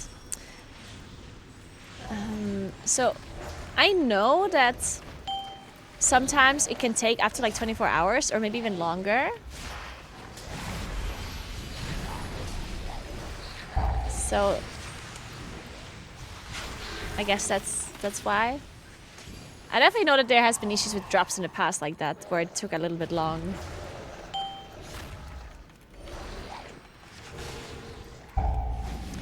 Oh wait, so you got the code. Oh, okay, so that's different, because sometimes in the past people did not receive the code, but then once you get the code, you hack the item immediately. True.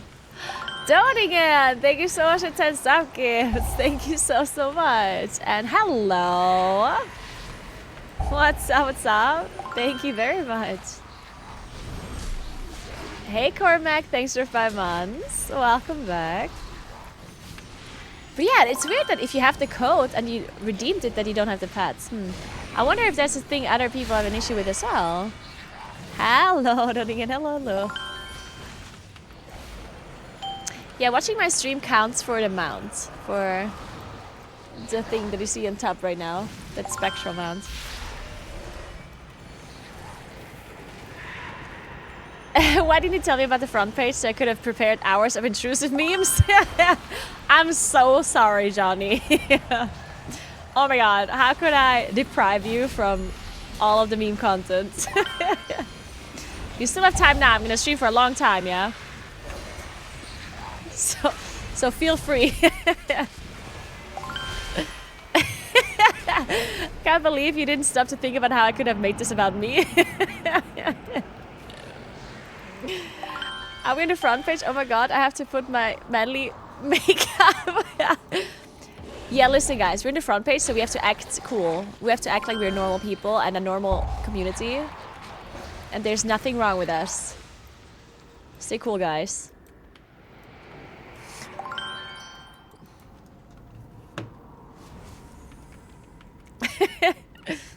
There's nothing weird in here. Absolutely nothing.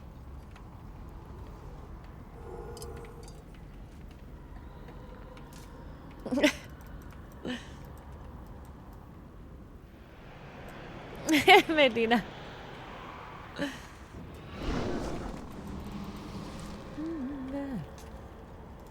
Quick, grab some dynamite and the let's inside go. of your asshole. Please lick my What's for me? used panties. No escape. Johnny!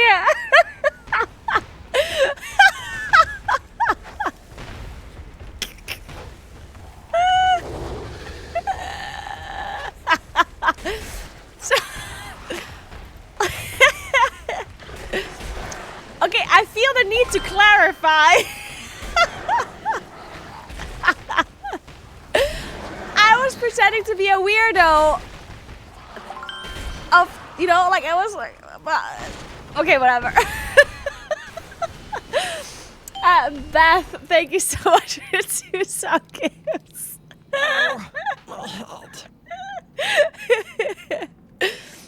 You got a couple of cute guys around the house, then grab them. Come on, and touch. And touch. And touch. And touch. Or a couple of cute girls, that's okay too.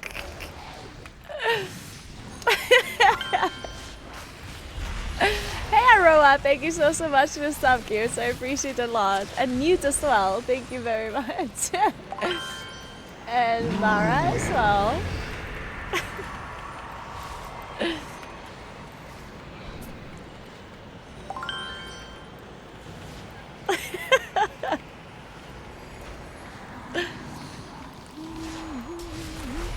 Darkness descends.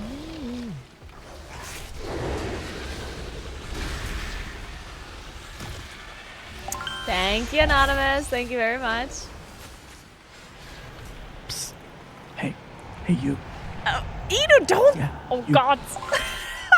Wanna do some... Eno! Man? No.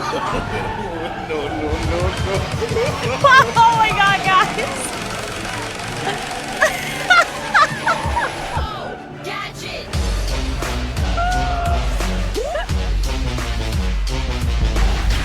Oh my goodness.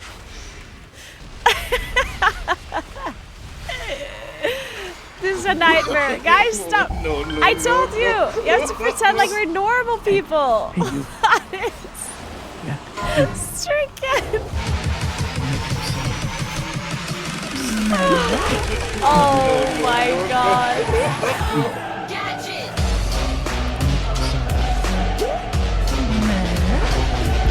Guys, you're gonna get me removed from the front page, yeah? Okay, to all of the Twitch staff that is watching right now, just go get a coffee real quick. It's fine. Nothing's going on. Just go get a coffee.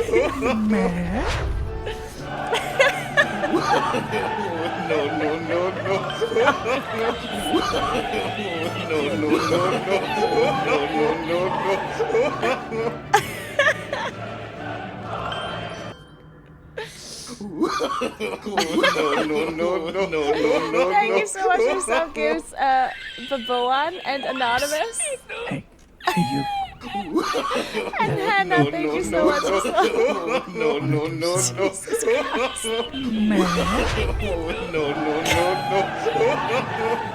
Sir, again. Guys, you're gonna crash my stream. My OBS is gonna die. I'm gonna get a blue screen.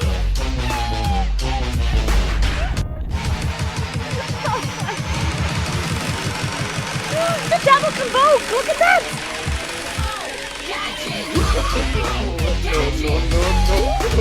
It's a cannon!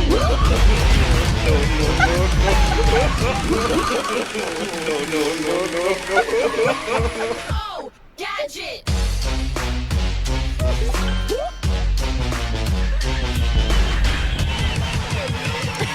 Oh my god. How many channel points do you guys have?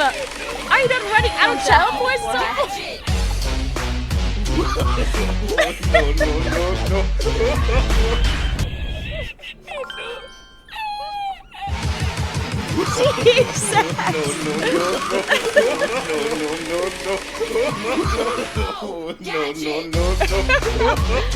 This was a mistake. This was a mistake.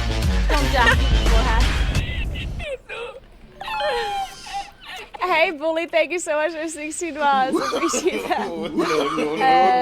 Jay Sanders, thank you so much for Prime. Welcome, welcome. S1 Plus, thanks for 2 sub gifts. And congrats on your pets. Tarty, thank you so much for 5 sub gifts. Thank you very, very, very much. Speak louder. Oh my god. Hey, you. Yeah, you. Oh my god. Wanna do some... Best way to earn them out ever. Oh my god. When does it stop? When does it stop? Oh my god. I can't believe you guys have so many channel points. It's an endless convoke animation.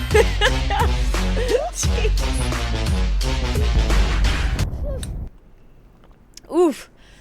Alright guys, I think it's over. Guys, I think everyone's poor now. Ah, just kidding. That Verdodo is here. Rock!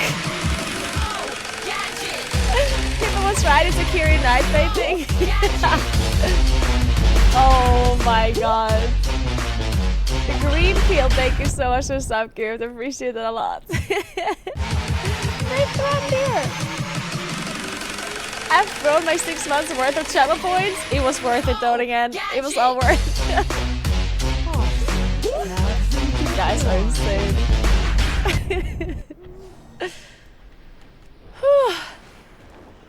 Man, well, I'm awake now. I didn't need to drink that coffee, that's for sure. Well, I guess since we're awake now, we're also listening to a different kind of music. John needs time. Hey, Shinobi, thank you so much for 1 year. I appreciate that. Welcome back. No. What does the streamer get from these points? Nothing. It's just, the points are just for fun. Wait, is this underneath?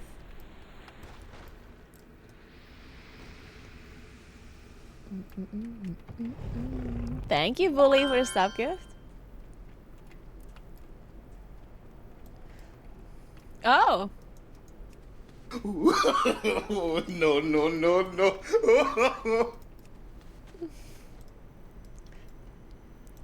Twitch staff member who approved Naguura about to walk into a mandatory meeting. Johnny. Oh. Oh.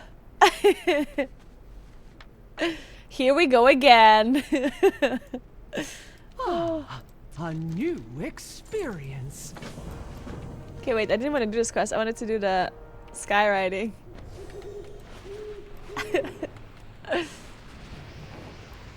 It is an excellent day for a race. Come fly with us. I'd like to do advanced, of course. Honor all dragons. I think.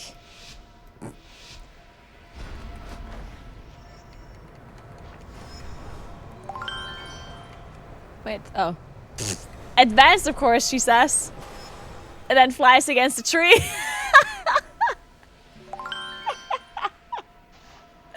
Papoa, thanks for the prime. Bully, thank you so much for the sub. Good, appreciate that. I forgot my keyboards for a moment, okay? Calm down, it happens. So it's like E, and what is this? Okay, so it's E. I never gave up hope. Advanced, of course. Man, I wonder how this is gonna go. I've never done this before. This is my first try. Let's see if I can do it first try. That would be great.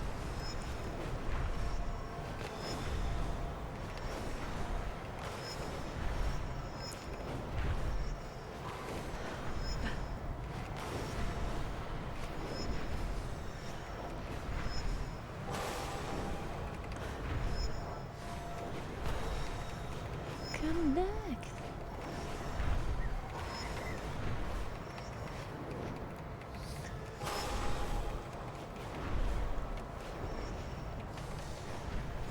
What? Dude. Wait, this does not work? Wait a second. Wait, it doesn't actually work to have, to use like the vigor gain? Why do I have this ability if it doesn't work? That's so messed up. Well, this is the first time that I walked. Nicely done. You and your Drake are exceptional. I literally walked through the race, guys. Like, can't use it during races. Interesting. Yeah, racing is much smaller. It's much better with smaller mounts. I agree. I'm gonna get the smaller one. Sorry.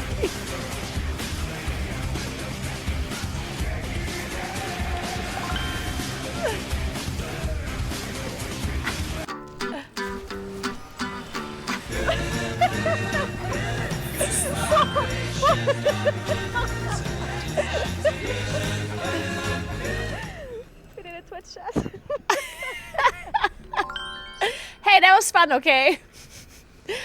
Wilfer Snow, thank you so much for a prime. I appreciate that. Thank you very much. Anonymous, thanks for the sub gifts. Blue Limoni, thanks for the sub gifts. One Sad Duck, thanks for the prime.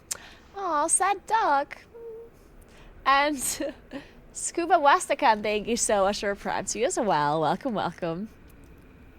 You were 2 hours away from tournament start time going wee! Yeah, and it was great. And I got second. Don't die, Borja. Thank you, Board Guy, and thank you, Vetsa, as well. Welcome, Lemmy. Thanks to the prime.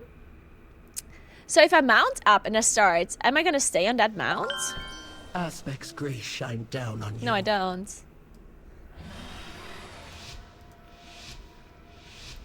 How do I get on a different mount?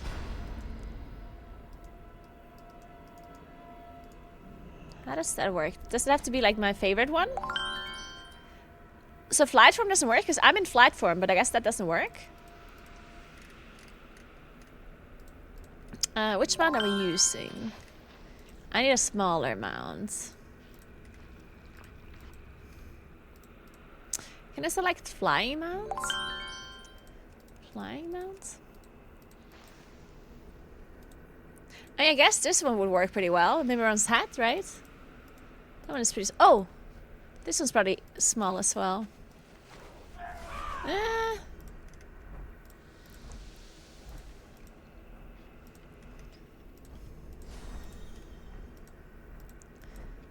Maybe Miron's hat is a small... Oh! Squeakers! Squeakers is small. Oh yeah, that's really small. We should go with this one. Or the gear glider. I think this is probably really small, right? Rocket mounts.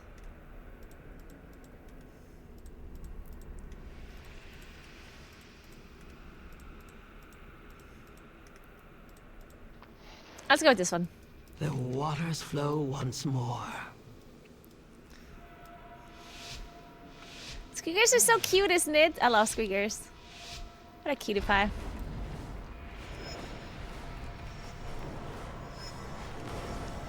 Okay, we're gonna get gold. Fuck.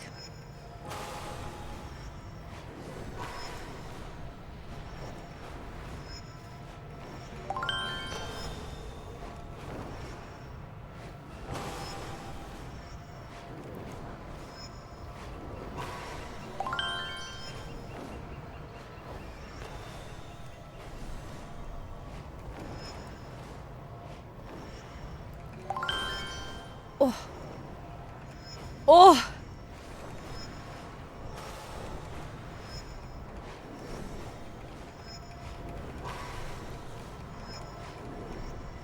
I was so fast. Let's go. All right. When is the dragon riding competition? I'm ready. All right.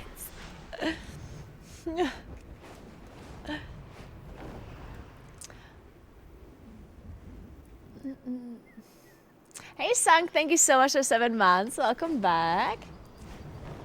Beta, thanks for the sub gears. Mr. Cole, what's up? How are you doing? Thanks for 2 subs. Neil Lexi, thanks for Prime. And Pinkerton, thank you so much for the sub as well. I appreciate that. Thank you very, very, very much. So, more world quests. Let's go over here. Hey Bishops, thanks for the Prime.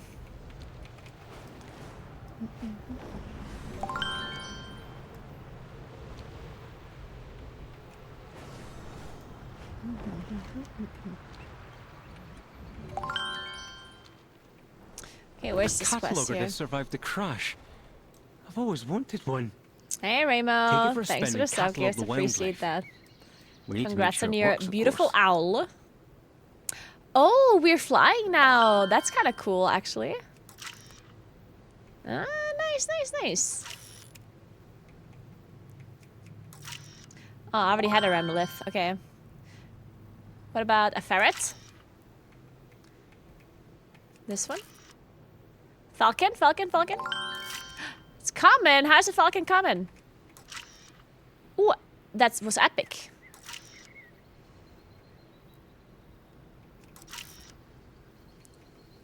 This one here? I need a rare animal. What is this? Deep flare. Oh, that one's rare. This one?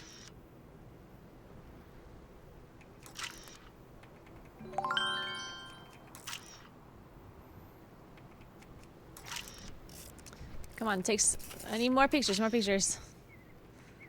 There we go. I need to reload soon. Get with me. What I want. Hey, that didn't count?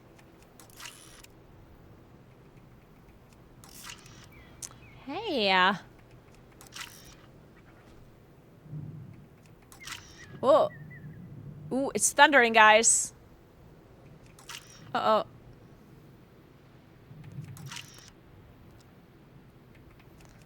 Uh-oh. Wait, I didn't do the wall quest, you kidding? What? Jesus. Buffy Pop, thank you so much for 2 sub gifts. Neolexi as well. I'm Merxy, Elendril. Thank you very much, guys. I really do appreciate your subs. Thanks for choosing my stream to get your pet. Thank you so much. To be fair, it works. I feel like you have to get the pet on a Moonkin stream, right? It's an owl. Like, let's be honest Maybe I here. can get into Wilfred Fizzbracket. I always wanted to meet him. It needs to be a Moonkin stream. First she hits a tree in a dragon riding race, now she fails the world quest. Guys, I swear I'm good at this game. Yeah. I swear. It's like these people that say they're funny, Will you have a you go know? at bringing me some samples? Like, guys, I swear I'd I'm love to go funny with usually. you, but I'm a little busy here. Oh, there's a console.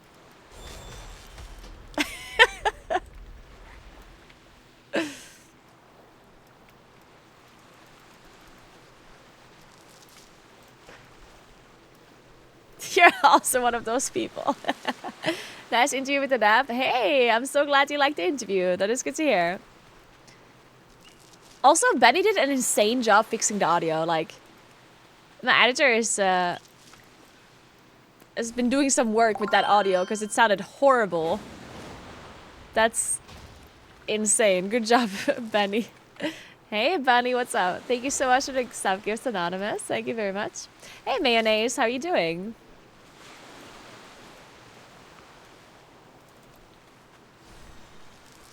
Thank you for the samples, champion. This will greatly advance our knowledge of the Titans. Hey, and Giant their Noggin, technology. thank you very, very much for the 2 sub gifts. How are you doing today? So do the items you get from World Quest still scale with your item level? Is this still true? Eliandril, thank you very much.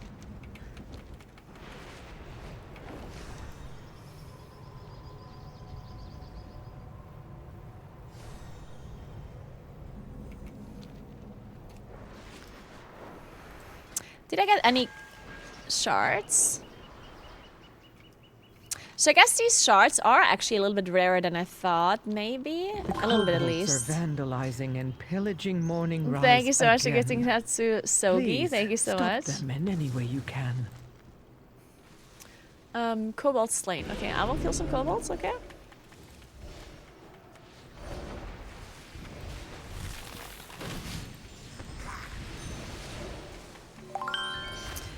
Delves are still gonna be kept at level 3 up until the 10th of September, yeah.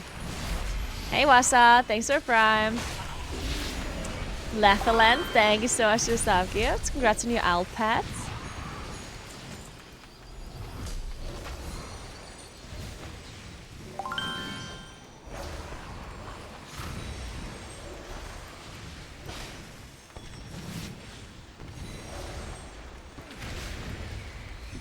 Nice Storm Dancer.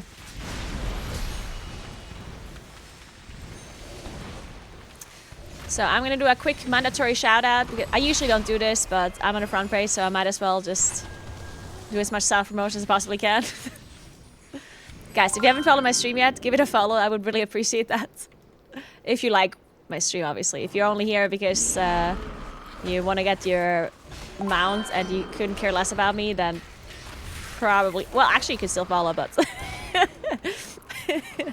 Yeah, give me a follow if you enjoy the content. That would really be appreciated. Thank you so much, guys. And thanks for hanging out. If you're actually actively watching. I think most people probably have the stream muted anyway. Let's be honest here. But I do appreciate you hanging out, guys.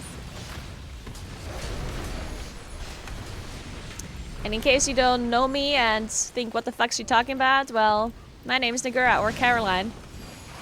And I'm from South Tyrol, Italy. My first language is German. And my parents were born in 1960. They met during like a cute summer night. I'm just kidding.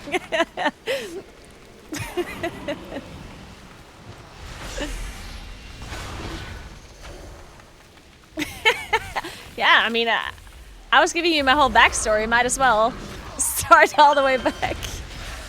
Got me invested in the parents' lore. Hey, Mirciano, what's up? Thank you so much. It's 2 sub gifts. Read all the lore. Well, I mean, if you want to know, my dad's called Heinrich. And he's a taxi driver.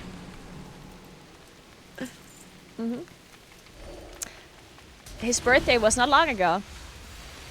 He turned 64.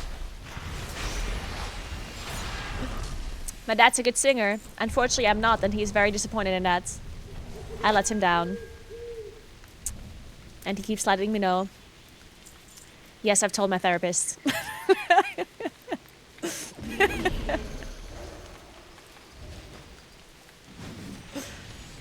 But has he a Keystone Hero? Yeah, he doesn't. Huh. I keep telling him this as well whenever he's disappointed in me. I'm like, but do you have Keystone Hero? Did you ever get a world first in World of Warcraft? I think not.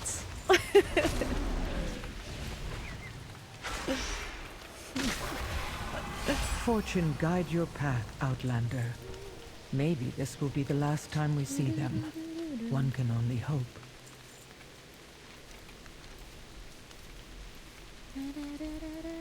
But yeah, I'm a WoW streamer. I'm currently trying to do some more streams that are not WoW related because I'm old and washed up. And I'm worried that World of Warcraft is going to die and no one's going to watch my stream anymore. So I'm trying to diversify my content into other things. So it's not just World of Warcraft. But unfortunately, I'm really bad at video games that are not WoW. Literally any other game that is not WoW, I'm bad at. So what I do instead is I do real life streams. Johnny. Hate Moonkin players. That is such a good clip though. I love that clip. It's so good.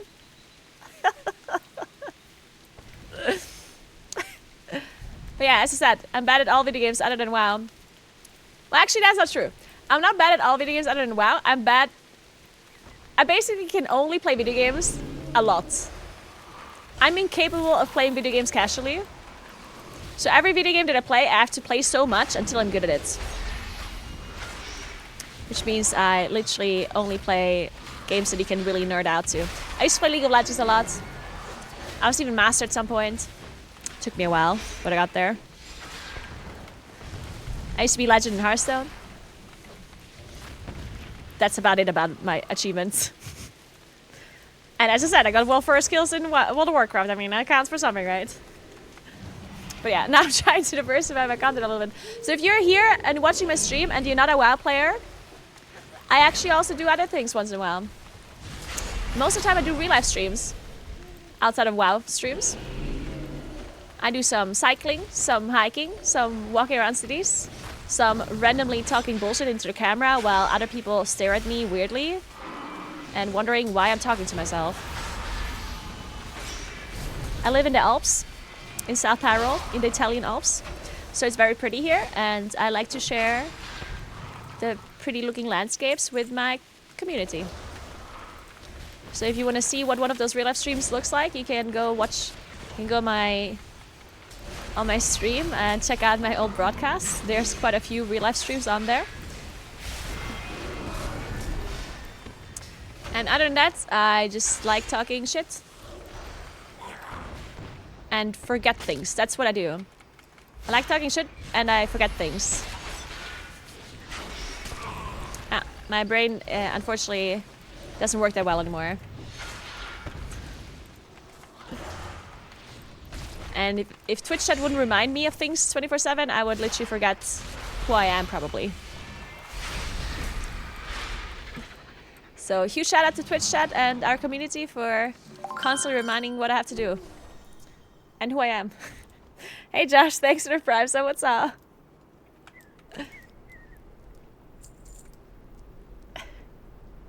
I'm very good at forgetting things too. Oh my god, we have so much in common!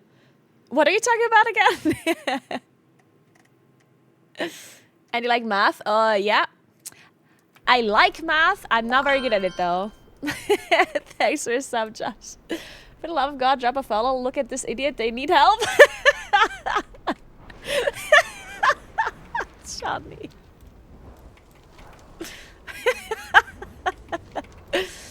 Thank you, Johnny. Man, it took me a while. In case you didn't notice, I also feel awkward to basically ask about literally anything. Asking other people to do something for me is very awkward to me, and I have a hard time doing that, in case you didn't realize. Also, I hate causing inconveniences for other people, and I'm generally slightly socially awkward. There's some stories about this. I could share one or two once we know each other better.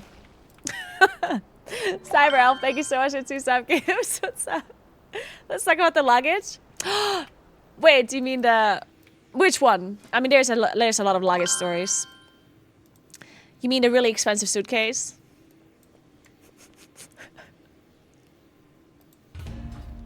That one?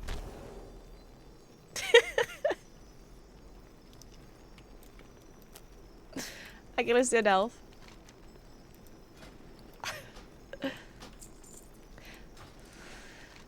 I mean, yeah, sometimes I spend an unreasonable amount of money on things. Not because I want to, but because I'm too shy or like incapable or socially awkward to say no or like argue about it. Thanks for 5 sub gifts to be done. Thank you very, very much. Welcome, everybody.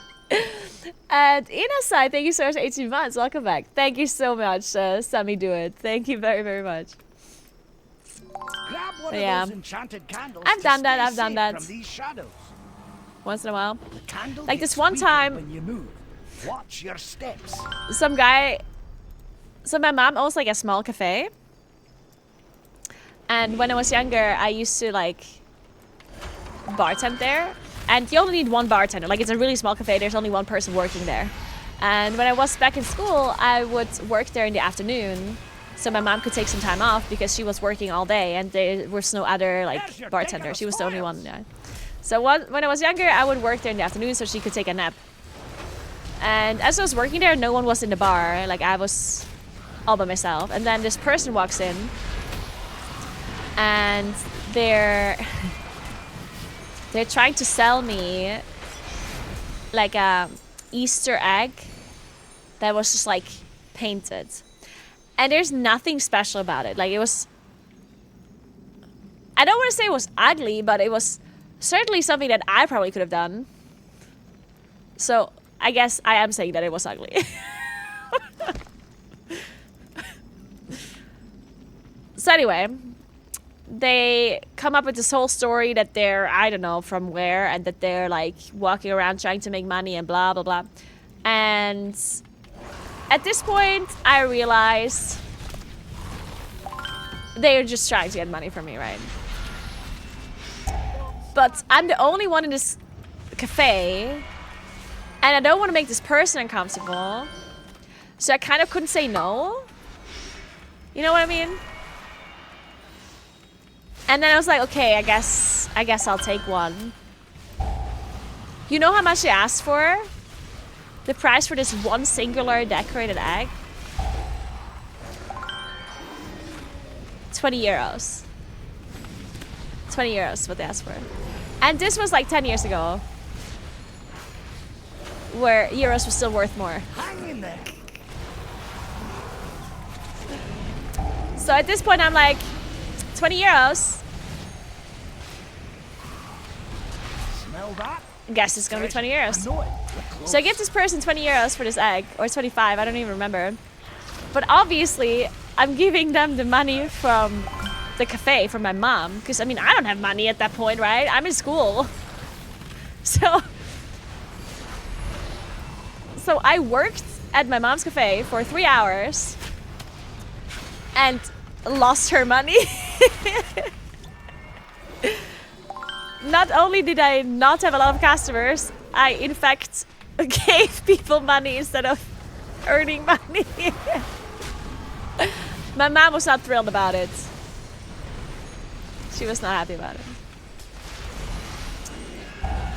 Now fast forward a couple of years. At this point I'm a caster already. I'm casting the MDI. So I'm in Ohio, yeah. I'm in Ohio. My suitcase broke during delivery. I need a new suitcase, basically, yeah. So I'm walking around in Ohio in like an open mall. And I see this suitcase store. And so I was like, oh my god, I need a suitcase. I'm gonna go in there. So I go in there. There's only one person there. And she walks up to me. She's like, do you need help? And I was like, yes, actually, I need a suitcase. And she's like, well, That's what we're selling here. You're in luck. I do have a suitcase for you. So she shows me a bunch of suitcases. And I noticed none of them had prices on them. Which is kind of a bad sign, right? But I could have just asked. But since I felt too socially awkward to ask what it costs, I just at some point agreed that I want that suitcase. Like at some point I was just like, yeah, that one.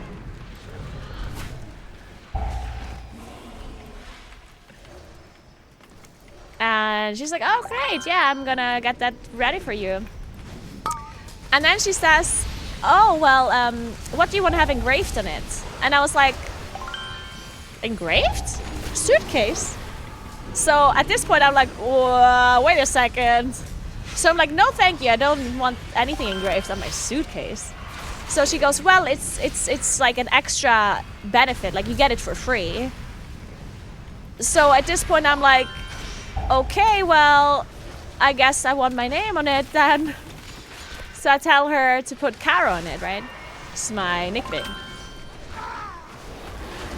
Keep in mind, at this point, I still didn't ask how much this suitcase is.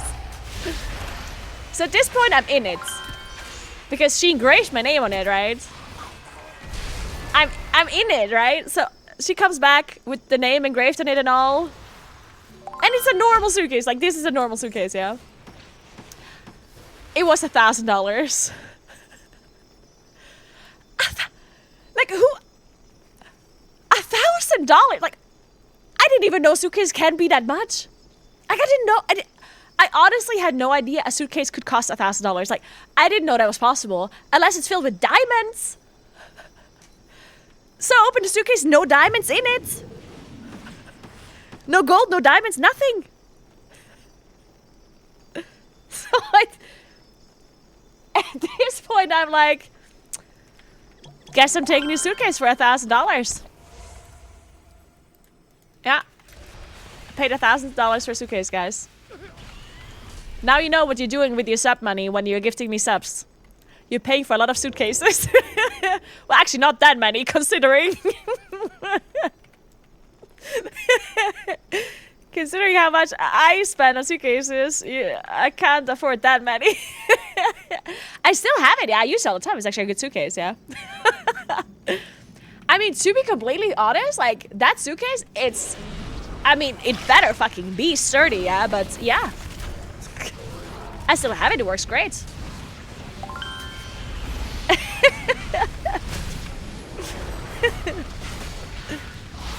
Would I spend $1,000 to get in a suitcase? Unlikely. But I mean, honestly, maybe at some point it's worth my money. Like, you never fucking know. It's totally possible. Dude, maybe this was the best investment of my life.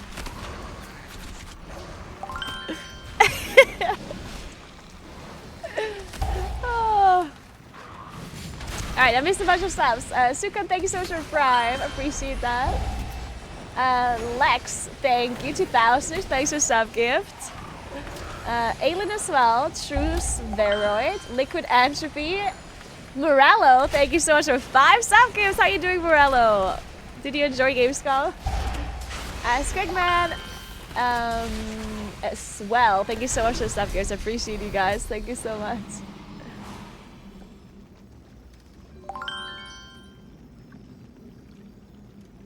And Mega Pixie, thank you as well. Rumpelstiltskin, thank you. Dirt Hat, Culio, and Josh. Bahama Brahma, thank you very much.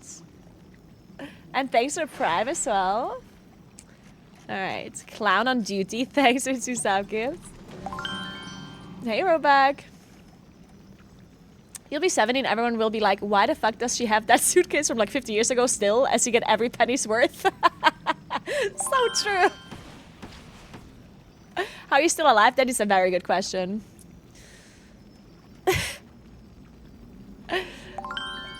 Hey, A.B, thank you so much for the 5 sub gifts. That is so nice of you. Thank you very, very much. Honestly, I talked about this recently to somebody, and the fact that streamers just have no life skills whatsoever. And I'm the perfect example of this. we grow up playing video games, never having to interact with other people outside of like in the stream, right? Like, we just don't know how to interact with other human beings.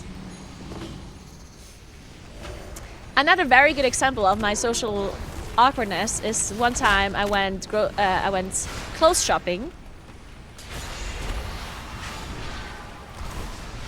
But I don't know why I'm telling you all of this, actually. This is... Whatever, at this point I'm in it. You know the suitcase story, it can't be worse than that. Anyway, so I go clothes shopping. I hope my mom isn't watching. Or anyone else I know in real life. So I go clothes shopping, right? And I want to buy a shirt and shorts. And these are like a loose shirt and loose shorts. And I know my size. And I didn't want to try it on because I was thinking, you know, like, I know that it fits and it's cute. So I just want to, yeah. Thank you so much. There's 2 Subgirls Anonymous. Thank you very much. So I pick out the shirt and the shorts, and then I'm about to bring it to thing so I can pay, right? And then this lady that works there walks up to me and she's like, oh, do you want to try this on? And at this point, I felt like it's awkward if I say no. Because who buys things without trying them on, right?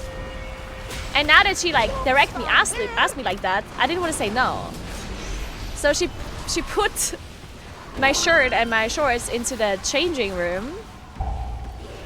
And instead of actually trying it on, I sat in the changing room for what I felt like was a reasonable amount of time that it would took a person to try something on, looking at my phone. And then I left the changing room. And she was like, so? And I was like, fits perfectly. I'll buy it. I could have literally just said no, right? But, I mean. But I totally fooled her. She thinks I tried it on to this day. I'm sure she still thinks about it once in a while in her life. Did they fit? I mean, of course they fit. Got her, yeah. Fucking got her, guys. Lucas, thank you so much for 2 Subgirls. Appreciate that. Why did you try it on? I was too lazy. Man, I do want to say this tier 3 dolls, it wasn't that easy. I mean, I also don't have any item level, but still. Like tier 3 dolls with like no item level? Not even that easy.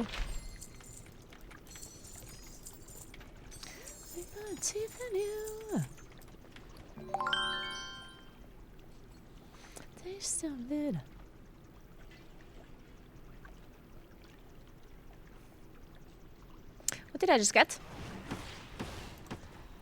Crests and Valor Stones. Okay. So nothing. What's this? You're gonna be maxing phone time and not bothering with trying on clothes. This one, okay, this is inexplicable to me, but I still want to explain the story because I don't know what was wrong with me. Like, I do want to say that I'm slightly better now. Like, I'm not that socially awkward anymore like I used to be. Like, I swear it was really bad at some point. Like, it was really bad. This one time when I was like in my prime of socially awkwardness. And I have no idea why I did this. Like, I went to the bakery and I wanted to have a pretzel. And I hate cumin in pretzels. It's not that I hate it, but I very much prefer pretzels without cumin, right? So, I'm at this bakery and I asked for a pretzel. And she asked with cumin. And I just, like, something in my brain just wouldn't let me say no. So I said yes. Like, why? I don't know what's wrong with me. So instead of buying a pretzel without cumin, I just bubbled with cumin. Just because she asked with cumin and I couldn't say no. I don't know, man. And then I was so sad too. I was literally sad because I really wanted a pretzel without cumin, and I couldn't go back in and ask for another pretzel without cumin because that would be so awkward, right? So I just had to live with my decision and eat a pretzel with cumin. Hey Rajota, thank you so much for the sub. I appreciate that. Thank you very much. Could have just bought one each. I mean, I could have done so many things. What's the origin of the soundboard of someone saying, oh, no, no, no? That's from Samdi. That's from BFA. Fallside Outpost needs someone to scale the falls to find unique reagents. How are you at climbing? Hey, Naguura, I just opened a shop that sells hats with custom engravings. I was hoping you'd take a quick look.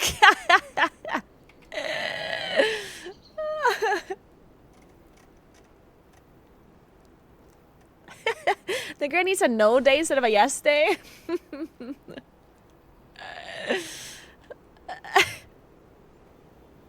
By the way, make these decorated Easter eggs and have some for sale. Considering it is some time until Easter, probably can give you a 30% discount and you would have nice gifts for family next year. How many you want to buy?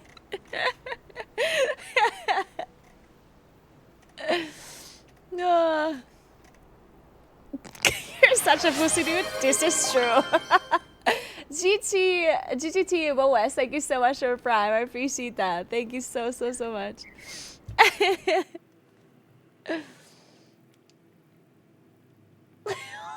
What, Johnny? Oh my god.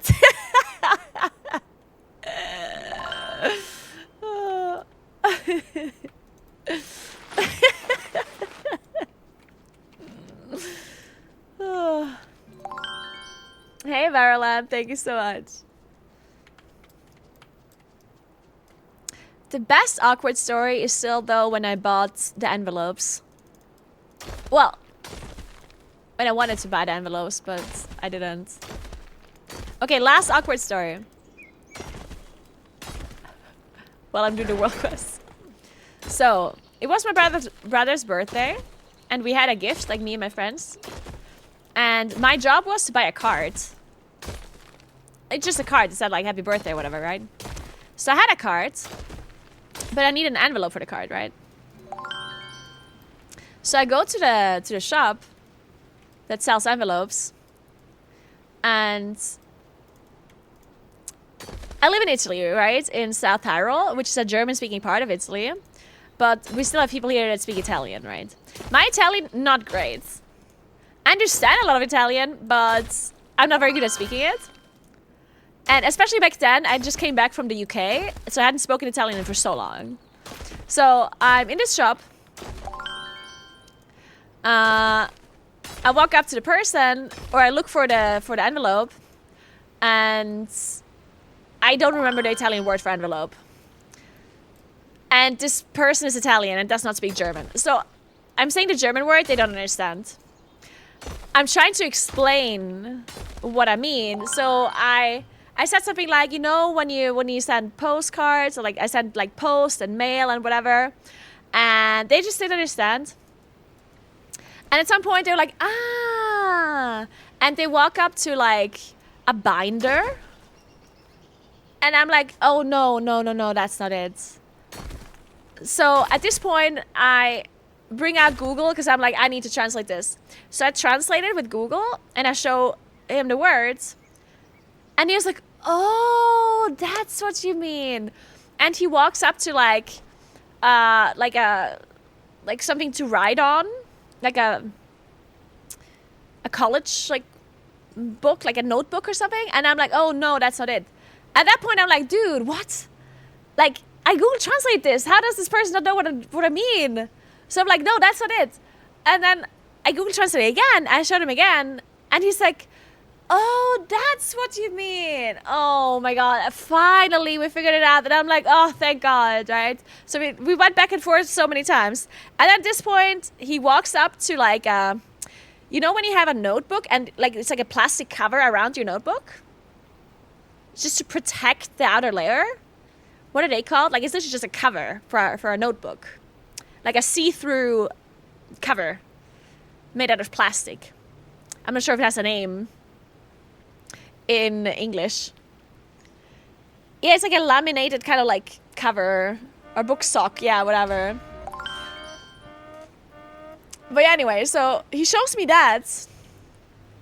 And at that point, I like said no so many times that I just like I was too embarrassed to say no again. So I just said yes, that's it. So I was like, yep, that's it.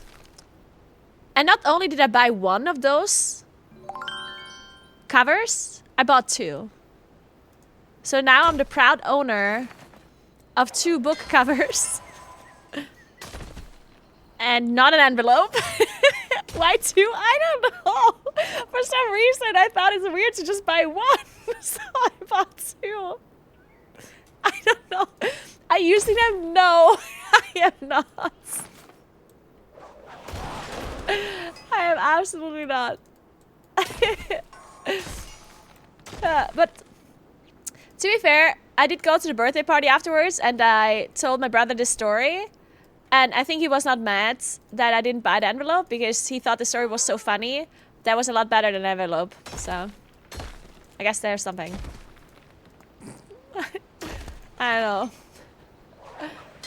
Hey, Stream Sunday, thank you so much for 34 months. What's up? Picos, thanks for the 2 sub gifts. And Anonymous, thank you so much for the 2 sub gifts to you as well. Thank you very much. Man, this is the hardest world quest I've ever done in my life. This is harder than buying envelopes from a store. This is crazy.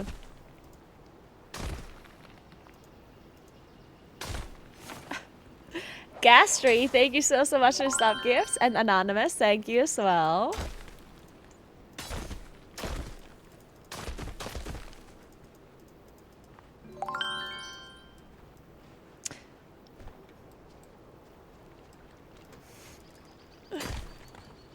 To be honest, like these covers cost like nothing. It was like less than €1. It was like 70 cents or something.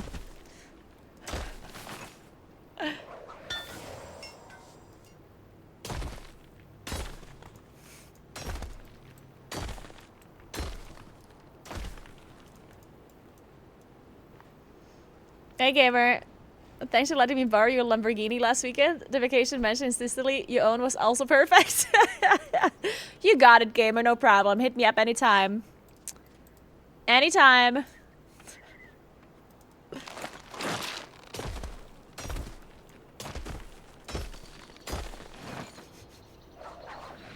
Thank you for there we go. We collecting did those it. rare reagents. And that was a They will struggle. be used not only at Fallside Outpost. What is this, but Rumbleshire? across the Isle. Oh, I'm gonna do this theater troop. I don't know what it is, but we're doing it. Oh, it's a discoverable flight path. I see. Oh, it's bugged. Communication. Hey, Katerius, thank you very much for Prime. What's up?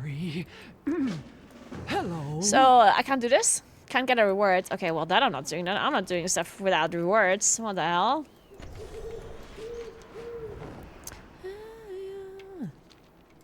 Okay, quick question. How do you get to this other area? I know I've been there, but I was following an arrow mindlessly when I was questing, so I absolutely don't know how to get there. How do you get here? Hey, Axis, then what's up? There's a tunnel in town. Okay. Thank you. Hey, Gustavo. Thank you very much for sub gifts. I appreciate that very much. Thank you, thank you, thank you. There's a tunnel in town. In this town?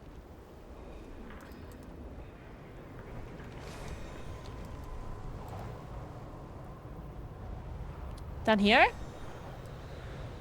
I feel like I've never flown down here. It must be not here. This seems... Or? Wait, maybe. Maybe. Where am I? It is there. Nice. Okay.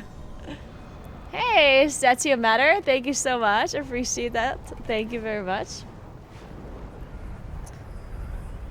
Oh, my face lagging a bit. Damn.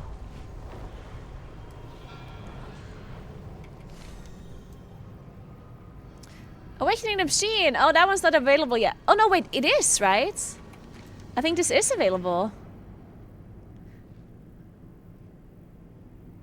Right? Can you do it now?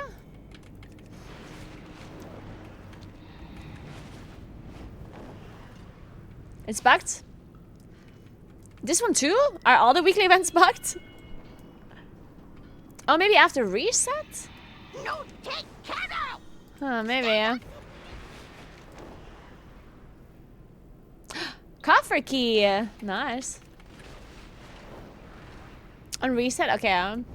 Okay, so all things are not available on reset. That makes sense, actually. That makes a lot of sense.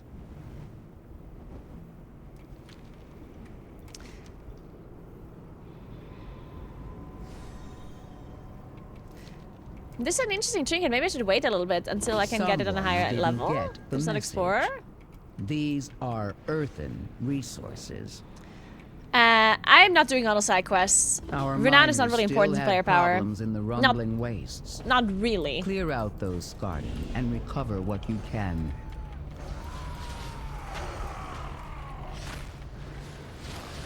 Can do the locked world quests? Oh.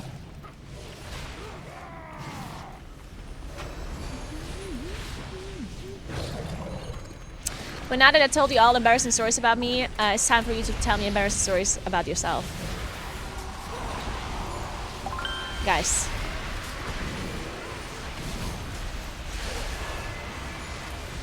Guys, I need to feel less awkward. Tell me stories. No. Whoa. This is not the deal. So, see how easy that was?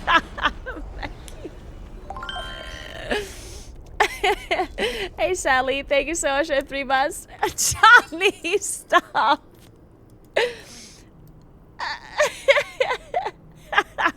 Johnny.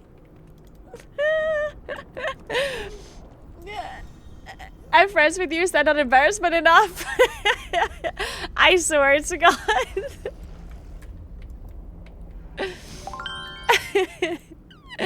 Hey Katerius, thank you so much for converting your sub. Welcome, welcome.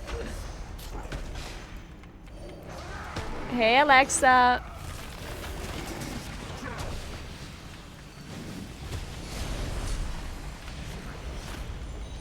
Back in school I was supposed to go to a company to help out for a bit. Wait, am I dying? Oh, I'm so dead.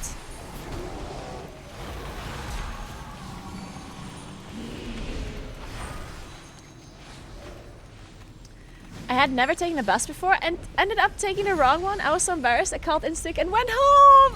No! That is so understandable though. Oh my god, that is so understandable. I 100% get it. I love that. Oh my god.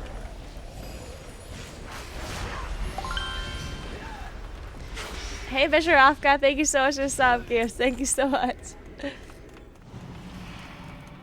Oh my god, people actually telling me stories. This is amazing. I'm gonna read them.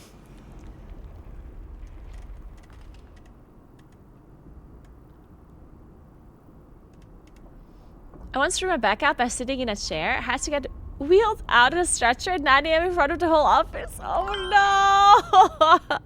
Oh no, no, no. I just recently jumped out of being startled to death because some kid rode his bike beside me and I was on my phone. I thought it was a loose animal. I apologize for being afraid when his dad rode by. Oh god. One time when I was little, I went to the grocery store with my mom. She used to let me wander around, so I did. And then after a while, I came back and saw her in the deli line. I ran up to her, hugged her legs, and yelled, "I love you, mommy." I looked up and it was my mom. Oh no. Oh no. But that's so cute though. I once broke my nose running into a mirror on a trip at a school. That kind of was embarrassing. Oh my god, that reminds me of a story. This was actually when I was casting for Liquid.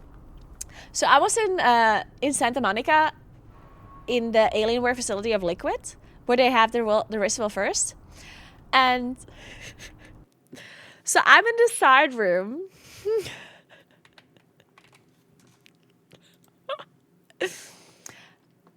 So the way it worked was, so basically there was a room here.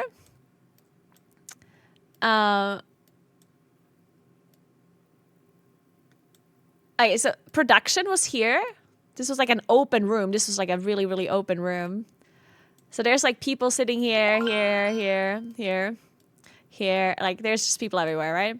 And then there's people sitting here, and then there's like a hallway where you walk through, and there's just like this huge room, and there's people everywhere. And there was a side room here where the casters were sitting, and I was sitting here all by myself. And this was a glass door. Like the whole front was glass. And I start to leave, right? So I walk out and I ran straight into the glass door, like with full speed. I walk straight into the glass door, right?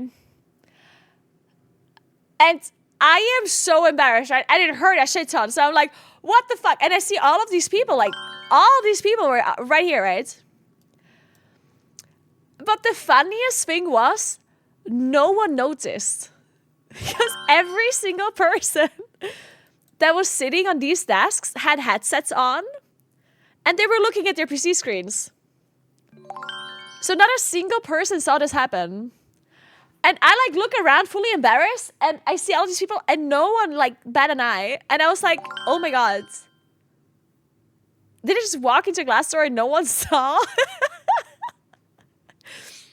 So at that point, I'm like I look around embarrassed, and I was like, okay, well, I guess I'm just gonna pretend nothing happened.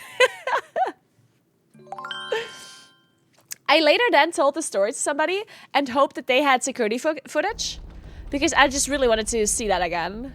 But unfortunately, they didn't have security footage, so unfortunately, we missed out on that glorious moment.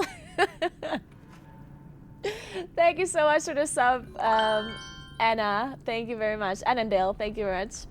Al Grimba, thanks for 2 sub gifts. Welcome to Mummy Late.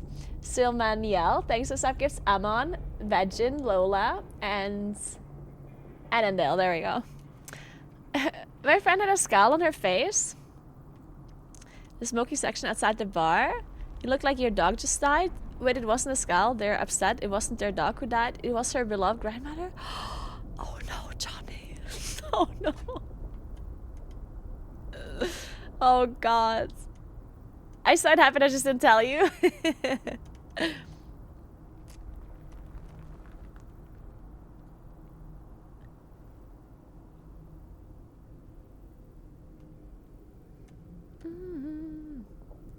Was it slow-mo? Kind of, yeah.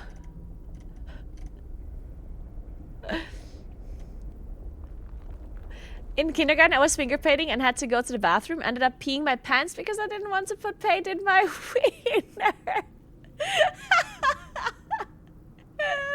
Oh my God.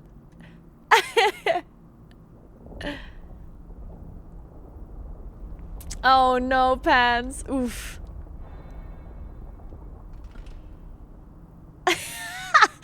I tripped over nothing in the front yard, and the ring camera caught the entire slow motion fall. My husband shows it to everyone. Wait, that reminds me of an embarrassing story of my older brother. So, my older brother was at the gym with a friend, and my friend is in the changing room, and my brother leaves the changing room, and he wants to get a snack out of the snack machine. So at some point you can just hear him yell help, and the friend leaves the changing room to see what's going on, and my brother had his hand stuck in the in the vending machine because apparently the item that he wanted got stuck. So he goes under to like get the item, and it was like this mechanism that like closes in itself, right? So his hand is stuck in the vending machine. And there was no one at the gym because it's one of these gyms where you can like you can access it with like a key, and sometimes there's no one there that, you know, belongs to the gym. Then thankfully the friend managed to help him out.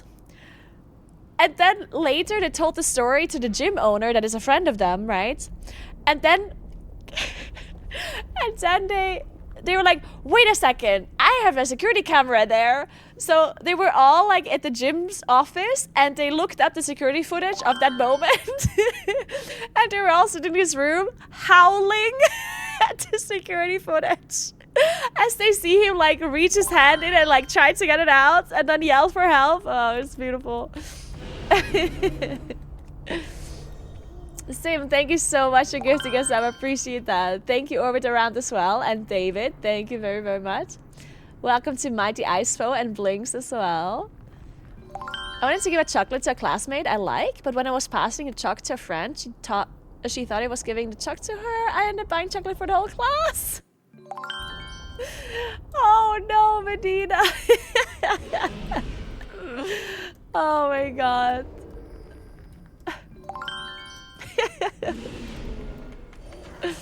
Oh, I love that.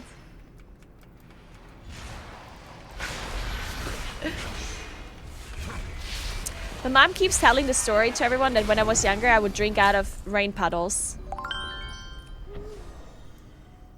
Which I'm like, come on, mom. Like, like apparently drank out of rain puddles when I was younger, okay?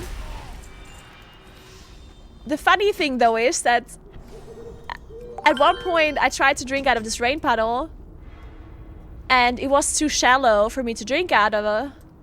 So I went home and got a straw.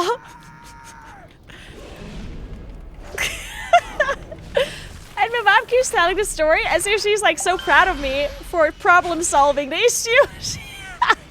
She's like, you gotta give it to her. She was real smart to figure out to get a straw. And I'm like, Mom, stop it.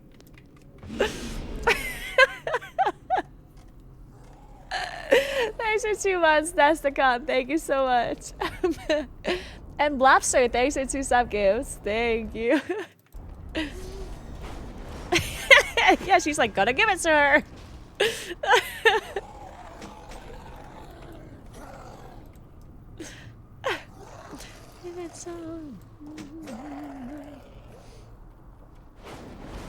An engineer to making it. That should do it. Now we can rebuild.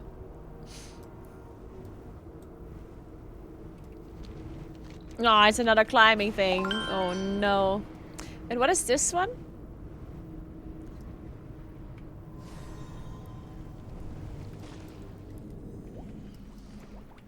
What's this?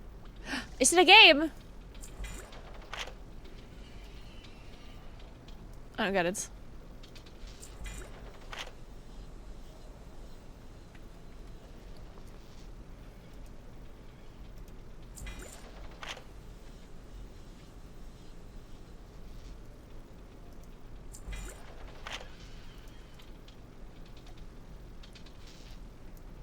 Okay, I don't get it.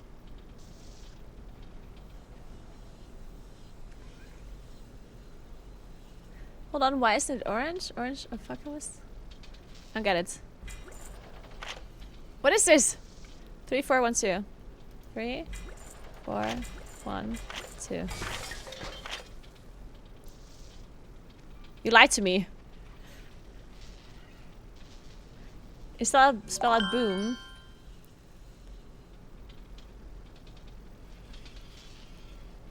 Looted? Oh! Ah, thank you so much. Okay, go mini fridge. 24 slot bag. Nice! Where's my bags? 32, 32, 30, 34, 26. Okay.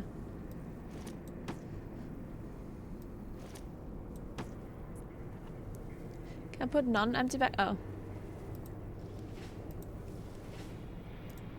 Wait, how do I do this again?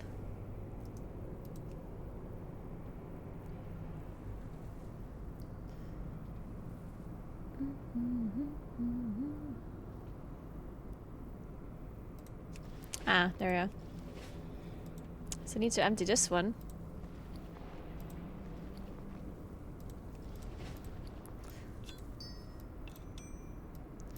Is there an easy way to empty this, or is this just how it works?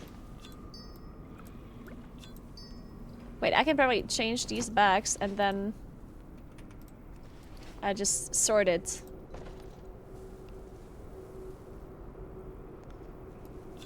Oh, and I can sell this. Hey, Lenny, and thank you so much for 2 sub gifts. Thank you very much. Many lucky doos you like. There you go. Okay. So now I have to get these out. Okay, where's my new bag? I don't see anything. Okay, wait.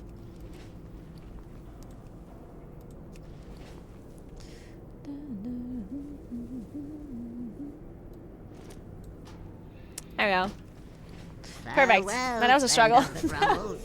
Just stuck a new bag onto the old one. Wait, that works? Oh man, that would have been so much simpler.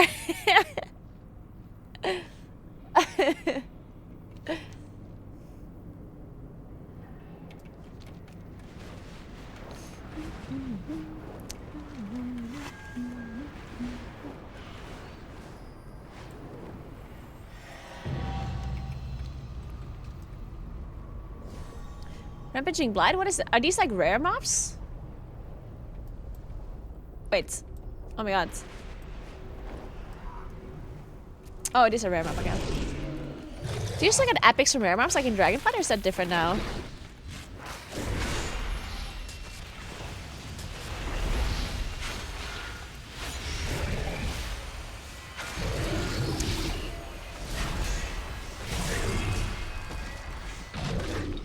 $554. Okay, that's kind of bad.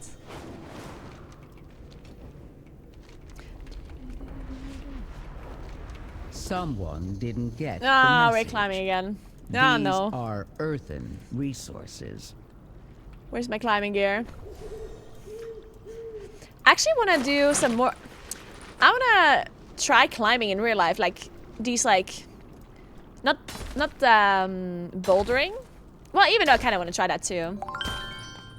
But I more meant like, you know, there's one thing that English doesn't have a word for, or that they do have a word for, and I just don't know what it is. What is it called again, girls? Hey, Esox, thank you so much for the 2 sub gifts. What's it called? Sport climbing? I mean, it is climbing, but it has like a special name, because it's not like climbing. So basically, it's not rock climbing. Iron path, there we go. Yeah, I want to do more iron paths. It's basically, it is like a hike or a climb where you have to like have climbing gear where you attach yourself onto like an iron like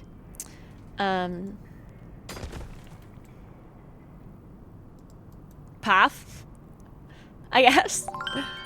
There's quite a few here where I live, and I want to try that, but I never got around to doing it. Maybe this weekend, that'd be kind of cool, because the summer is almost over, so I should do it before it's too late.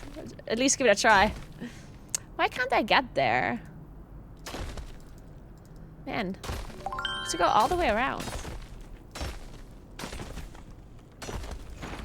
Hey Dosia, thank you so much for 2 sub gifts, appreciate it. Bitter Space Die. I'm ready for Mont Blanc. Nice. Wait, are you actually going to climb Mont Blanc, Fenrir? That is so cool.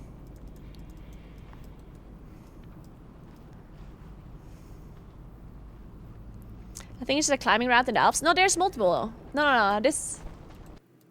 that's just Italian words. Ferrata is just the Italian word for it. Iron Path is the English words. But there's multiple different ones. I'll show you.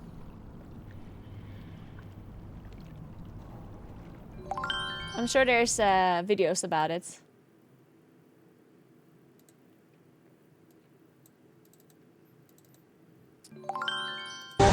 My God.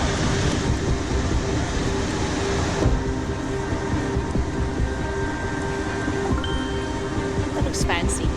Hey Staffix, thanks for 63 bucks, what's up? Thanks for 2 subs anonymous. Is this video very loud for you? Is it okay? When it starts off at that waterfall, Loud? it's so dramatic. Oh. Is it better? Sorry. You would never be in that canyon without the Via Ferrata. We're in Upper Zilmer Canyon right now. The Caribou Lodge is located in the Canoe Valley, close to Valemount. built in 1974. Hans Moser was the founder. Okay, we don't have to hear the whole backstory about it, okay? Over to Italy. But yeah, so it kind of works like this. Like you have these like whatever paths to get you up there, and you have this like string, this iron path where you attach your gear to. And we have loads of those setting up anchors and whatnot around here. Okay, it doesn't involve a helicopter unless you get stuck. Pretty much the brush to have a look at what that come from different parts of the world. This and I've done one of them already realm that is close by here out that there. I thought wasn't like that hard, but I kind of want to do that again. I don't know, because apparently there's loads of different ones, and I've only done one so far, and that one's a long time ago. Man, why am I so bad at climbing?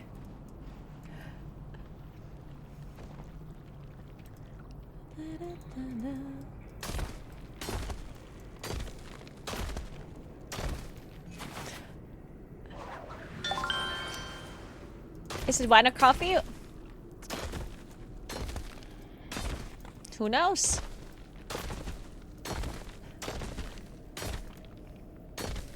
Could be wine. Could be coffee. Could be both.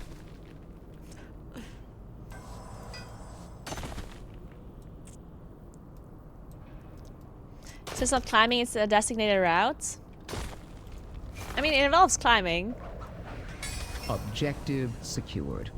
This puts the local But whatever, you're right. situation back in our favor. Hey, Rybaro, thank you so much for Appreciate Prime. What's up, what's up? Special assignment, Shadow below. Complete one world quest in the Ringing Deeps to unlock. Hey, I did one world quest in the Ringing... So can I do this now? Have you done weekly travel? Staffings. I saw the weekly travel and I'm like, I'm not doing that. I was like, nope.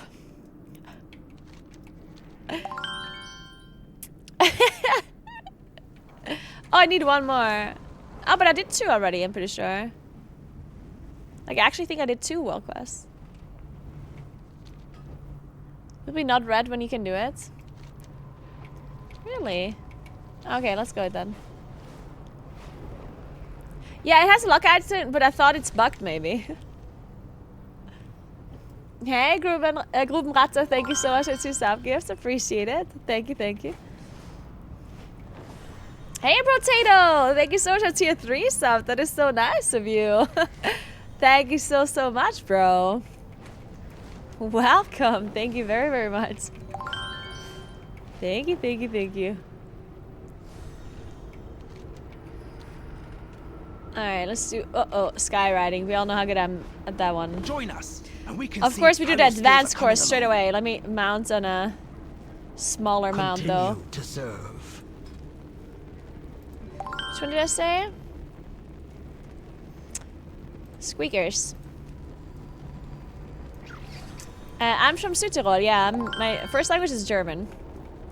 I do speak a German dialect, though, and whenever I speak my German dialect, the Germans always make fun of me. Which, honestly, is offending me a little bit, because my German dialect is perfect and it's beautiful.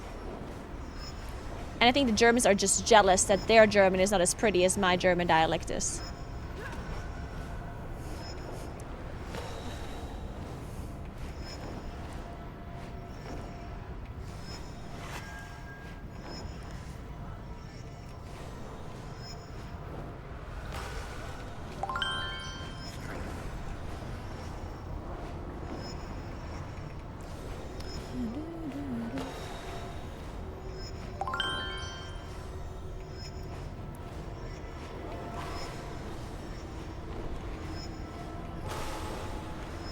Oh my god. Please. No, I'm so close. Please. Oh. Nicely done. You and your Drake are exceptional. I almost didn't make it. Oh. Hey, Artenas! Thank you so much for the sub gifts. I appreciate that. Thank you very much. Hey, Biteside, thank you to you as well. Insider, welcome. Thanks for the prime. Thanks for the sub gifts, Anonymous as well. Fantastic performance always. Say I did it, okay?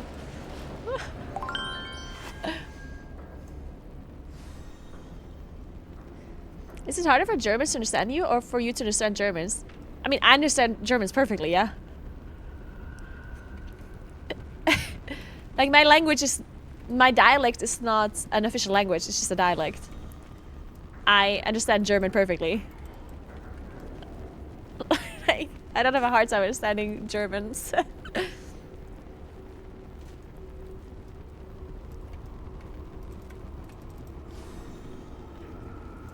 Can you talk about dialect difference? I mean, so my German dialect is very similar.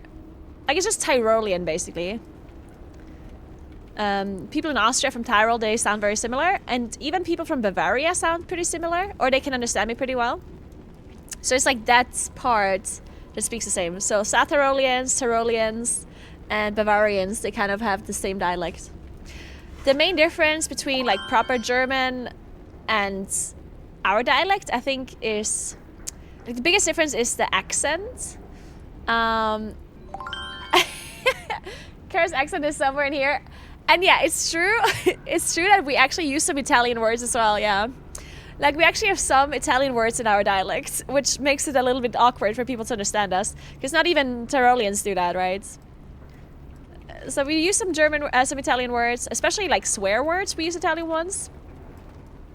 And I think the major difference, which a lot of Austrian dialects in general do this as well, is where we pronounce T and P differently. So we don't have this like ha sound. Like when we say T in our dialect, we would pronounce it D without the h sound, you know? And Germans don't do that. Like, proper German has the T sound, like the silent, like, h sound. And we don't do that. And it's the same with P as well. If I would read the word P in my dialect, I would say B without, you know.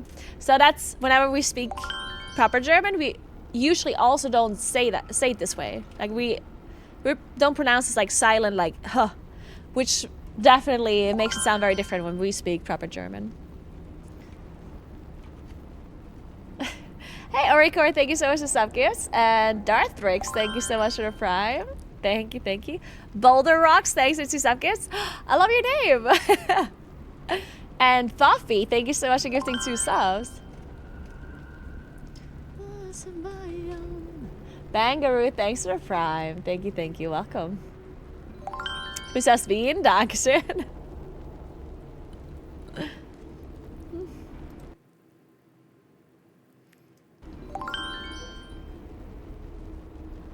It's kind of like Flemish Dutch versus Dutch. Maybe. It's hard to tell. Ja, normalerweise, wenn ich Dialekt rede, dann verstehen die meisten Deutschen schon, was ich sagen will, aber alle Wörter verstehen sie nicht, alle wieder nicht. Und wenn ich ganz schnell rede, dann verstehen sie immer überhaupt gar nichts, aber meistens verstehen sie schon ein bisschen, was es geht. Und die Österreicher, die verstehen mich auch meistens, aber die, die von Tirol sind und die, die von der rechten Seite von Österreich sind, die verstehen mich noch meistens auch nicht ganz. Und ja, es ist ein bisschen schwierig mit Deutschen zu reden, aber teilweise geht es noch recht schon wieder was, je nachdem, von wo sie sind. The language of gods, I know,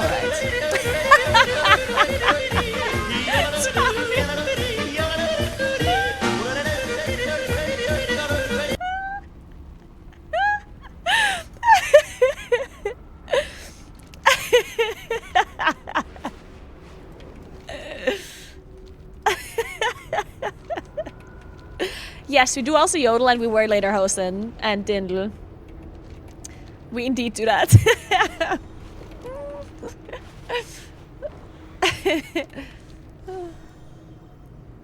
Thank you so much for gifting us up to Fenrir, Anonymous. Thank you so much. This was the first time that I understood every word. Yeah, see? Our defenses won't hold for long. Find the source, crack its lair open, and end this. Is a Dutch speaker and understood a couple of words? Perfect. Oh my god. Even before Dutch people understand me better than Germans.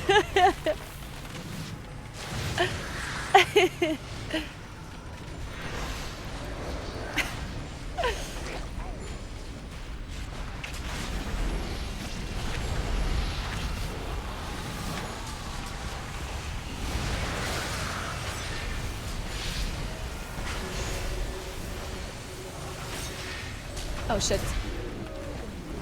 I'm dying, I don't know why.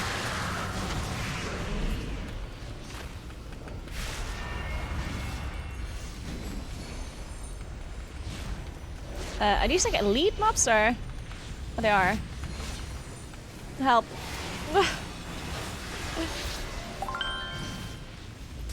Hey, Sleeping Lenny. Welcome, welcome. Licky, thank you very much for those sub gifts. And Newman, thanks for 3 months in advance. Thank you so much. Bold of you to assume that I'm gonna create good content for the next 3 months. Considering that I'm not even creating good content right now. Thank you, I appreciate that. Thank you so much.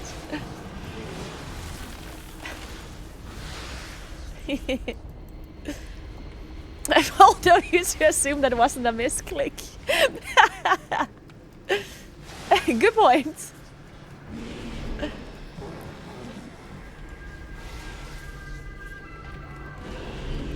Guys, the content police is coming for me.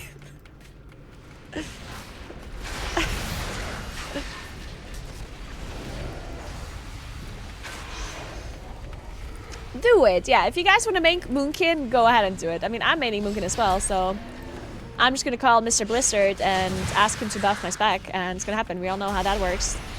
It's the streamer privilege. This is a long con, guys.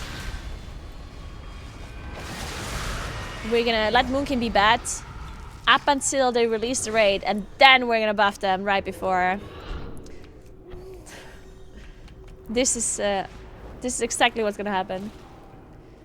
I honestly don't know what the hell I'm supposed to do. Gather fuel. Drill's refueled. Radiant fuel crystal. How do I get radiant fuel crystals? You know what? Bear back 1 second.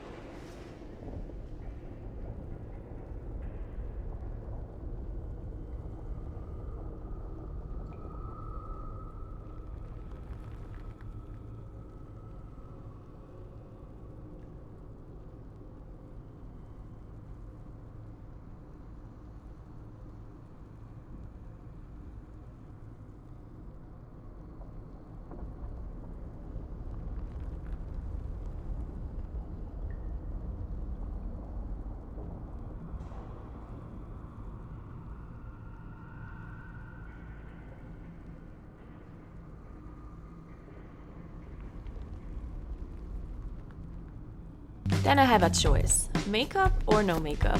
The Venn diagram of men who say I look better without makeup versus men who ask if I'm sick when I don't put makeup on is a perfect circle. I sometimes wonder if staff at my gym think I'm two people. There's the graceful, presentable Caroline who comes in fresh-faced and ready to go, or her much more plain-looking hoodie goblin that has a passing likeness to a smudged Legolas. Sorry, I thought you'd wash your hands and take longer. You don't know me at all, Johnny. Can't believe this. Hey, Legendary Mary, thank you so much for the sub gifts. Newman as well, Kalieka, Vanessa, Anonymous. Thank you very much. And Naturally Resistant as well. All right, guys. Time to walk a little bit. It's time for my second walk.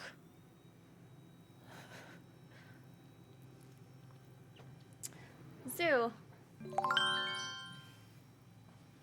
Hey, C-Swap, thank you very much for 2 sub gifts. What's up? We going up? Hold tight. Yeah, hold tight, guys. We're moving.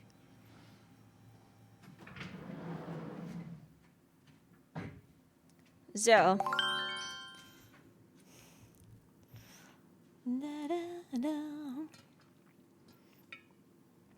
I'm using a walking pad from To Do, which works really well, but I didn't have it for long. And I also never had any other walking pads, so like just keep that in mind whenever you're listening to my opinion on it, right? Like I can recommend it because I like it and it works well for me, but then at the same time, you know, it could literally be the worst walking pad ever, and the other ones are like infinitely better, but I wouldn't know because I haven't used any other ones. In case you didn't get that from what I just said, I'm not sponsored by this brand. Believe it or not.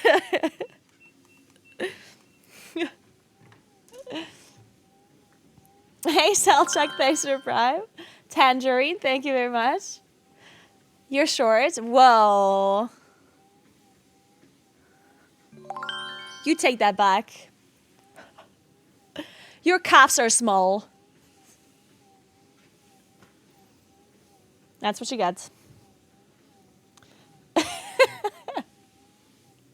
I casting the race wall first. Yes. I will be casting the race wall first. Hey, Better Ofka, thank you so much for gifting us up. I appreciate that. So, apparently we have to loot stuff, but I don't know how. Is this bugged? Does anyone know how this works?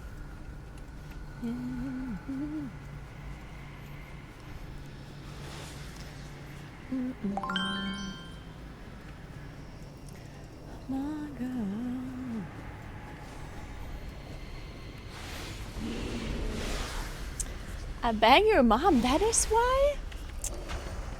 I mean, good for her. I don't know, man. Like, hey, Swab.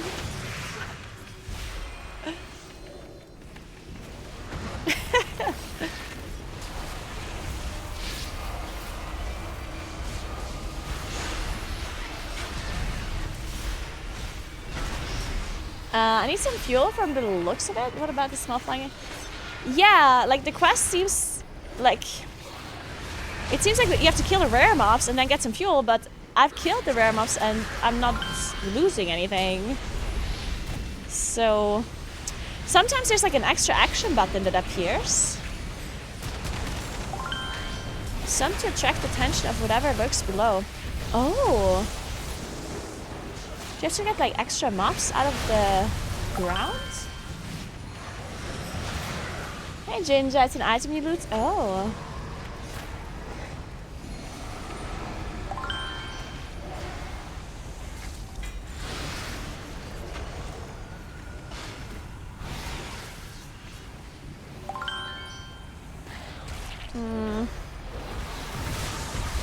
Hey Jill Connect, thank you so much for... Oh! Oh, that's a sport. God damn it! This is the first time I died in the War Within. Nah. I can't believe it. Man.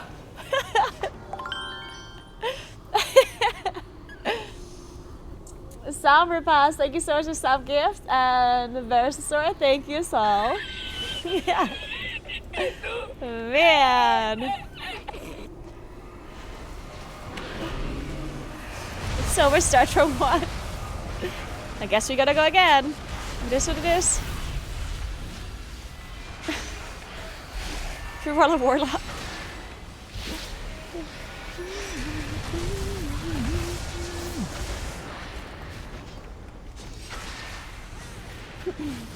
So,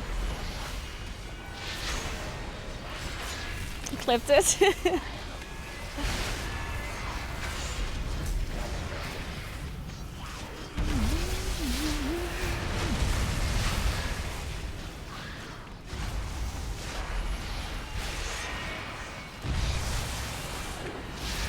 This walking thing is crazy to me. Why?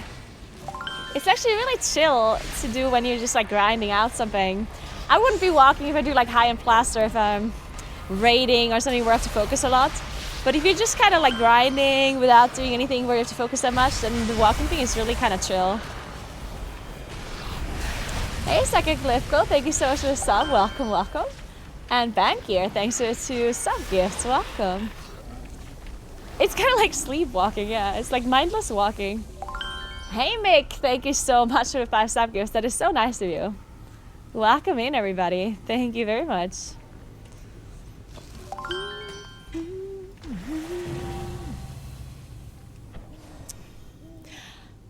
Guys, do you mind the sub sound? Like, I know my sub sound is not necessarily like very prominent, but a lot of people are, of course, gifting the subs for their pets. Do you want me to turn it off, or is it okay?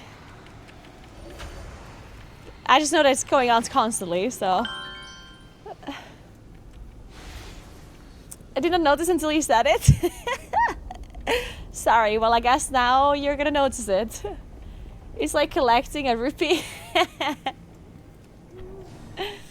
Now can't unhear it?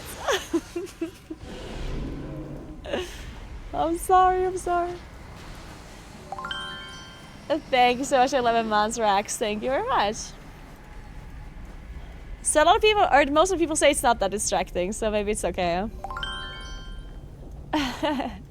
Thank you so much for sub, Tangerine. Thank you very much. I need a miracle. What are we doing?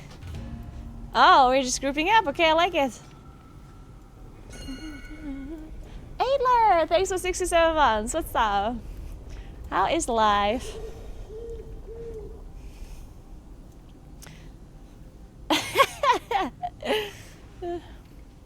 I don't walk slow enough to have a treadmill at the PC.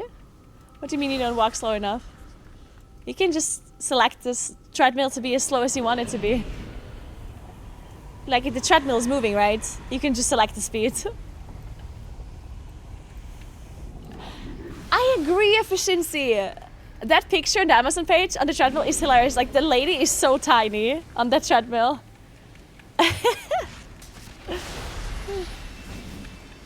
Oh, I'll restart Spotify, I'm sorry.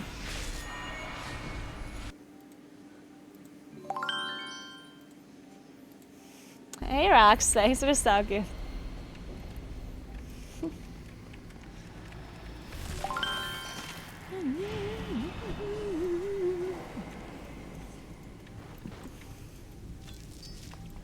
Alright guys, since I haven't done a shoutout in a while, I'm sorry, I know this is annoying and I don't like doing it myself, but apparently I'm supposed to do this, okay? So, since there's probably a lot of new people that haven't watched my stream before or that don't know who I am, my name is Naguura and I'm a content creator and a streamer. Been streaming for 10 years. I do play a lot of World of Warcraft. I used to be a world first raider. I am now a caster as well as a high-end player still. I do high-end Mythic Plus and also high-end raiding. And I create a lot of content around it. But I also do other things. I mainly focus on real life content nowadays. I'm doing cycling and hiking. I live in the Alps in Italy. I'm German speaking. And I like to share this beautiful landscape with all the people that are watching in my community. So if you guys enjoy real life streams and you enjoy mountains and beautiful landscapes, then definitely check out my real life streams. Give my channel a follow if you enjoy the content and join my community and hang out a little bit. It's nice here most of the time. I do have to say that a lot of people that are part of my community are pretty toxic. But you know, it is what it is. Nah, they're lovely. Most of the time. It's 2000 is. Wait, what?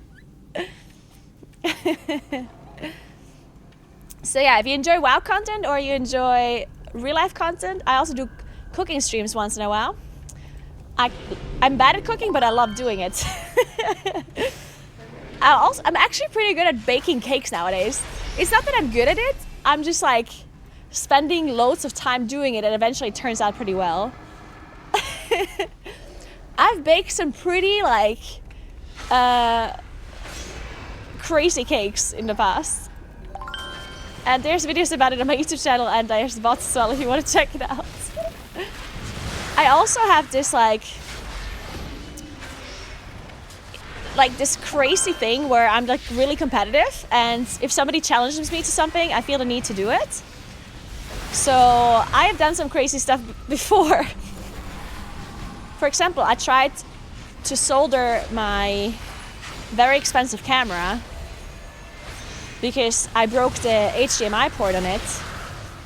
And for some reason I thought it wouldn't be that difficult to replace an HDMI port on a PCB board. Turns out it is actually a lot more difficult than I thought. I took apart the whole camera. It was a Sony A7. It was actually the camera that I'm using right now. The camera cost like 6,000 euros. Or? No, wait, it's not 6,000, it's 3. See, I know, I didn't buy it, it's from Blizzard. They gifted it to me. Or borrowed it to me. But anyway, so I took it all apart and I learned how to solder. I had never soldered in my life before. So I learned how to solder. And then I attempted to fix an HDMI port. So basically remove the HDMI port off the PCB board and then solder another one back on. Because it was crazy to me. Like, I took the camera to the camera repair people, which are commonly known as camerologists. So I took them there and they told me it's 600 euros to repair it. So I was like, what? How can an HDMI port be so expensive? Turns out that the expensive part is not the HDMI port, but they're like replacing the whole PCB board, the motherboard. So apparently, because the motherboard is so tiny and everything's so close together, instead of just like replacing the port because it's so much work, they just give you a completely new motherboard. And that's why it costs so much money. So yeah, I was like, I can do this. So I ordered an HDMI port off of like Temu. And I borrowed like a bunch of soldering stuff. And then I attempted to solder it. Spoiler alert, I did not repair it. But you should still check out the YouTube video about it because it was pretty funny. It's on my YouTube channel if you want to watch it. Hey Kinky Tinky, thanks for the prime, what's up? I've never tried that before, I must be good at it. The YouTube video about it is linked in the chat. You should check it out if you want to watch me attempt to solder something. I'm gonna give you a sneak peek of it. I have absolutely zero prior knowledge of what I'm currently doing. My camera here is broken. And the thing that is broken is the HDMI plug. Here, broken. So I was thinking, oh, it's just the plug that is broken. Well, how expensive could that be to fix, right? Turns out, it's impossible to see the... Like, I cannot tell the difference between... Yeah. Because... This was me, yeah? Right. No. Anyway, go watch it. You don't care about it.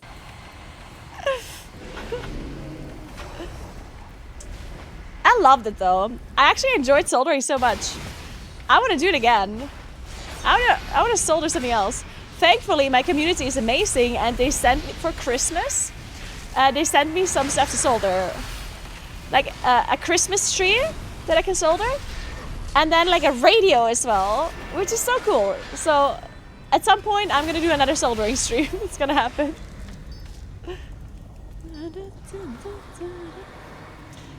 A how to book 2? No, unfortunately not.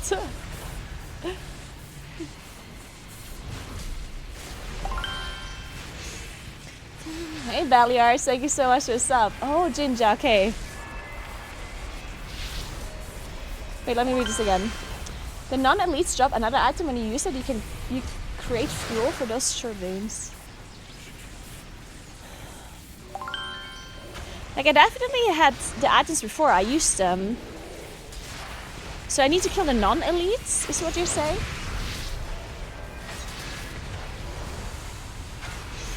Espresso Bean, thank you so much for the sub gifts, appreciate it. Thank you, thank you.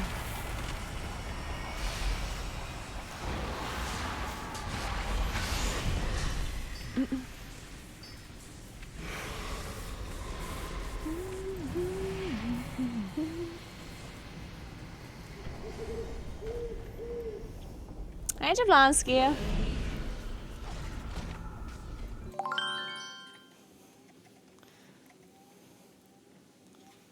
How did you get the camera working again? They replaced the motherboard. Like, I had to send it in and they replaced the motherboard.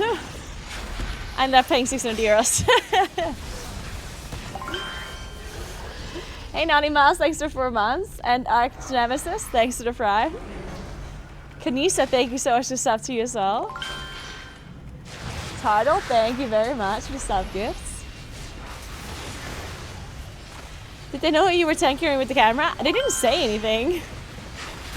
But they probably saw it because, like, I burned some parts of the PCB boards a lot, and also I lost some screws. I lost quite a few screws.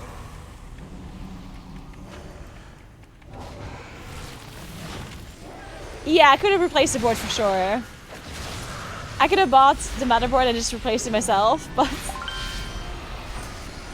Hey Troll, thank you very much for 2 sub gifts. Congrats on your new owl pet. Get a few screws loose, yeah. Me and my camera had so much in common back then. Tangerine, thanks for the sub gift.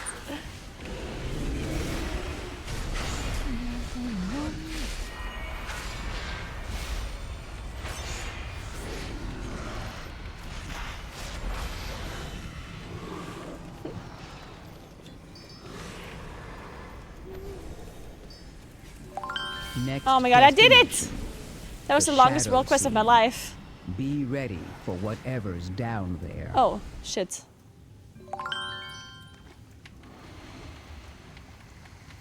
Hey, Alamina, thank you so much for Prime. I appreciate that a lot. Thank you. Yeah, I'm walking and gaming simultaneously. And I'm bad at both of it.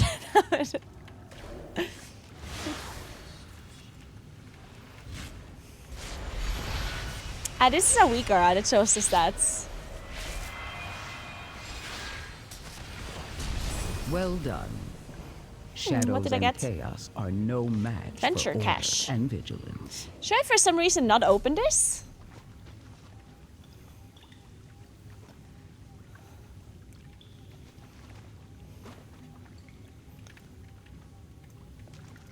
Watching the soldering vid now? Hey Frozen Fuse. I can open, I trust you. I have 74 items. And a coffer key, nice.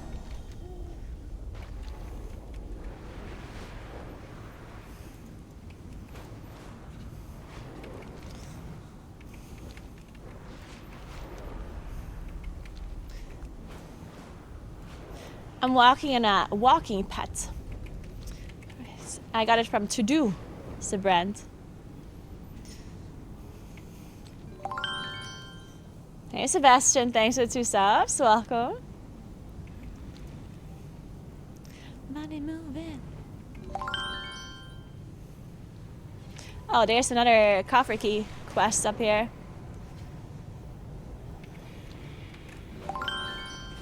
Hey, Platardos. Thanks for the prime. Thank you, thank you.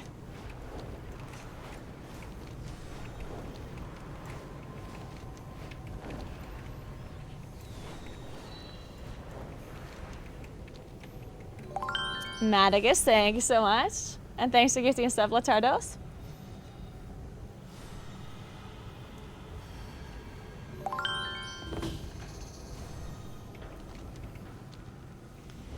So.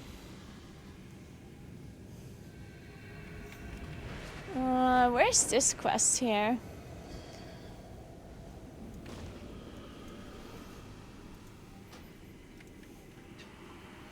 Dull gems collected. I assume this is in a cave? Ah, yeah.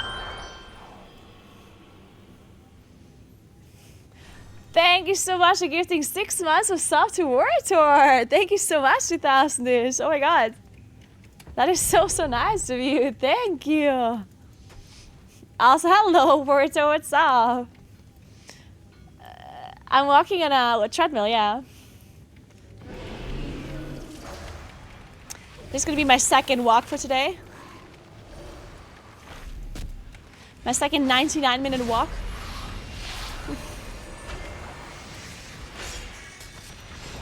No unsolved worries allowed in the chat. Those are the rules.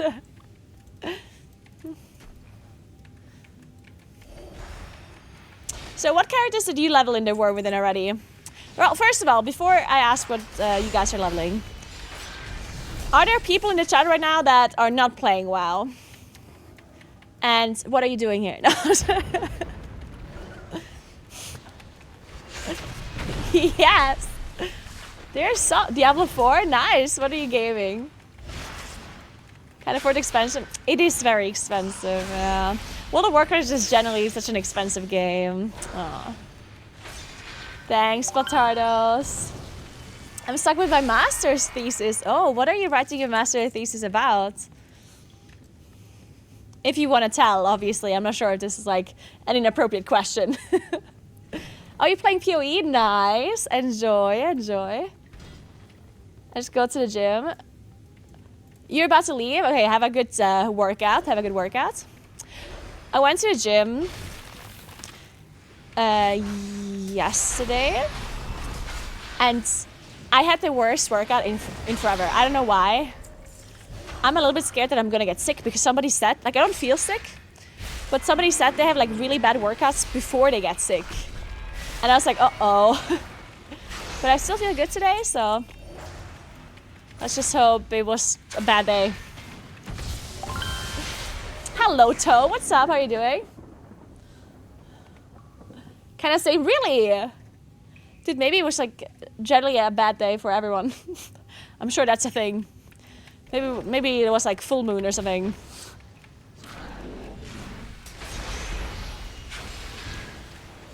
Hey, Wishmaster, thank you so much for the sub.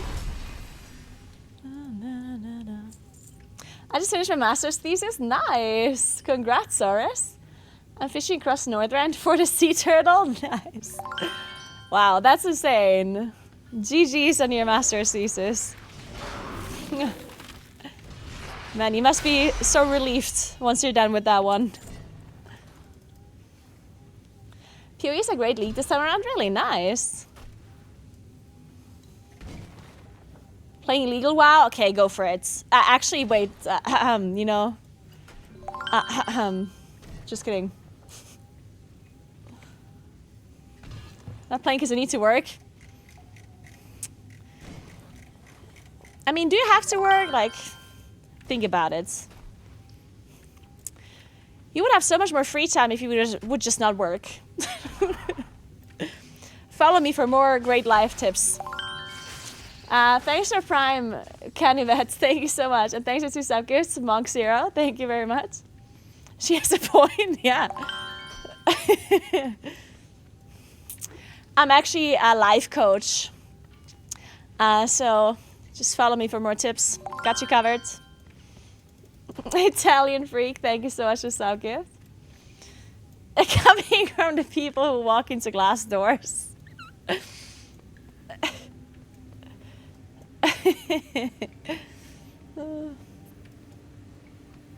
Female Bajira. Wow, I feel so honored that he called me the female Bajira. Because Bajira is actually very cool. He's good at the game, he's good at PvP, and he's crazy strong, so I'm not at all like him. I'm literally the opposite, but I'm glad you're comparing me to him. I feel very honored. Hey, Ghost Lemons, thank you so much for stopping you.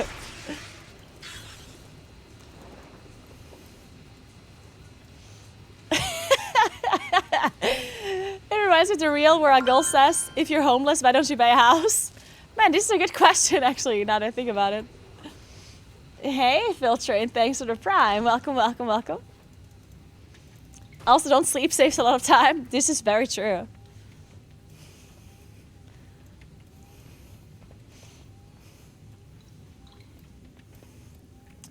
Did you talk about the state of Boomy and if it got buffed? I did not do a video on the state of Moonkin. I have a dev interview where I asked the devs if they're gonna buff Moonkin, if you wanna watch that. Hey Caroline, thanks for the prime.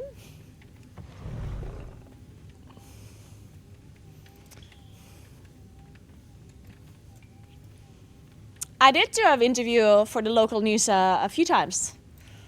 A while ago, yeah. I was on TV and on radio and in the newspapers. I'm basically famous in South Tyrol. I'm that gamer. It's funny that because people always say that. When people recognize me in real life, they always say, "Wait, you're that gamer!" I'm like, yeah, that's me. I'm that gamer.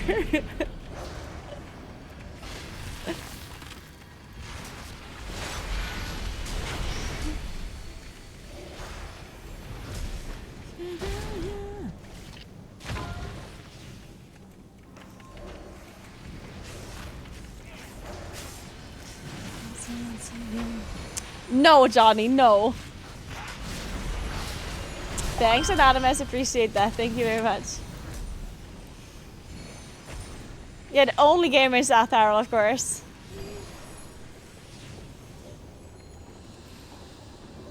Hey, Kajuking Zero. Thank you so much for a prime. Appreciate it. Thank you very much.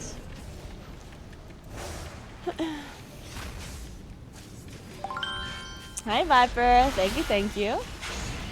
Do you have to loot them, or what do you have to do here? Gems heat treated.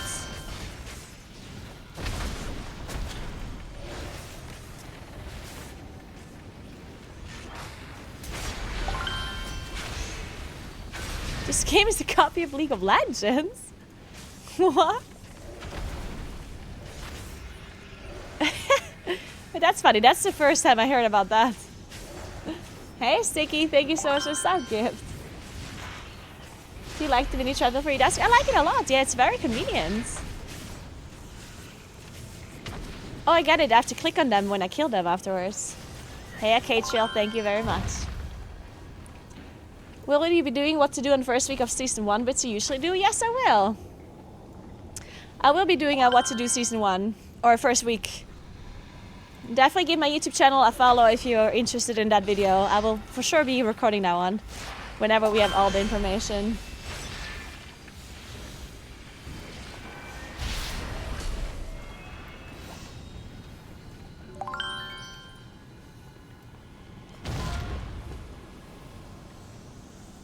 Really, Beer Buddy? That's so cool.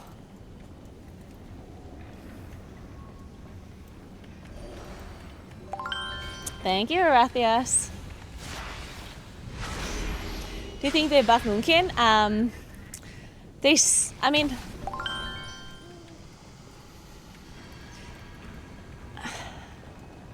I kind of think so. I don't think we're gonna get any major buffs though, like that change our gameplay though. At least not this patch.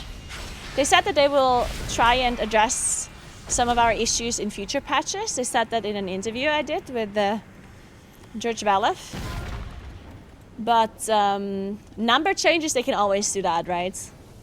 They can always just say, hey, if you do 5% more damage, or your Star Surge does 10% more damage, or whatever. Because right now we have a really big issue with our spenders. In fact, it looks like our spenders are so bad that we might end up only casting Star Surge and Starfall to stack up Star-Lord, and not cast Star Surge and Starfall otherwise. So we're basically overcapping Astral Power and just cast Wrath and Starfire. Unless we need Star-Lord. So you know how bad that is. Hey, silly little Dilly, thank you very much for Prime. Appreciate it, welcome, welcome. And Soul Tofu, thank you as well. Big Fred, thanks for the sub gift. Double Time, thank you as well.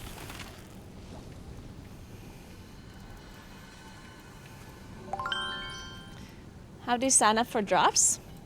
So you should be getting the drops without... So there's two different drops. One is a mount. Okay, let's talk about the owl first because you can see it. So this owl pet that you can see, that one you get by gifting 2 subscribers to my stream or to any other WoW streamer that is currently streaming WoW. And this mount here that you can see on top, that one you get by watching 4 hours of my stream. It doesn't have to be like at once. You have like a bar somewhere that accumulates, and once you've reached 4 hours, you get the mount. This one. Again, you can watch any WoW streamer. Just has to be me. And it also doesn't have to be like the same streamer. So you can watch my stream for an hour, and then you can watch someone else's stream for an hour, and so on. It just takes a little while to switch, and you cannot double up. Like, you cannot open multiple streams at the same time and it counting at the same time. That also doesn't work. It's one at a time. Hey, Corrales, thanks for sub. And Sikalek, thank you as well. Thanks for gifting a sub as well, Anonymous.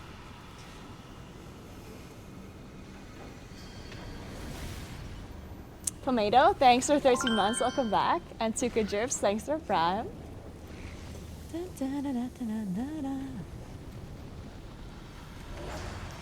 they reduce the amount of world quests in the war within?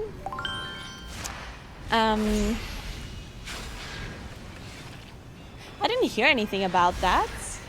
But you're right, I feel like I noticed less world quests. It's possible that they maybe only reduce it within the first week. I guess it's also possible. Like, maybe we wait for next week, or for next reset rather, and see what the amount of world quests is there. But I haven't heard anything about that, like, officially.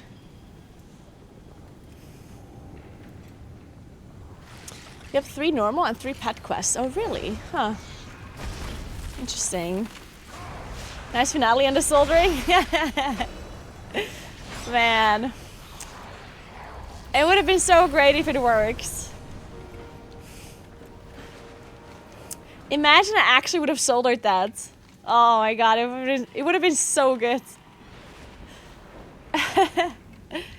There's no reset today? No, the reset is... Wait. No, wait, it is Tuesday. There should be a reset today. Yeah, there is. For NA. NA has reset in an hour, right? Yeah. EU does not have reset. EU is tomorrow. Oh, it's now. Okay, cool. Oh, you guys have their servers are... Ah, I see. How long are they down for? The servers. Oh, I see. 2 hours? Okay, cool. Let's hope they're not down for too long then, so you guys can play. What's even getting reset? Good question. I guess there isn't really anything that... I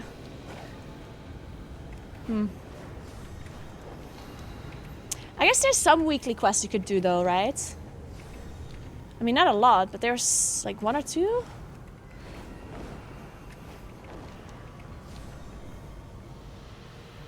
Does the treadmill during gaming work well? Yes, it does. I personally think it's very nice.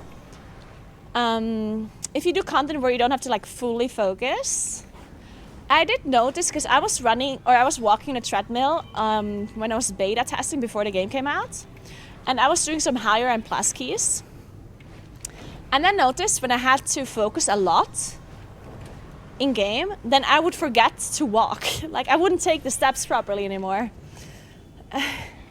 So I do think when you do content that you have to pay full attention to, it's probably better when you're not walking. But if you do mindless grinding, or if you do world quests or leveling or stuff like that, then you're probably fine to walk, right? Like then it's not that big of a deal. Then it's actually very nice and convenient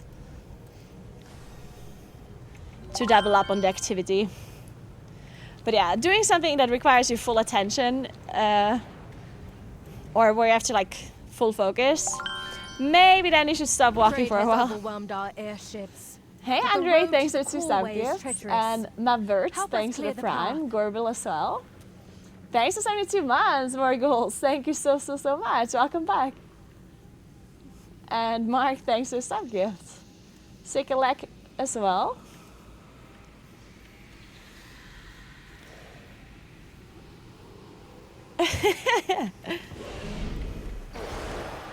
Thank you, Anonymous. Thank you very much.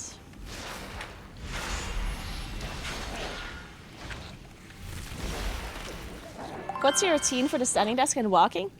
I mean, I don't really have any kind of routine that because I don't have this set up for that long yet. So I had this on my throne, like on my wish list. Because I saw someone else do this. Like I saw someone else have this exact same setup. And I thought it was so cool. But I wasn't sure if I should try it or not. So I put it on my wish list thinking that, you know, no one's gonna buy it anyway and it's, you know, it's gonna be sitting there. But then an anonymous person bought both the standing desk and the adjustable desk base for me.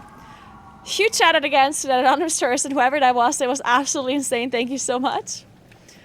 And yeah, ever since then I have it for like, I mean, maybe not even a month. It must be like 2 or 3 weeks. And what I've been doing so far is, so basically, this treadmill, it turns off after 99 minutes. So there's like timer, and at 99.99, it turns off. So I kind of have been using that as like a guideline, where I'm just walking for 99 minutes, and then I take a break. And then I sit down and I do whatever. Sometimes I'm just standing without walking. And sometimes I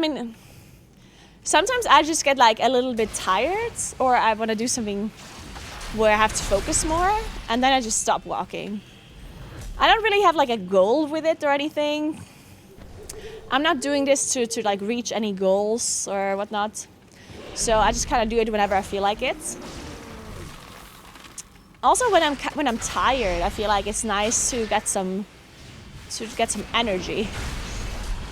Like when you've been sitting all day and I feel like I'm getting a bit tired, then maybe standing up and walking is helping out.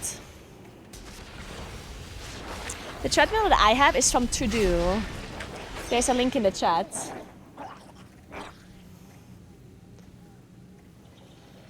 Did you notice improvements in your day-to-day since using a treadmill?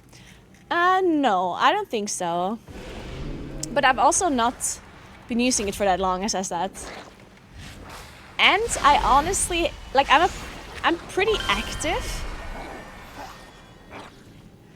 outside of gaming and streaming. Like, I do hike a lot and cycle and go to the gym a lot. So, and I try to also like walk, like sometimes I walk to my office rather than like, you know, taking a car or something. So I do take a decent amount of steps already, like before I did this. So I feel like there hasn't been like too big of a difference for me. But as I said, I also didn't have it for that long yet, so we'll see. Jeffrey, thank you so much for Prime. I appreciate that. Hey, Juventus, what's up?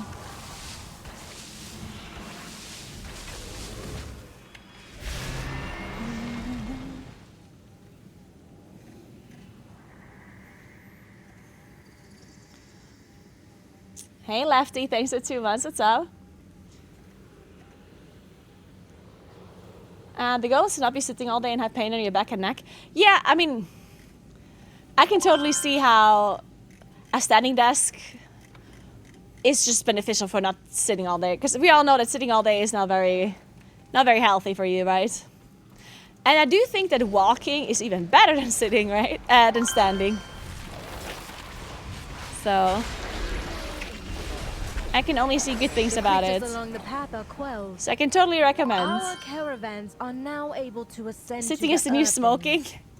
I wouldn't call sitting the new smoking, but like the not being active at all, like the level of inactivity that is like common nowadays. I think that is the new smoking in a sense, you know.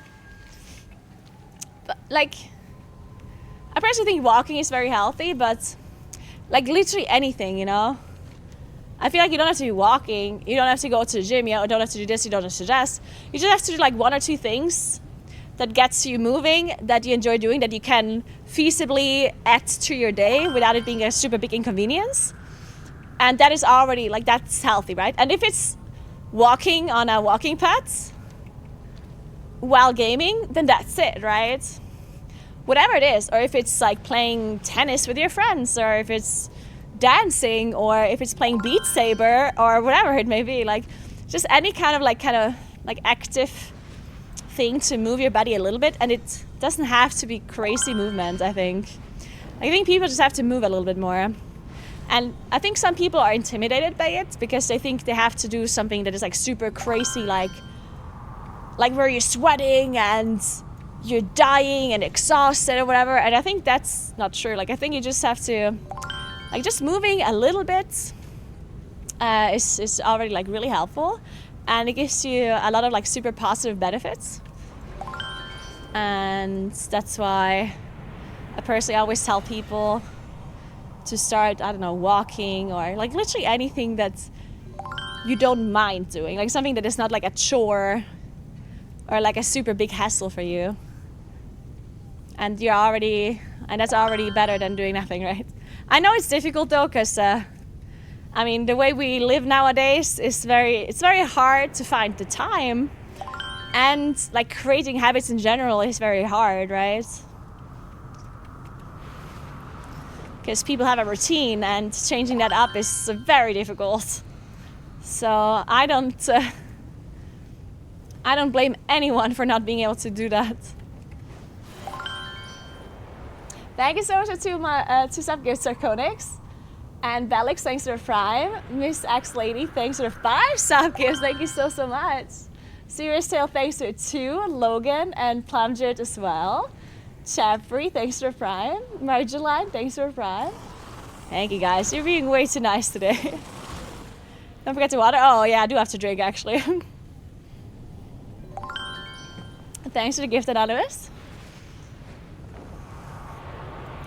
Is there a way to check on which campaign quest to do and send them on the map? And well, if you open up your quest log and it says, like here at the top, it always says what your campaign quest currently is.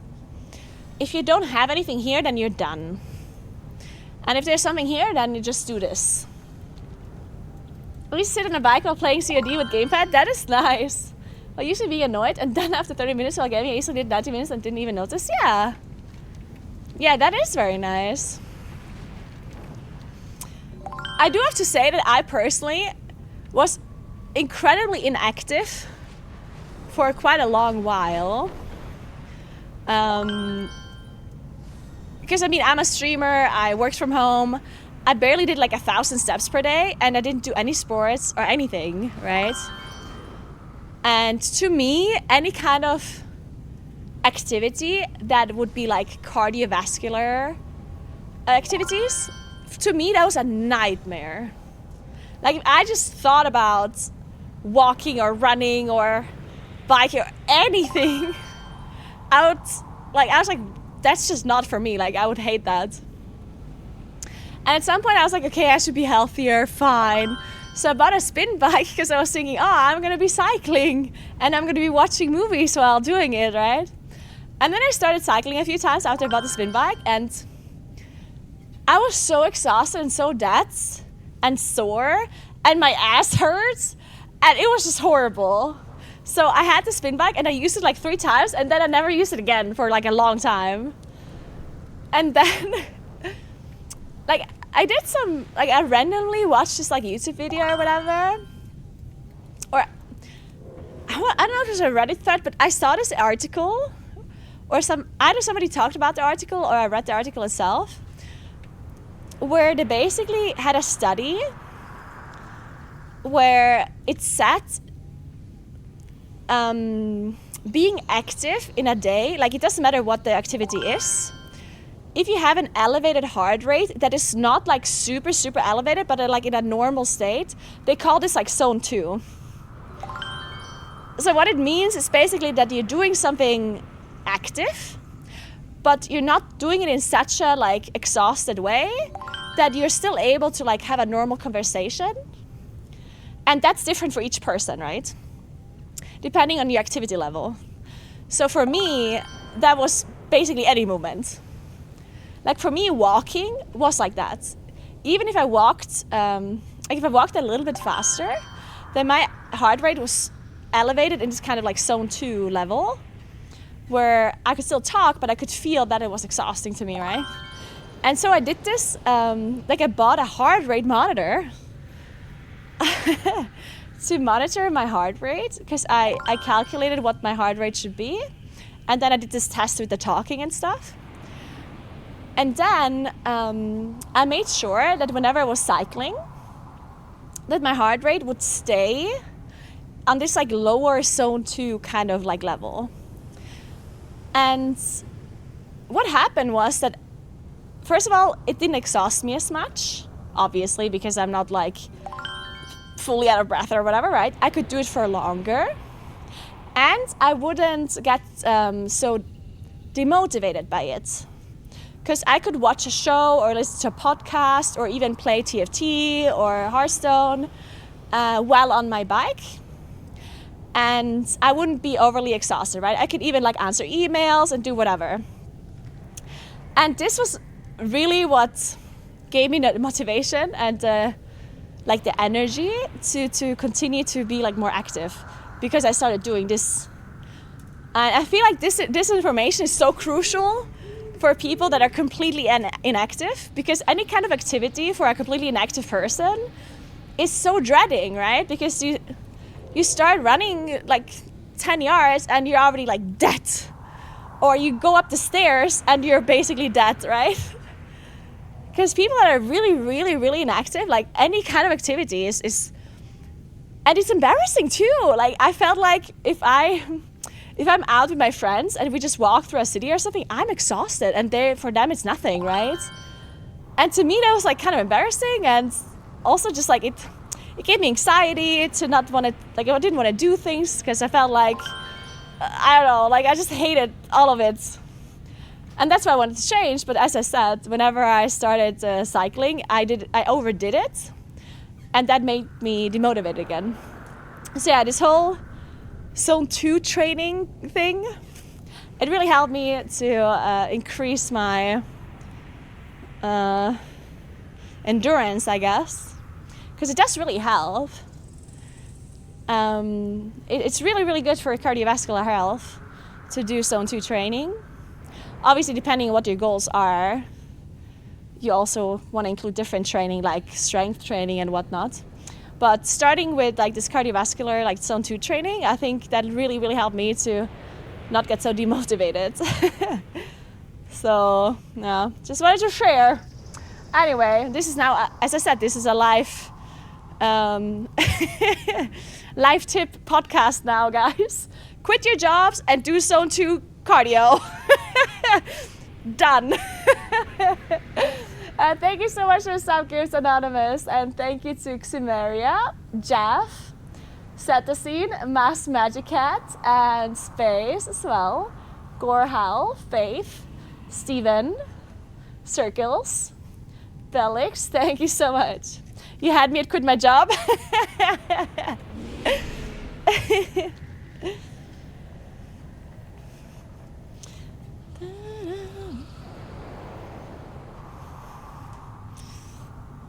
You should always include strength training no matter what your goal is.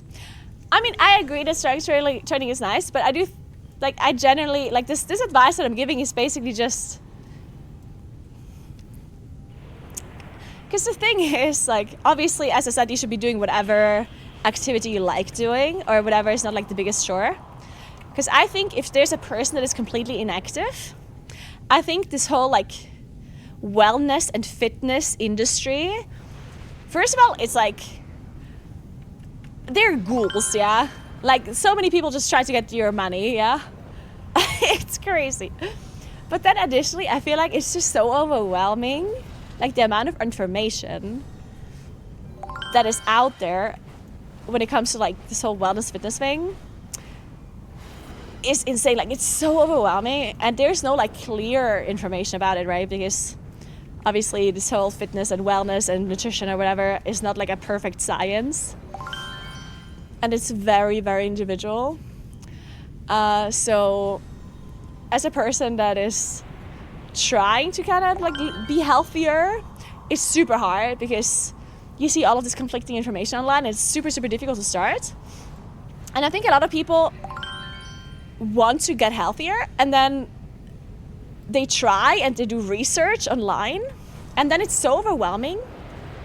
And they try to do all of the things that people are telling them, and then it's just too much, you know? And then they stop again.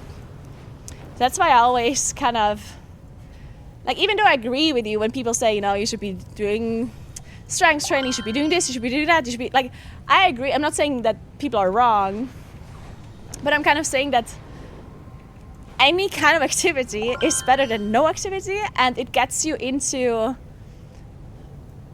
like, I feel like anything helps as long as you can stick to it a little bit better. And if it's like not that chore to you, right? So if it's walking, then it's walking. If it's walking on a walking pad like I am while gaming, then that's it. If you don't mind doing that, if it's not the biggest chore for you, then just start with that, you know? So yeah, even though strength training is nice and all, but if you can't motivate yourself to do that, then start with something else first, and then maybe later on you can add that, you know? Because I do think once you become healthier, no matter through what, then you gain more motivation later on. So you shouldn't be overdoing it at the start and try to do everything all at once, right? So if you want to start with walking, start with walking. If you want to start with playing tennis, go with that. If your friends play, I don't know, football, then go play football once a week. Whatever it may be. If you want to do Pilates class or yoga, whatever, you know, like any kind of activity that you can kind of stick to that isn't a chore is better than doing absolutely nothing, and it will give you the motivation to maybe do more things in the future, right? Once you get a little bit healthier, because of course moving your body in general is healthy.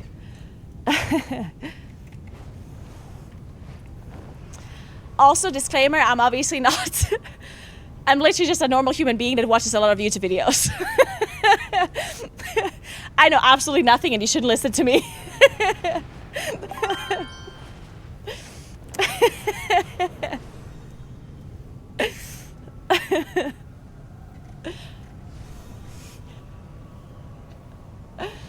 Hey, the big bad wolf, thank you so much for the sub gifts. And Meowsterrock, happy Cerno.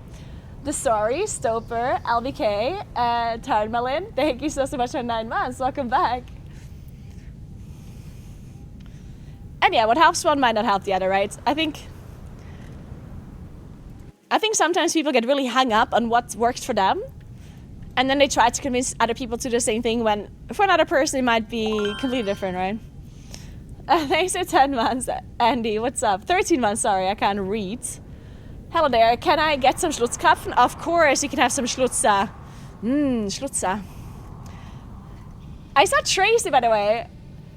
I lost hours away, literally watching Game of Thrones 1 episode a day while riding the bike. No, really? I didn't know that. Is that true? He started watching Game of Thrones and just rode his bike while doing that? That is so cool, I didn't know that. Thanks for 2 subs, Karkin. Thank you very much. That is really cool. But yeah, I started cycling as well. I think cycling is one of the easiest things to do, because even if you go really slowly, or you can go really slowly, while other activities, even on like a slower pace, can be more exhausting, you know? Like for example, jogging is super hard. Like, if you're not used to running or jogging, then jogging on like a super slow pace is already puts your heart rate like super high.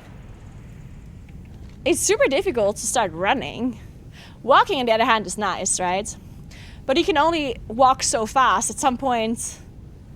Also, not to mention that cycling is not very it's not very hard on your joints, right?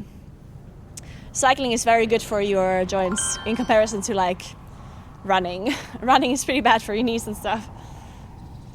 Also, hiking is also kind of bad for your knees when you have to go down afterwards, right? Otherwise, hiking would be good too, but going down afterwards, unfortunately. Hey, to Shrasta, thanks for 2 sub gifts. Thank you, Andy, as well. Thank you, thank you, thank you.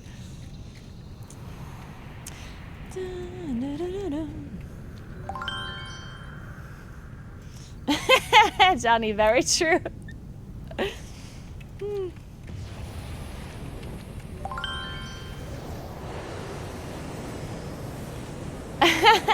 Whatever damage my knees take under a hike is fixed by the healing my soul gets. This is true. I'm not saying that hiking is bad by any means. I personally love hiking as well. I go hiking all the time.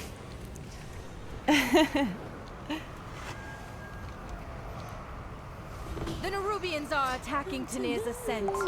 Destroy their siege weapons. Thank you, Liberator. Thank you, Steffi, as well. Swimming is also very good, yeah. The reason why I personally never started swimming is because of like the amount of effort that it takes to swim. Like, you have to find a body of water that you can swim in. And the water is wet. So, like, the effort that it takes to like do swimming, that's just always too much for me. Also, I think, like, I don't know. What is what? I know, right? It's crazy. So many people don't know that. Yeah, it's wild. I didn't know. Hey, Russell. Thank you very much for Prime. But yeah, to me, so here's the thing, right? When it comes to like physical activity, for me, there's like 2 categories. When it comes to cardiovascular, like endurance kind of activity, like either it has to be an activity that I can do while also doing something else. So either it has to be like cycling on like a spin bike at home where I can also watch a show or play a video game or do something like that, right? That's the number 1 way that I'm gonna do it. Or I'm walking in a walkpad while playing, right? And the second way I'm gonna be doing an endurance activity is if it's outside and I'm seeing like pretty things. Like if I can hike up a mountain and then have a pretty view upstairs. Or if I can cycle somewhere through like a nice area or whatever, right? Those are the 2 things that convince me to do that activity, right? But swimming doesn't have either of those things, right? When I'm swimming, I can't watch a movie or I can't play TFT or Hearthstone. And when I'm swimming, I cannot cover a lot of distance where I would be seeing like nice things around me. So I feel like that's why swimming is like it's like, I don't know how people do it. Yeah, I don't get it.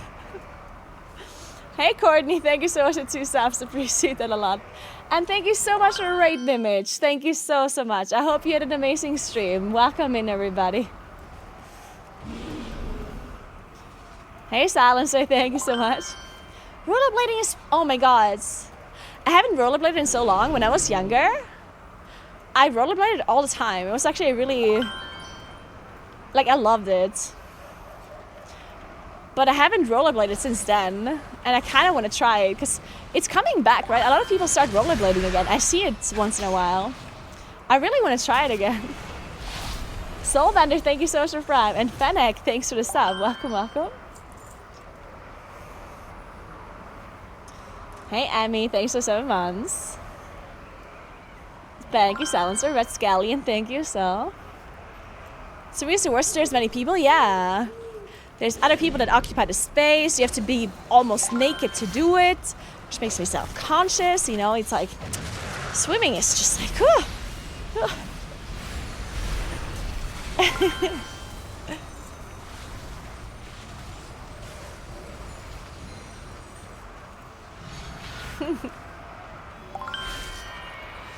Obviously, if you guys like swimming, then go for it. Yeah, I'm just... it's just not my thing, I think. I mean, I do like swimming once in a while. Like when I'm on a holiday or whatever, I do like swimming and just like messing around in the water. So, what is this? Keg of black powder. I've been mindlessly killing mobs, which is not exactly what I have to do here. Well, I told my story about endurance training that no one gives a shit about. This is basically my stream content 24/7, in case you didn't know.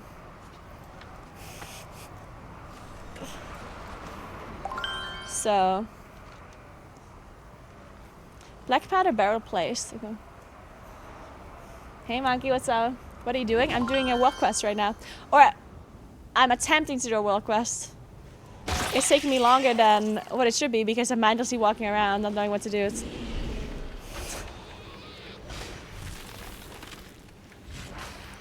To be completely honest, when it comes to swimming, I live in the mountains, right? And it's not that warm here. Well, I mean, it is warm here in the summer. It's really warm right now. But the amount of time of the year where it is warm enough to swim in an outside swimming pool is like maybe 2 to 3 months, right? So most of the time, if you would be swimming as a hobby, then you would have to swim inside, which, again, is like not the greatest. To me, at least.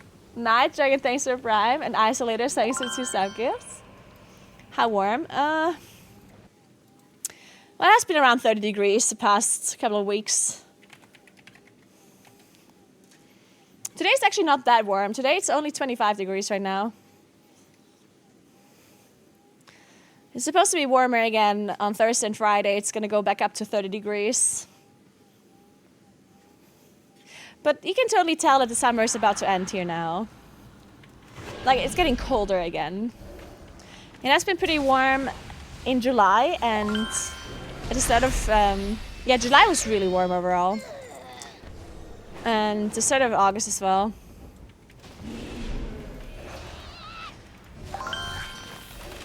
Thank you, Russell. Thank you very much. The problem is that we don't really have... I mean, I guess it's a problem for multiple countries in Europe. We don't have ACs. Like, it's not a normal thing to have ACs. So it gets really hot in apartments because of that, because we don't have ACs. And people will not install ACs because it's not that warm for that long of the year, right? It's only like 2 months or so where it's actually warm. So you would rather suffer through 2 months of heat rather than paying for an AC. We have ACs, question mark? I mean, good for you, but I don't. And people that live here don't. Thanks for pops up gears, Valerian. Thank you so much.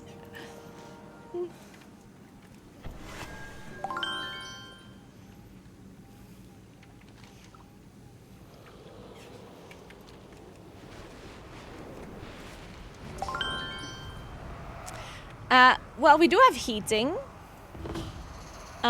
We have floor heating though. Like almost all apartments here have floor heating.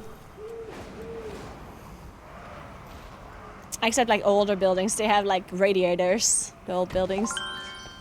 And then whatever fuel you use to heat the water or the liquid that is heating up the floor is different. That can be anything. My new apartment is gonna have pellets. Pellet heating. Hey Killa, thank you so much for 5 sub gifts. Thank you so much. How are you doing? Hey, Stay Heavy. What's up? Thanks for the prime. And hey, Bad Boon, thank you so much for 5 sub gifts to you as well. Thank you very much. Morto Delamore, thank you so much for 2 sub gifts. And Lavanya, thanks for 3 months. Nice interview, thank you. I'm so glad you enjoyed the interview. That is good to hear.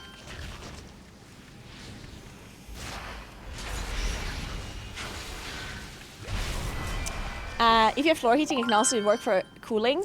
Yes, you can actually have floor cooling like the same way as the heating works. But I don't think you can install that in hindsight. Like, it has to be installed as you're building the floor heating. As far as I'm aware. Like, it's like a different kind of mechanism that you needed to do. You can use the same pipes, I think. But they have to be like a little bit different. Like, the whole system has to be slightly different. But maybe some people will start doing that now. Cause yeah, the heat is getting, like, it's getting warmer and warmer, right? So I can see how some people start installing floor cooling as well, not just heating.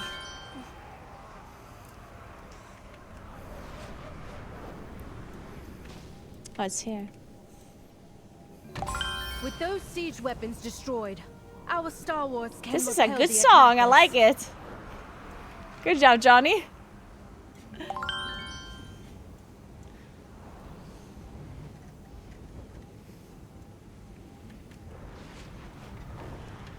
I'm casting the race wall first, yes.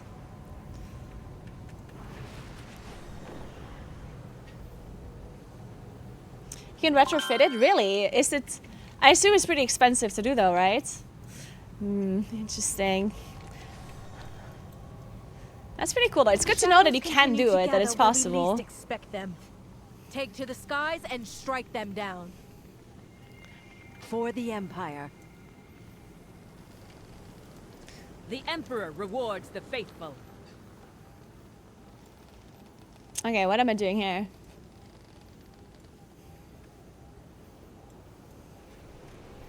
This is a nice POV. Oh.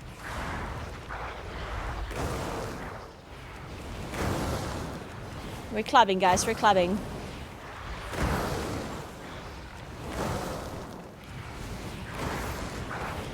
Dude, Johnny, could you imagine if you could control my lighting in my room?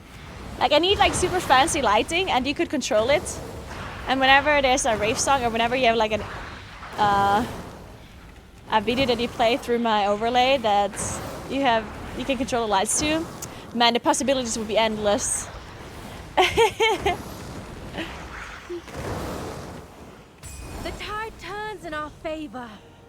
Excellent work. Hey, Ashwin, thank you so much for 2 sub gifts. Appreciate that.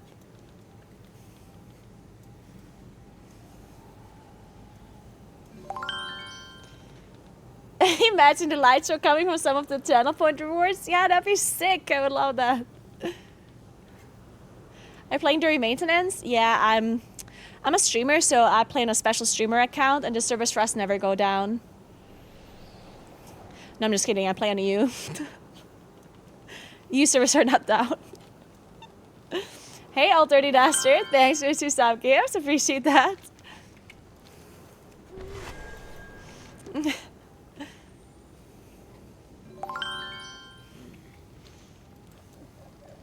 Hey, Wincy. Thanks for 14 months. Welcome back. I knew it. Brain power.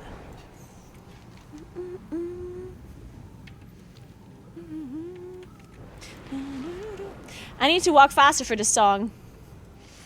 I'm not walking fast enough.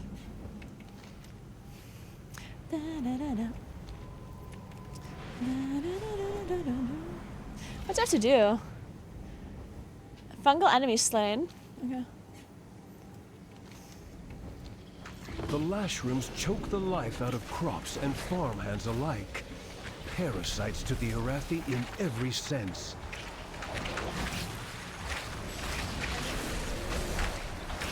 He's a green screen? Oh, if I would... Oh. Yeah, that would work. Hey, I like big butts. Thank you so much for Prime. I like big butts too. We have so much in common.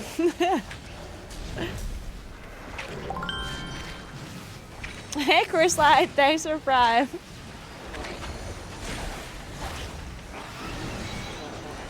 Dark and Stormy. Thanks for 2 sub gifts. Appreciate it a lot.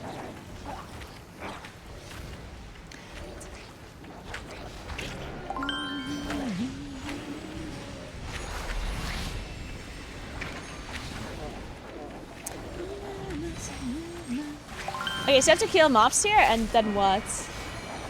Sneaky Storm, thanks for Prime. There's a WoW update. Yeah, we have a new expansion. It's called The War Within. Can you show gear? Of course. My character is still a bit weak.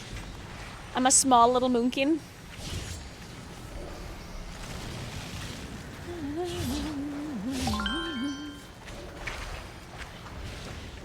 I have to light a small brasiers. Okay.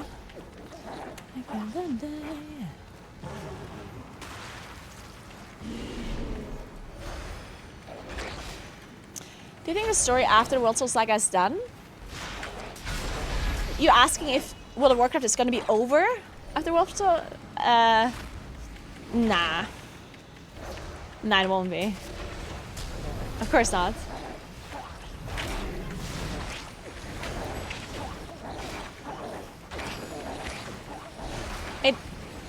The story will only be over if the World Soul Saga is not actually effective. And so here's the thing, right? World of Warcraft will keep existing until they make money with it, right? So why would they stop making it if it's still lucrative for them, right? So if the game ever stops not being lucrative anymore, then the game will end. But they will not end it just because it fits into the lore, you know? They're not gonna be like, oh well, you know what would be good here? If we make the world like disappear. Like they're not gonna do that just randomly, right? Thank you so much to Sub Gifts, Elvectro, and thanks to the Prime. Fraggle, appreciate that. Welcome, welcome.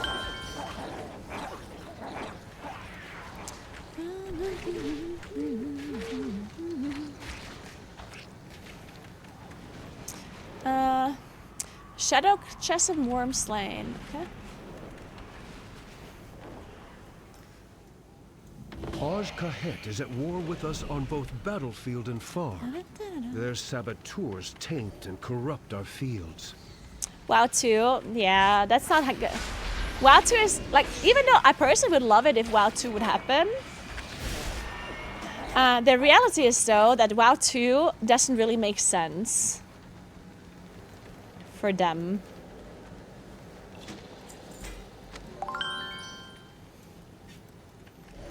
Like, WoW 2 would be incredibly expensive for them to create. Because creating an MMO is incredibly expensive.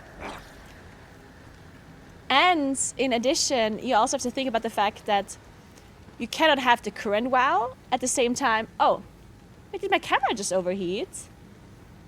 Huh. I guess I have to solder the camera. Wait, give me a second. Huh.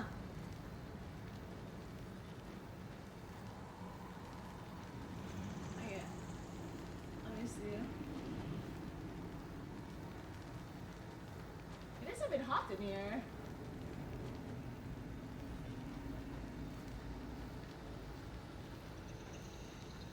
Let me open up a window.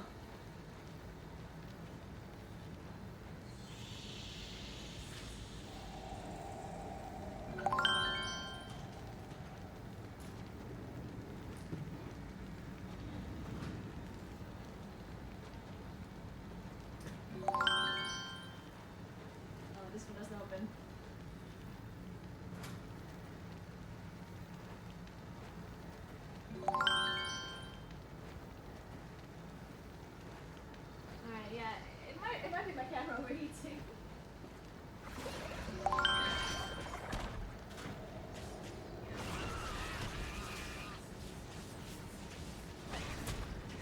So, yeah, sorry, I just opened a bunch of windows. Let's hope it's fun. Thank you so much for the sub gifts, Masta and Boppa. Purple Goblin as well, Kithiana, Courslide, Soulbender, and thanks to 19 months, Jenkins. Thank you, Simon. Thank you, Budapest. What's the temperature there? It's outside, it's 25 degrees. I think it was a bit hotter inside because all my windows were closed. And I had like the shutters closed. What did I say before my camera stopped working? I was talking about something and I completely forgot.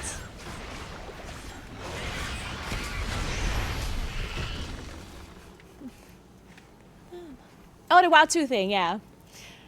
So yeah, I think the WoW 2 would be incredibly expensive for them to create.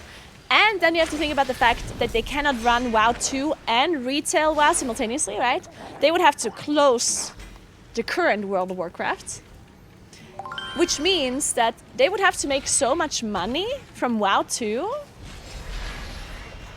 that basically not only would they have to bring in the costs of WoW 2 to break even, they would have to earn even more than that than what retail would have earned if they would have just kept on with retail, right?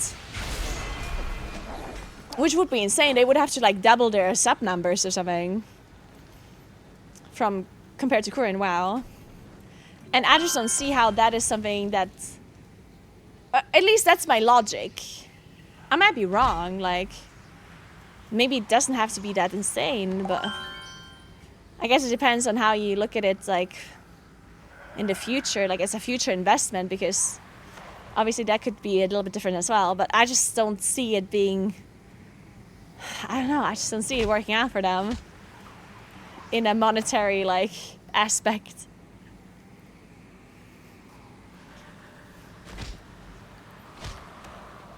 Hey, Call Me Crow, thanks for the prime, what's up? Yeah, a lot of people will try WoW too, but if they don't stick to it, then it doesn't matter. Yeah, they can just keep updating current WoW, yeah. Like they are.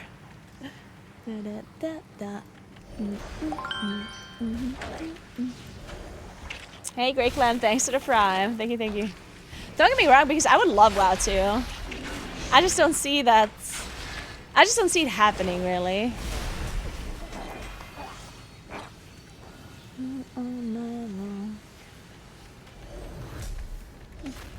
I'm playing on EU, yes.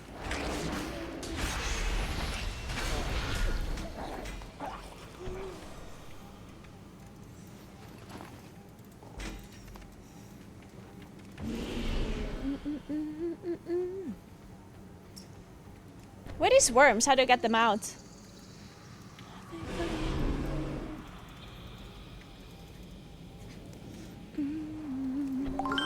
Hey Heather, thanks for the 2 staff gifts.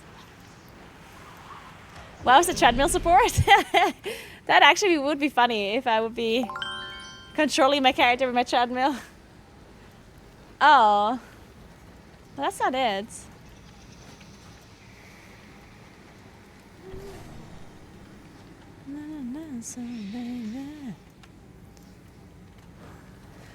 I have a pickaxe somewhere. Where's it?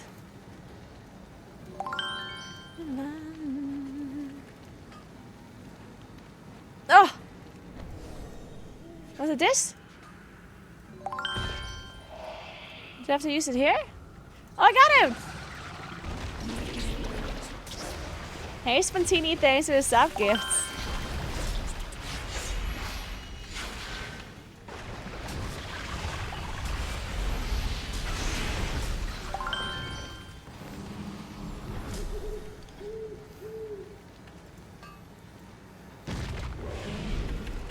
Now I got it, thank you.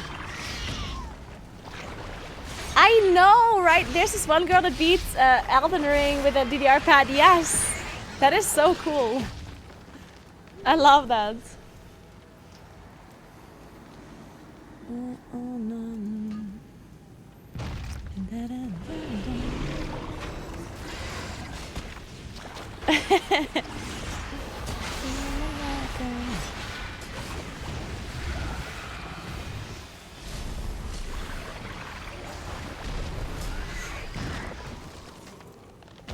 I never played Elden Ring before. I was thinking about trying it at some point. Whenever the hype for War Within is a little bit has died down a little, then maybe I try Elden Ring as well.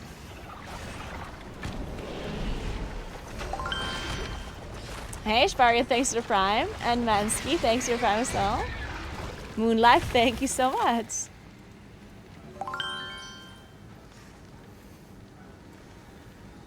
I'll pay you to stream to me over Discord if that's what it takes. It will happen eventually, okay?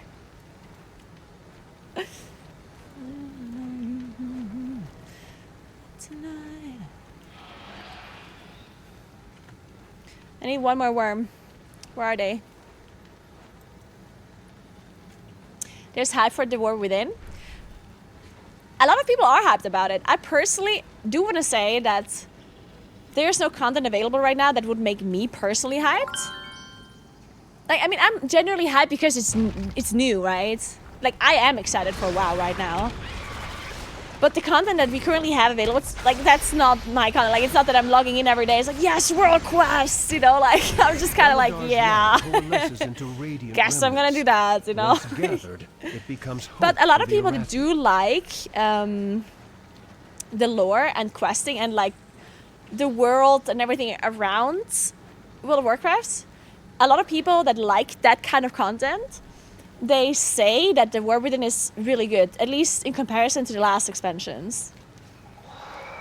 So I can't speak for that because, as I said, I personally don't like...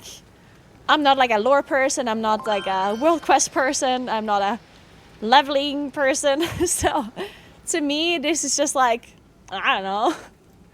But a lot of other people did say that it's good, so... Thank you so much for the sub gifts, Hegel, but I appreciate that. And thanks to Adira as well. Bathia, thank you so much for 35 months. Welcome back. And Angel Fail, thanks for the sub gifts too. Thank you so much. Lore guy here, I love the world building. It is what makes or break expansion for me. Yeah, like a lot of people have said that the world building and the lore and everything around it has been pretty good this time around. But yeah. So... take that, I guess, or leave it. I can't tell you much more about it. Hey, Fever, thanks for the sub gifts. Would you say this is a pre-show for you? Excited but measured? Kind of, yeah. Yeah. I'm excited that there's something new, but I'm just waiting for my content to get released, right? Thank you, Adira. Shit.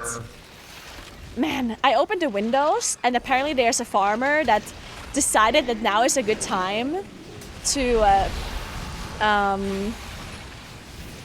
put fertilizer on their fields. So thanks for that.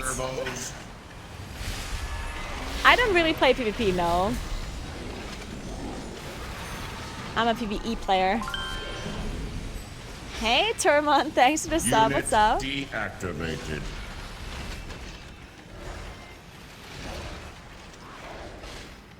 What do we have to do here? Gura optic springs collected? Man. Oh, what? Nah, fuck. Oh, I was reading the quest text. Man.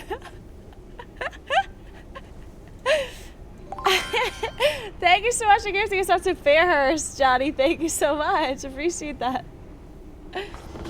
Nice upgrades, Gura. Study desk and walking pad. I know, right, Haki? I feel so fancy now. I feel like the healthiest person ever.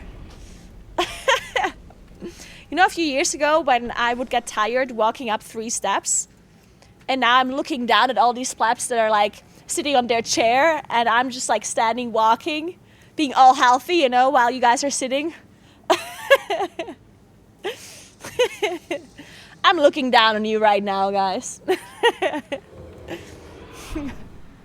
So how does this quest work? Oh, you literally just loot stuff, okay. Hey Major Duke, thank you so much for 2 sub gifts, appreciate that a lot. Did you just assume our sitting status? Oh, my bad, actually. Good point, good point. Maybe all of you are currently not just walking, but like literally running. Considering that my viewers are pretty fucking cool, because of course cool people watch cool streamers, right? So all of you guys are obviously cool as fuck.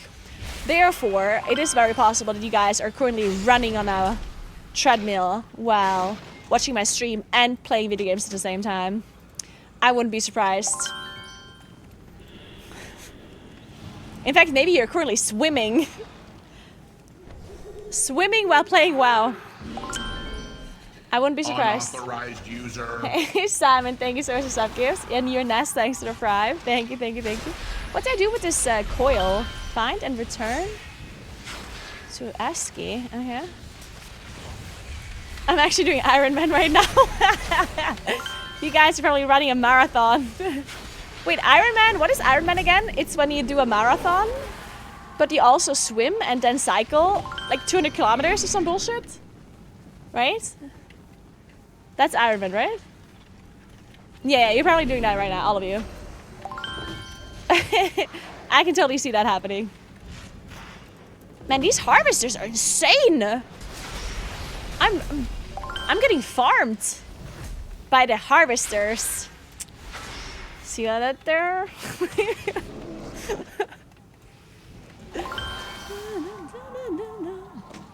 It's almost as if that's their job. Initializing repeat servos. Nice one, Stuart.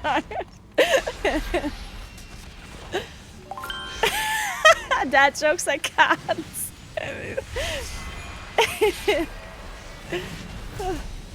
Whenever you make a dad joke, you always have to like be very obvious about it afterwards. It's like, did you hear what I did there? Like, did you hear that? Yeah. And then you have to laugh about it very loudly yourself. That's the only way.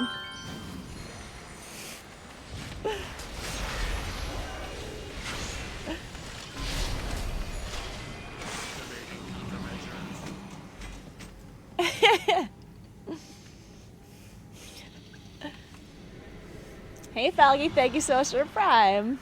Is that treadmill? It is, Bugatti, yeah. Currently walking a treadmill.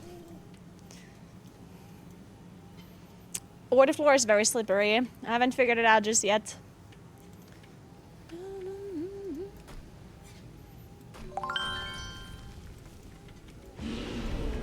Hey, Random Twitch, thanks for the Prime. And Leafy, thanks for sub gifts. Thank you, thank you, thank you.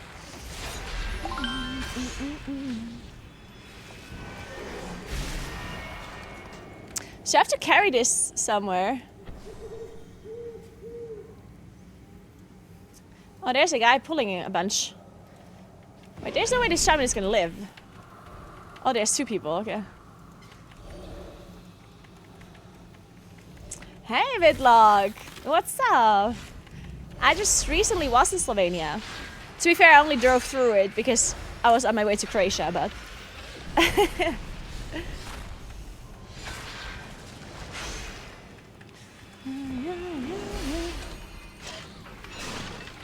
By Croatia? Oh, I was on holiday there. Holiday with a bunch of my friends. We went to...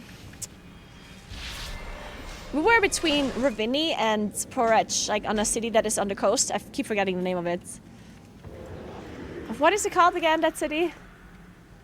It's literally like on the coast between Porec and Ravini. Pula, no? Something with V.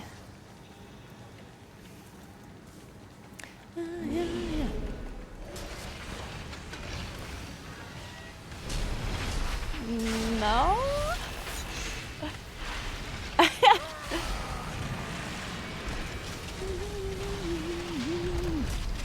Yeah, Versar. Versar is what it was called. VRSAR. Yeah. Mueller, thank you so much for the sub gifts. Thank you so much. You got another hype train going on? Let's go.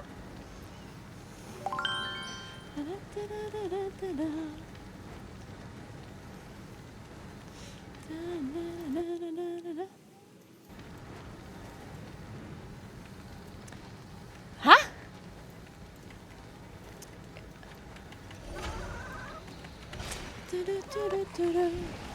I don't know what chat is currently talking about, but I assume it's related to a meme that Johnny put on my stream. Johnny's trying to get my stream banned pretty pretty actively. Unfortunately, I didn't see it. Shut up, Johnny. You're the worst. Hey, Soed, what's up? Thank you so much for the sub. I appreciate that. Johnny's 100% ethical. He would never do that. I'm sure he wouldn't.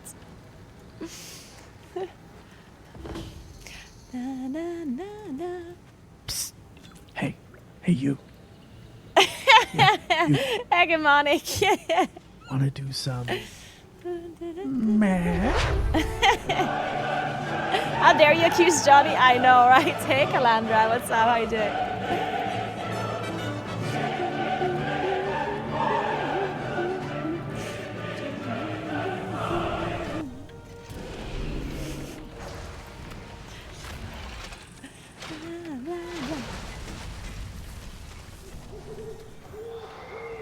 So...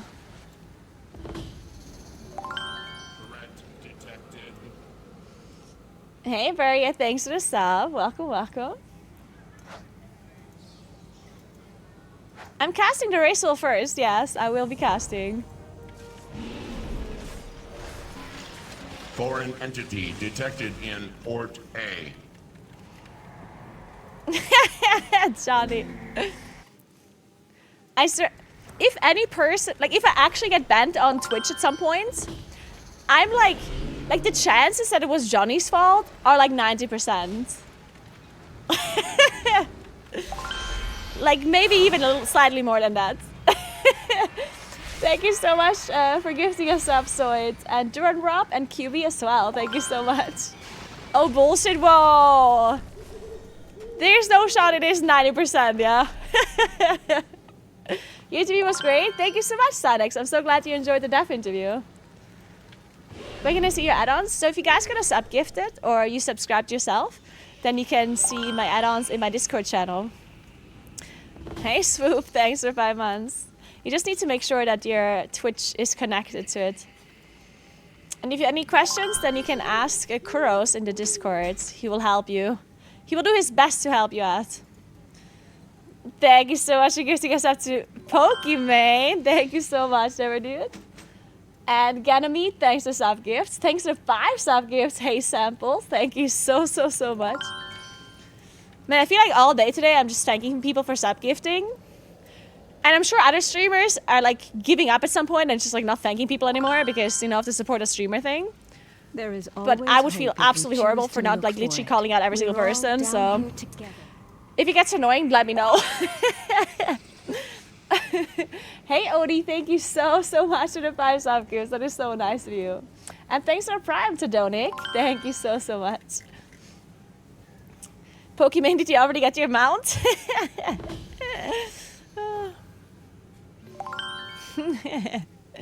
Yeah, Poki has been watching my stream since I started. I've been streaming for 7 hours and 8 minutes, and she's been around the whole time. Poki and I are like this. Did you know Poki follows me on Twitter? Like, I'm not joking. She literally follows me on Twitter, yeah? So I'm basically important. Yeah.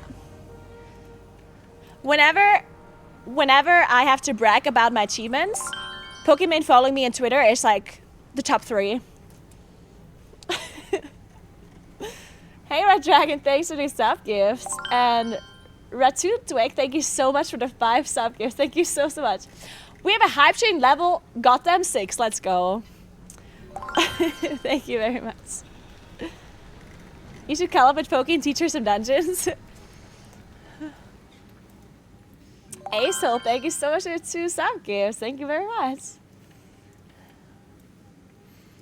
I can show you. Oh man, this would be very embarrassing if she unfollowed me now. Man, wouldn't that be embarrassing? I'm checking.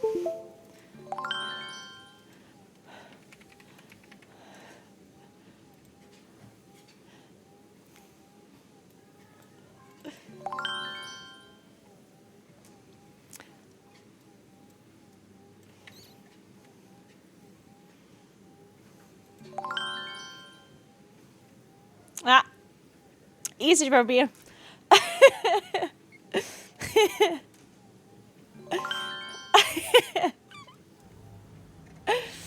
Hey, Roxbow, thanks for 5 sub gifts. Thank you very, very much.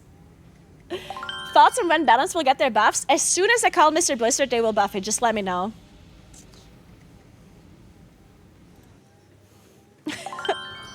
Hey, Croc Madame, thanks for the 2 sub gifts. Congrats on your pet.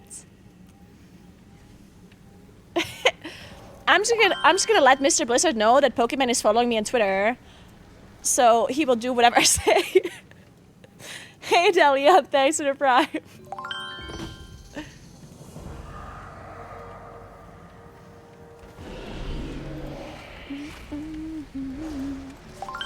Wait, am I done with this quest? Remnant satchels collected. Okay, how do I do that?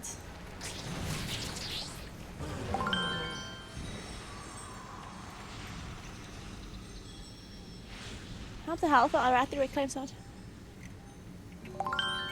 Dude, every world quest I do takes like 10 hours. Because I'm literally the worst at questing. Hey, Jusara, thank you so much for gifting a sub. And Pan and Cook, thank you as well. Ajax, thanks for the sub. Welcome, welcome. This isn't a world quest? What is that then? Is this like a weekly event?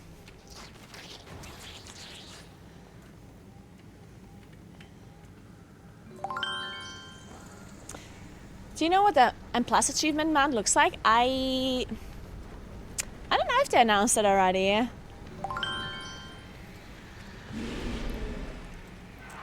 Thank you very much for the 15 months, Robin. Appreciate it. Robin is really smart. Robin usually is very smart. Depends. Thank you, Robin. What's up? How are you? Well, Pants, thanks for the sub. Welcome to Cito as well. Appreciate the 3 sub gifts. Thank you so much. A diamond mech suit is 10 plus mount. Oh, that's really cool. Nice. I didn't know that. A weekly event you can't complete like all others? Oh, I see now. Okay. I was just confused because it was right next to the world quest. Okay. So I'm wasting my time as per usual. Alright. Moving on then. Ajax, thank you very much for the sub gift. Hey, Oshi. Hey, Matt Snail. Waterways have always been dangerous. But I can do in these Hallowfall. things, right? Fierce predators of the undersea slither Not up less and fire prey satchel? upon the fisher folk. Keep them clear. Hey, Fran.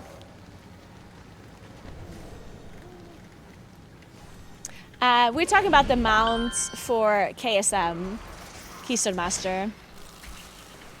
So like doing all keys on level 10 is what you have to do, right? Actually, no, is it 10 even? What key level do you have to do for Keystone Master?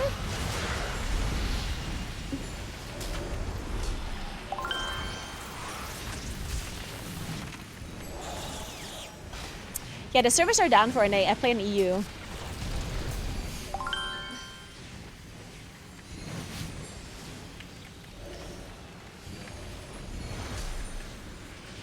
You can do the little ones for the satchel, but you want to... Ah, okay, I see.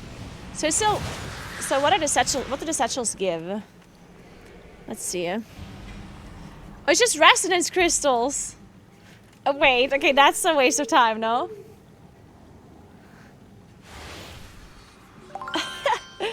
Hey, Chimey, thank you so much for the sub. I appreciate that. A mount drop as well. Oh. Oh, we don't care about that. I'm moving on. I'm out of here. The creatures in the dark use fear to Hey hunt the Chaos, Arathi. thanks for the No sub, and hey longer. Tios as well. You have Thanks for the sub, Chris emboldened Anonymous and lamplighter Janky. farmer Thank you so alike. much. I really like the skybox, it's so The nice. hunger of the Cobus knows very no pretty. bounds. Their Let's see how cruelty much has longer made we us have left fear to the walk. sea. Drive them from our shore. We've been back walking to their 4 abyssal miles. home.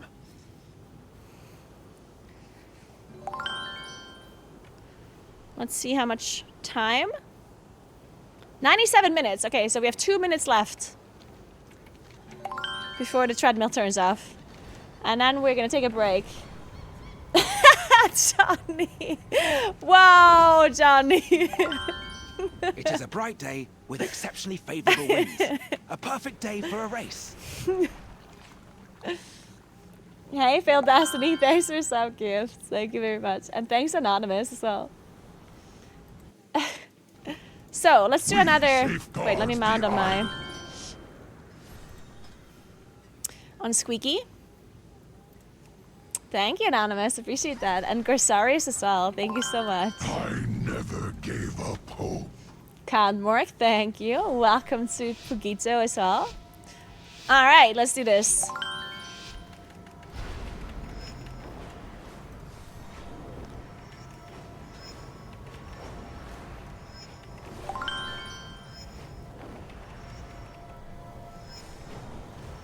What?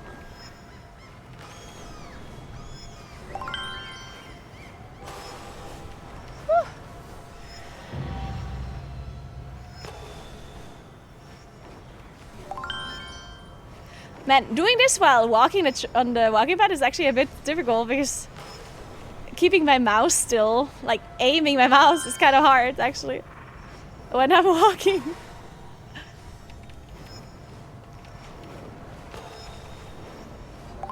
Oh! No!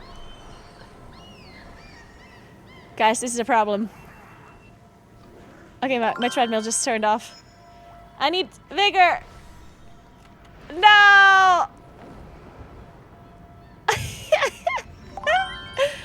not gonna make it! Oh my god, I made it! Excellent work. I can see that the two of you will soon be formidable competitors. Let's go! TS, thank you so much for Prime, and thanks to 2 sub gears Morg. But we're at level 8 hype shirt. I didn't know it can go that high. I thought it stopped at level 5 or something. Thank you so much, Anonymous. I do have a playlist link, yeah. Chris can link it in the chat. Bronze medalist, yeah. Alright. So my treadmill turned off, which means I'm gonna sit down. I'm gonna go get some water. And then we're gonna sit down for a moment. One sec.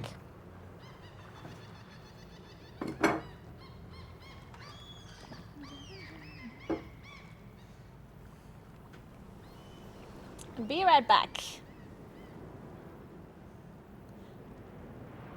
Don't do anything that I wouldn't do while I'm gone. Thank you, Rolo. One sec, guys. We're back.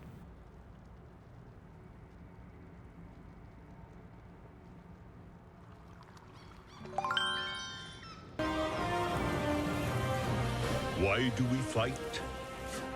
To protect home and family. To preserve balance and bring harmony.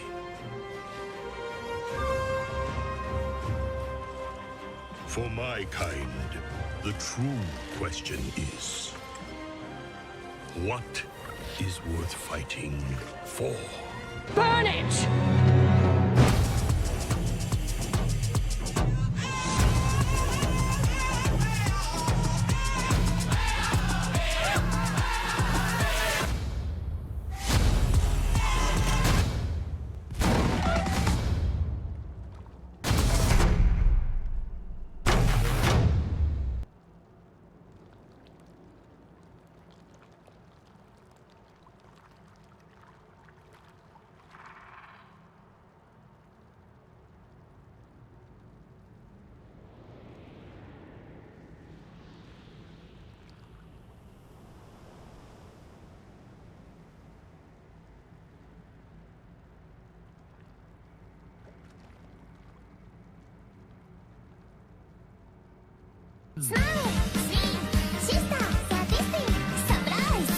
Shit.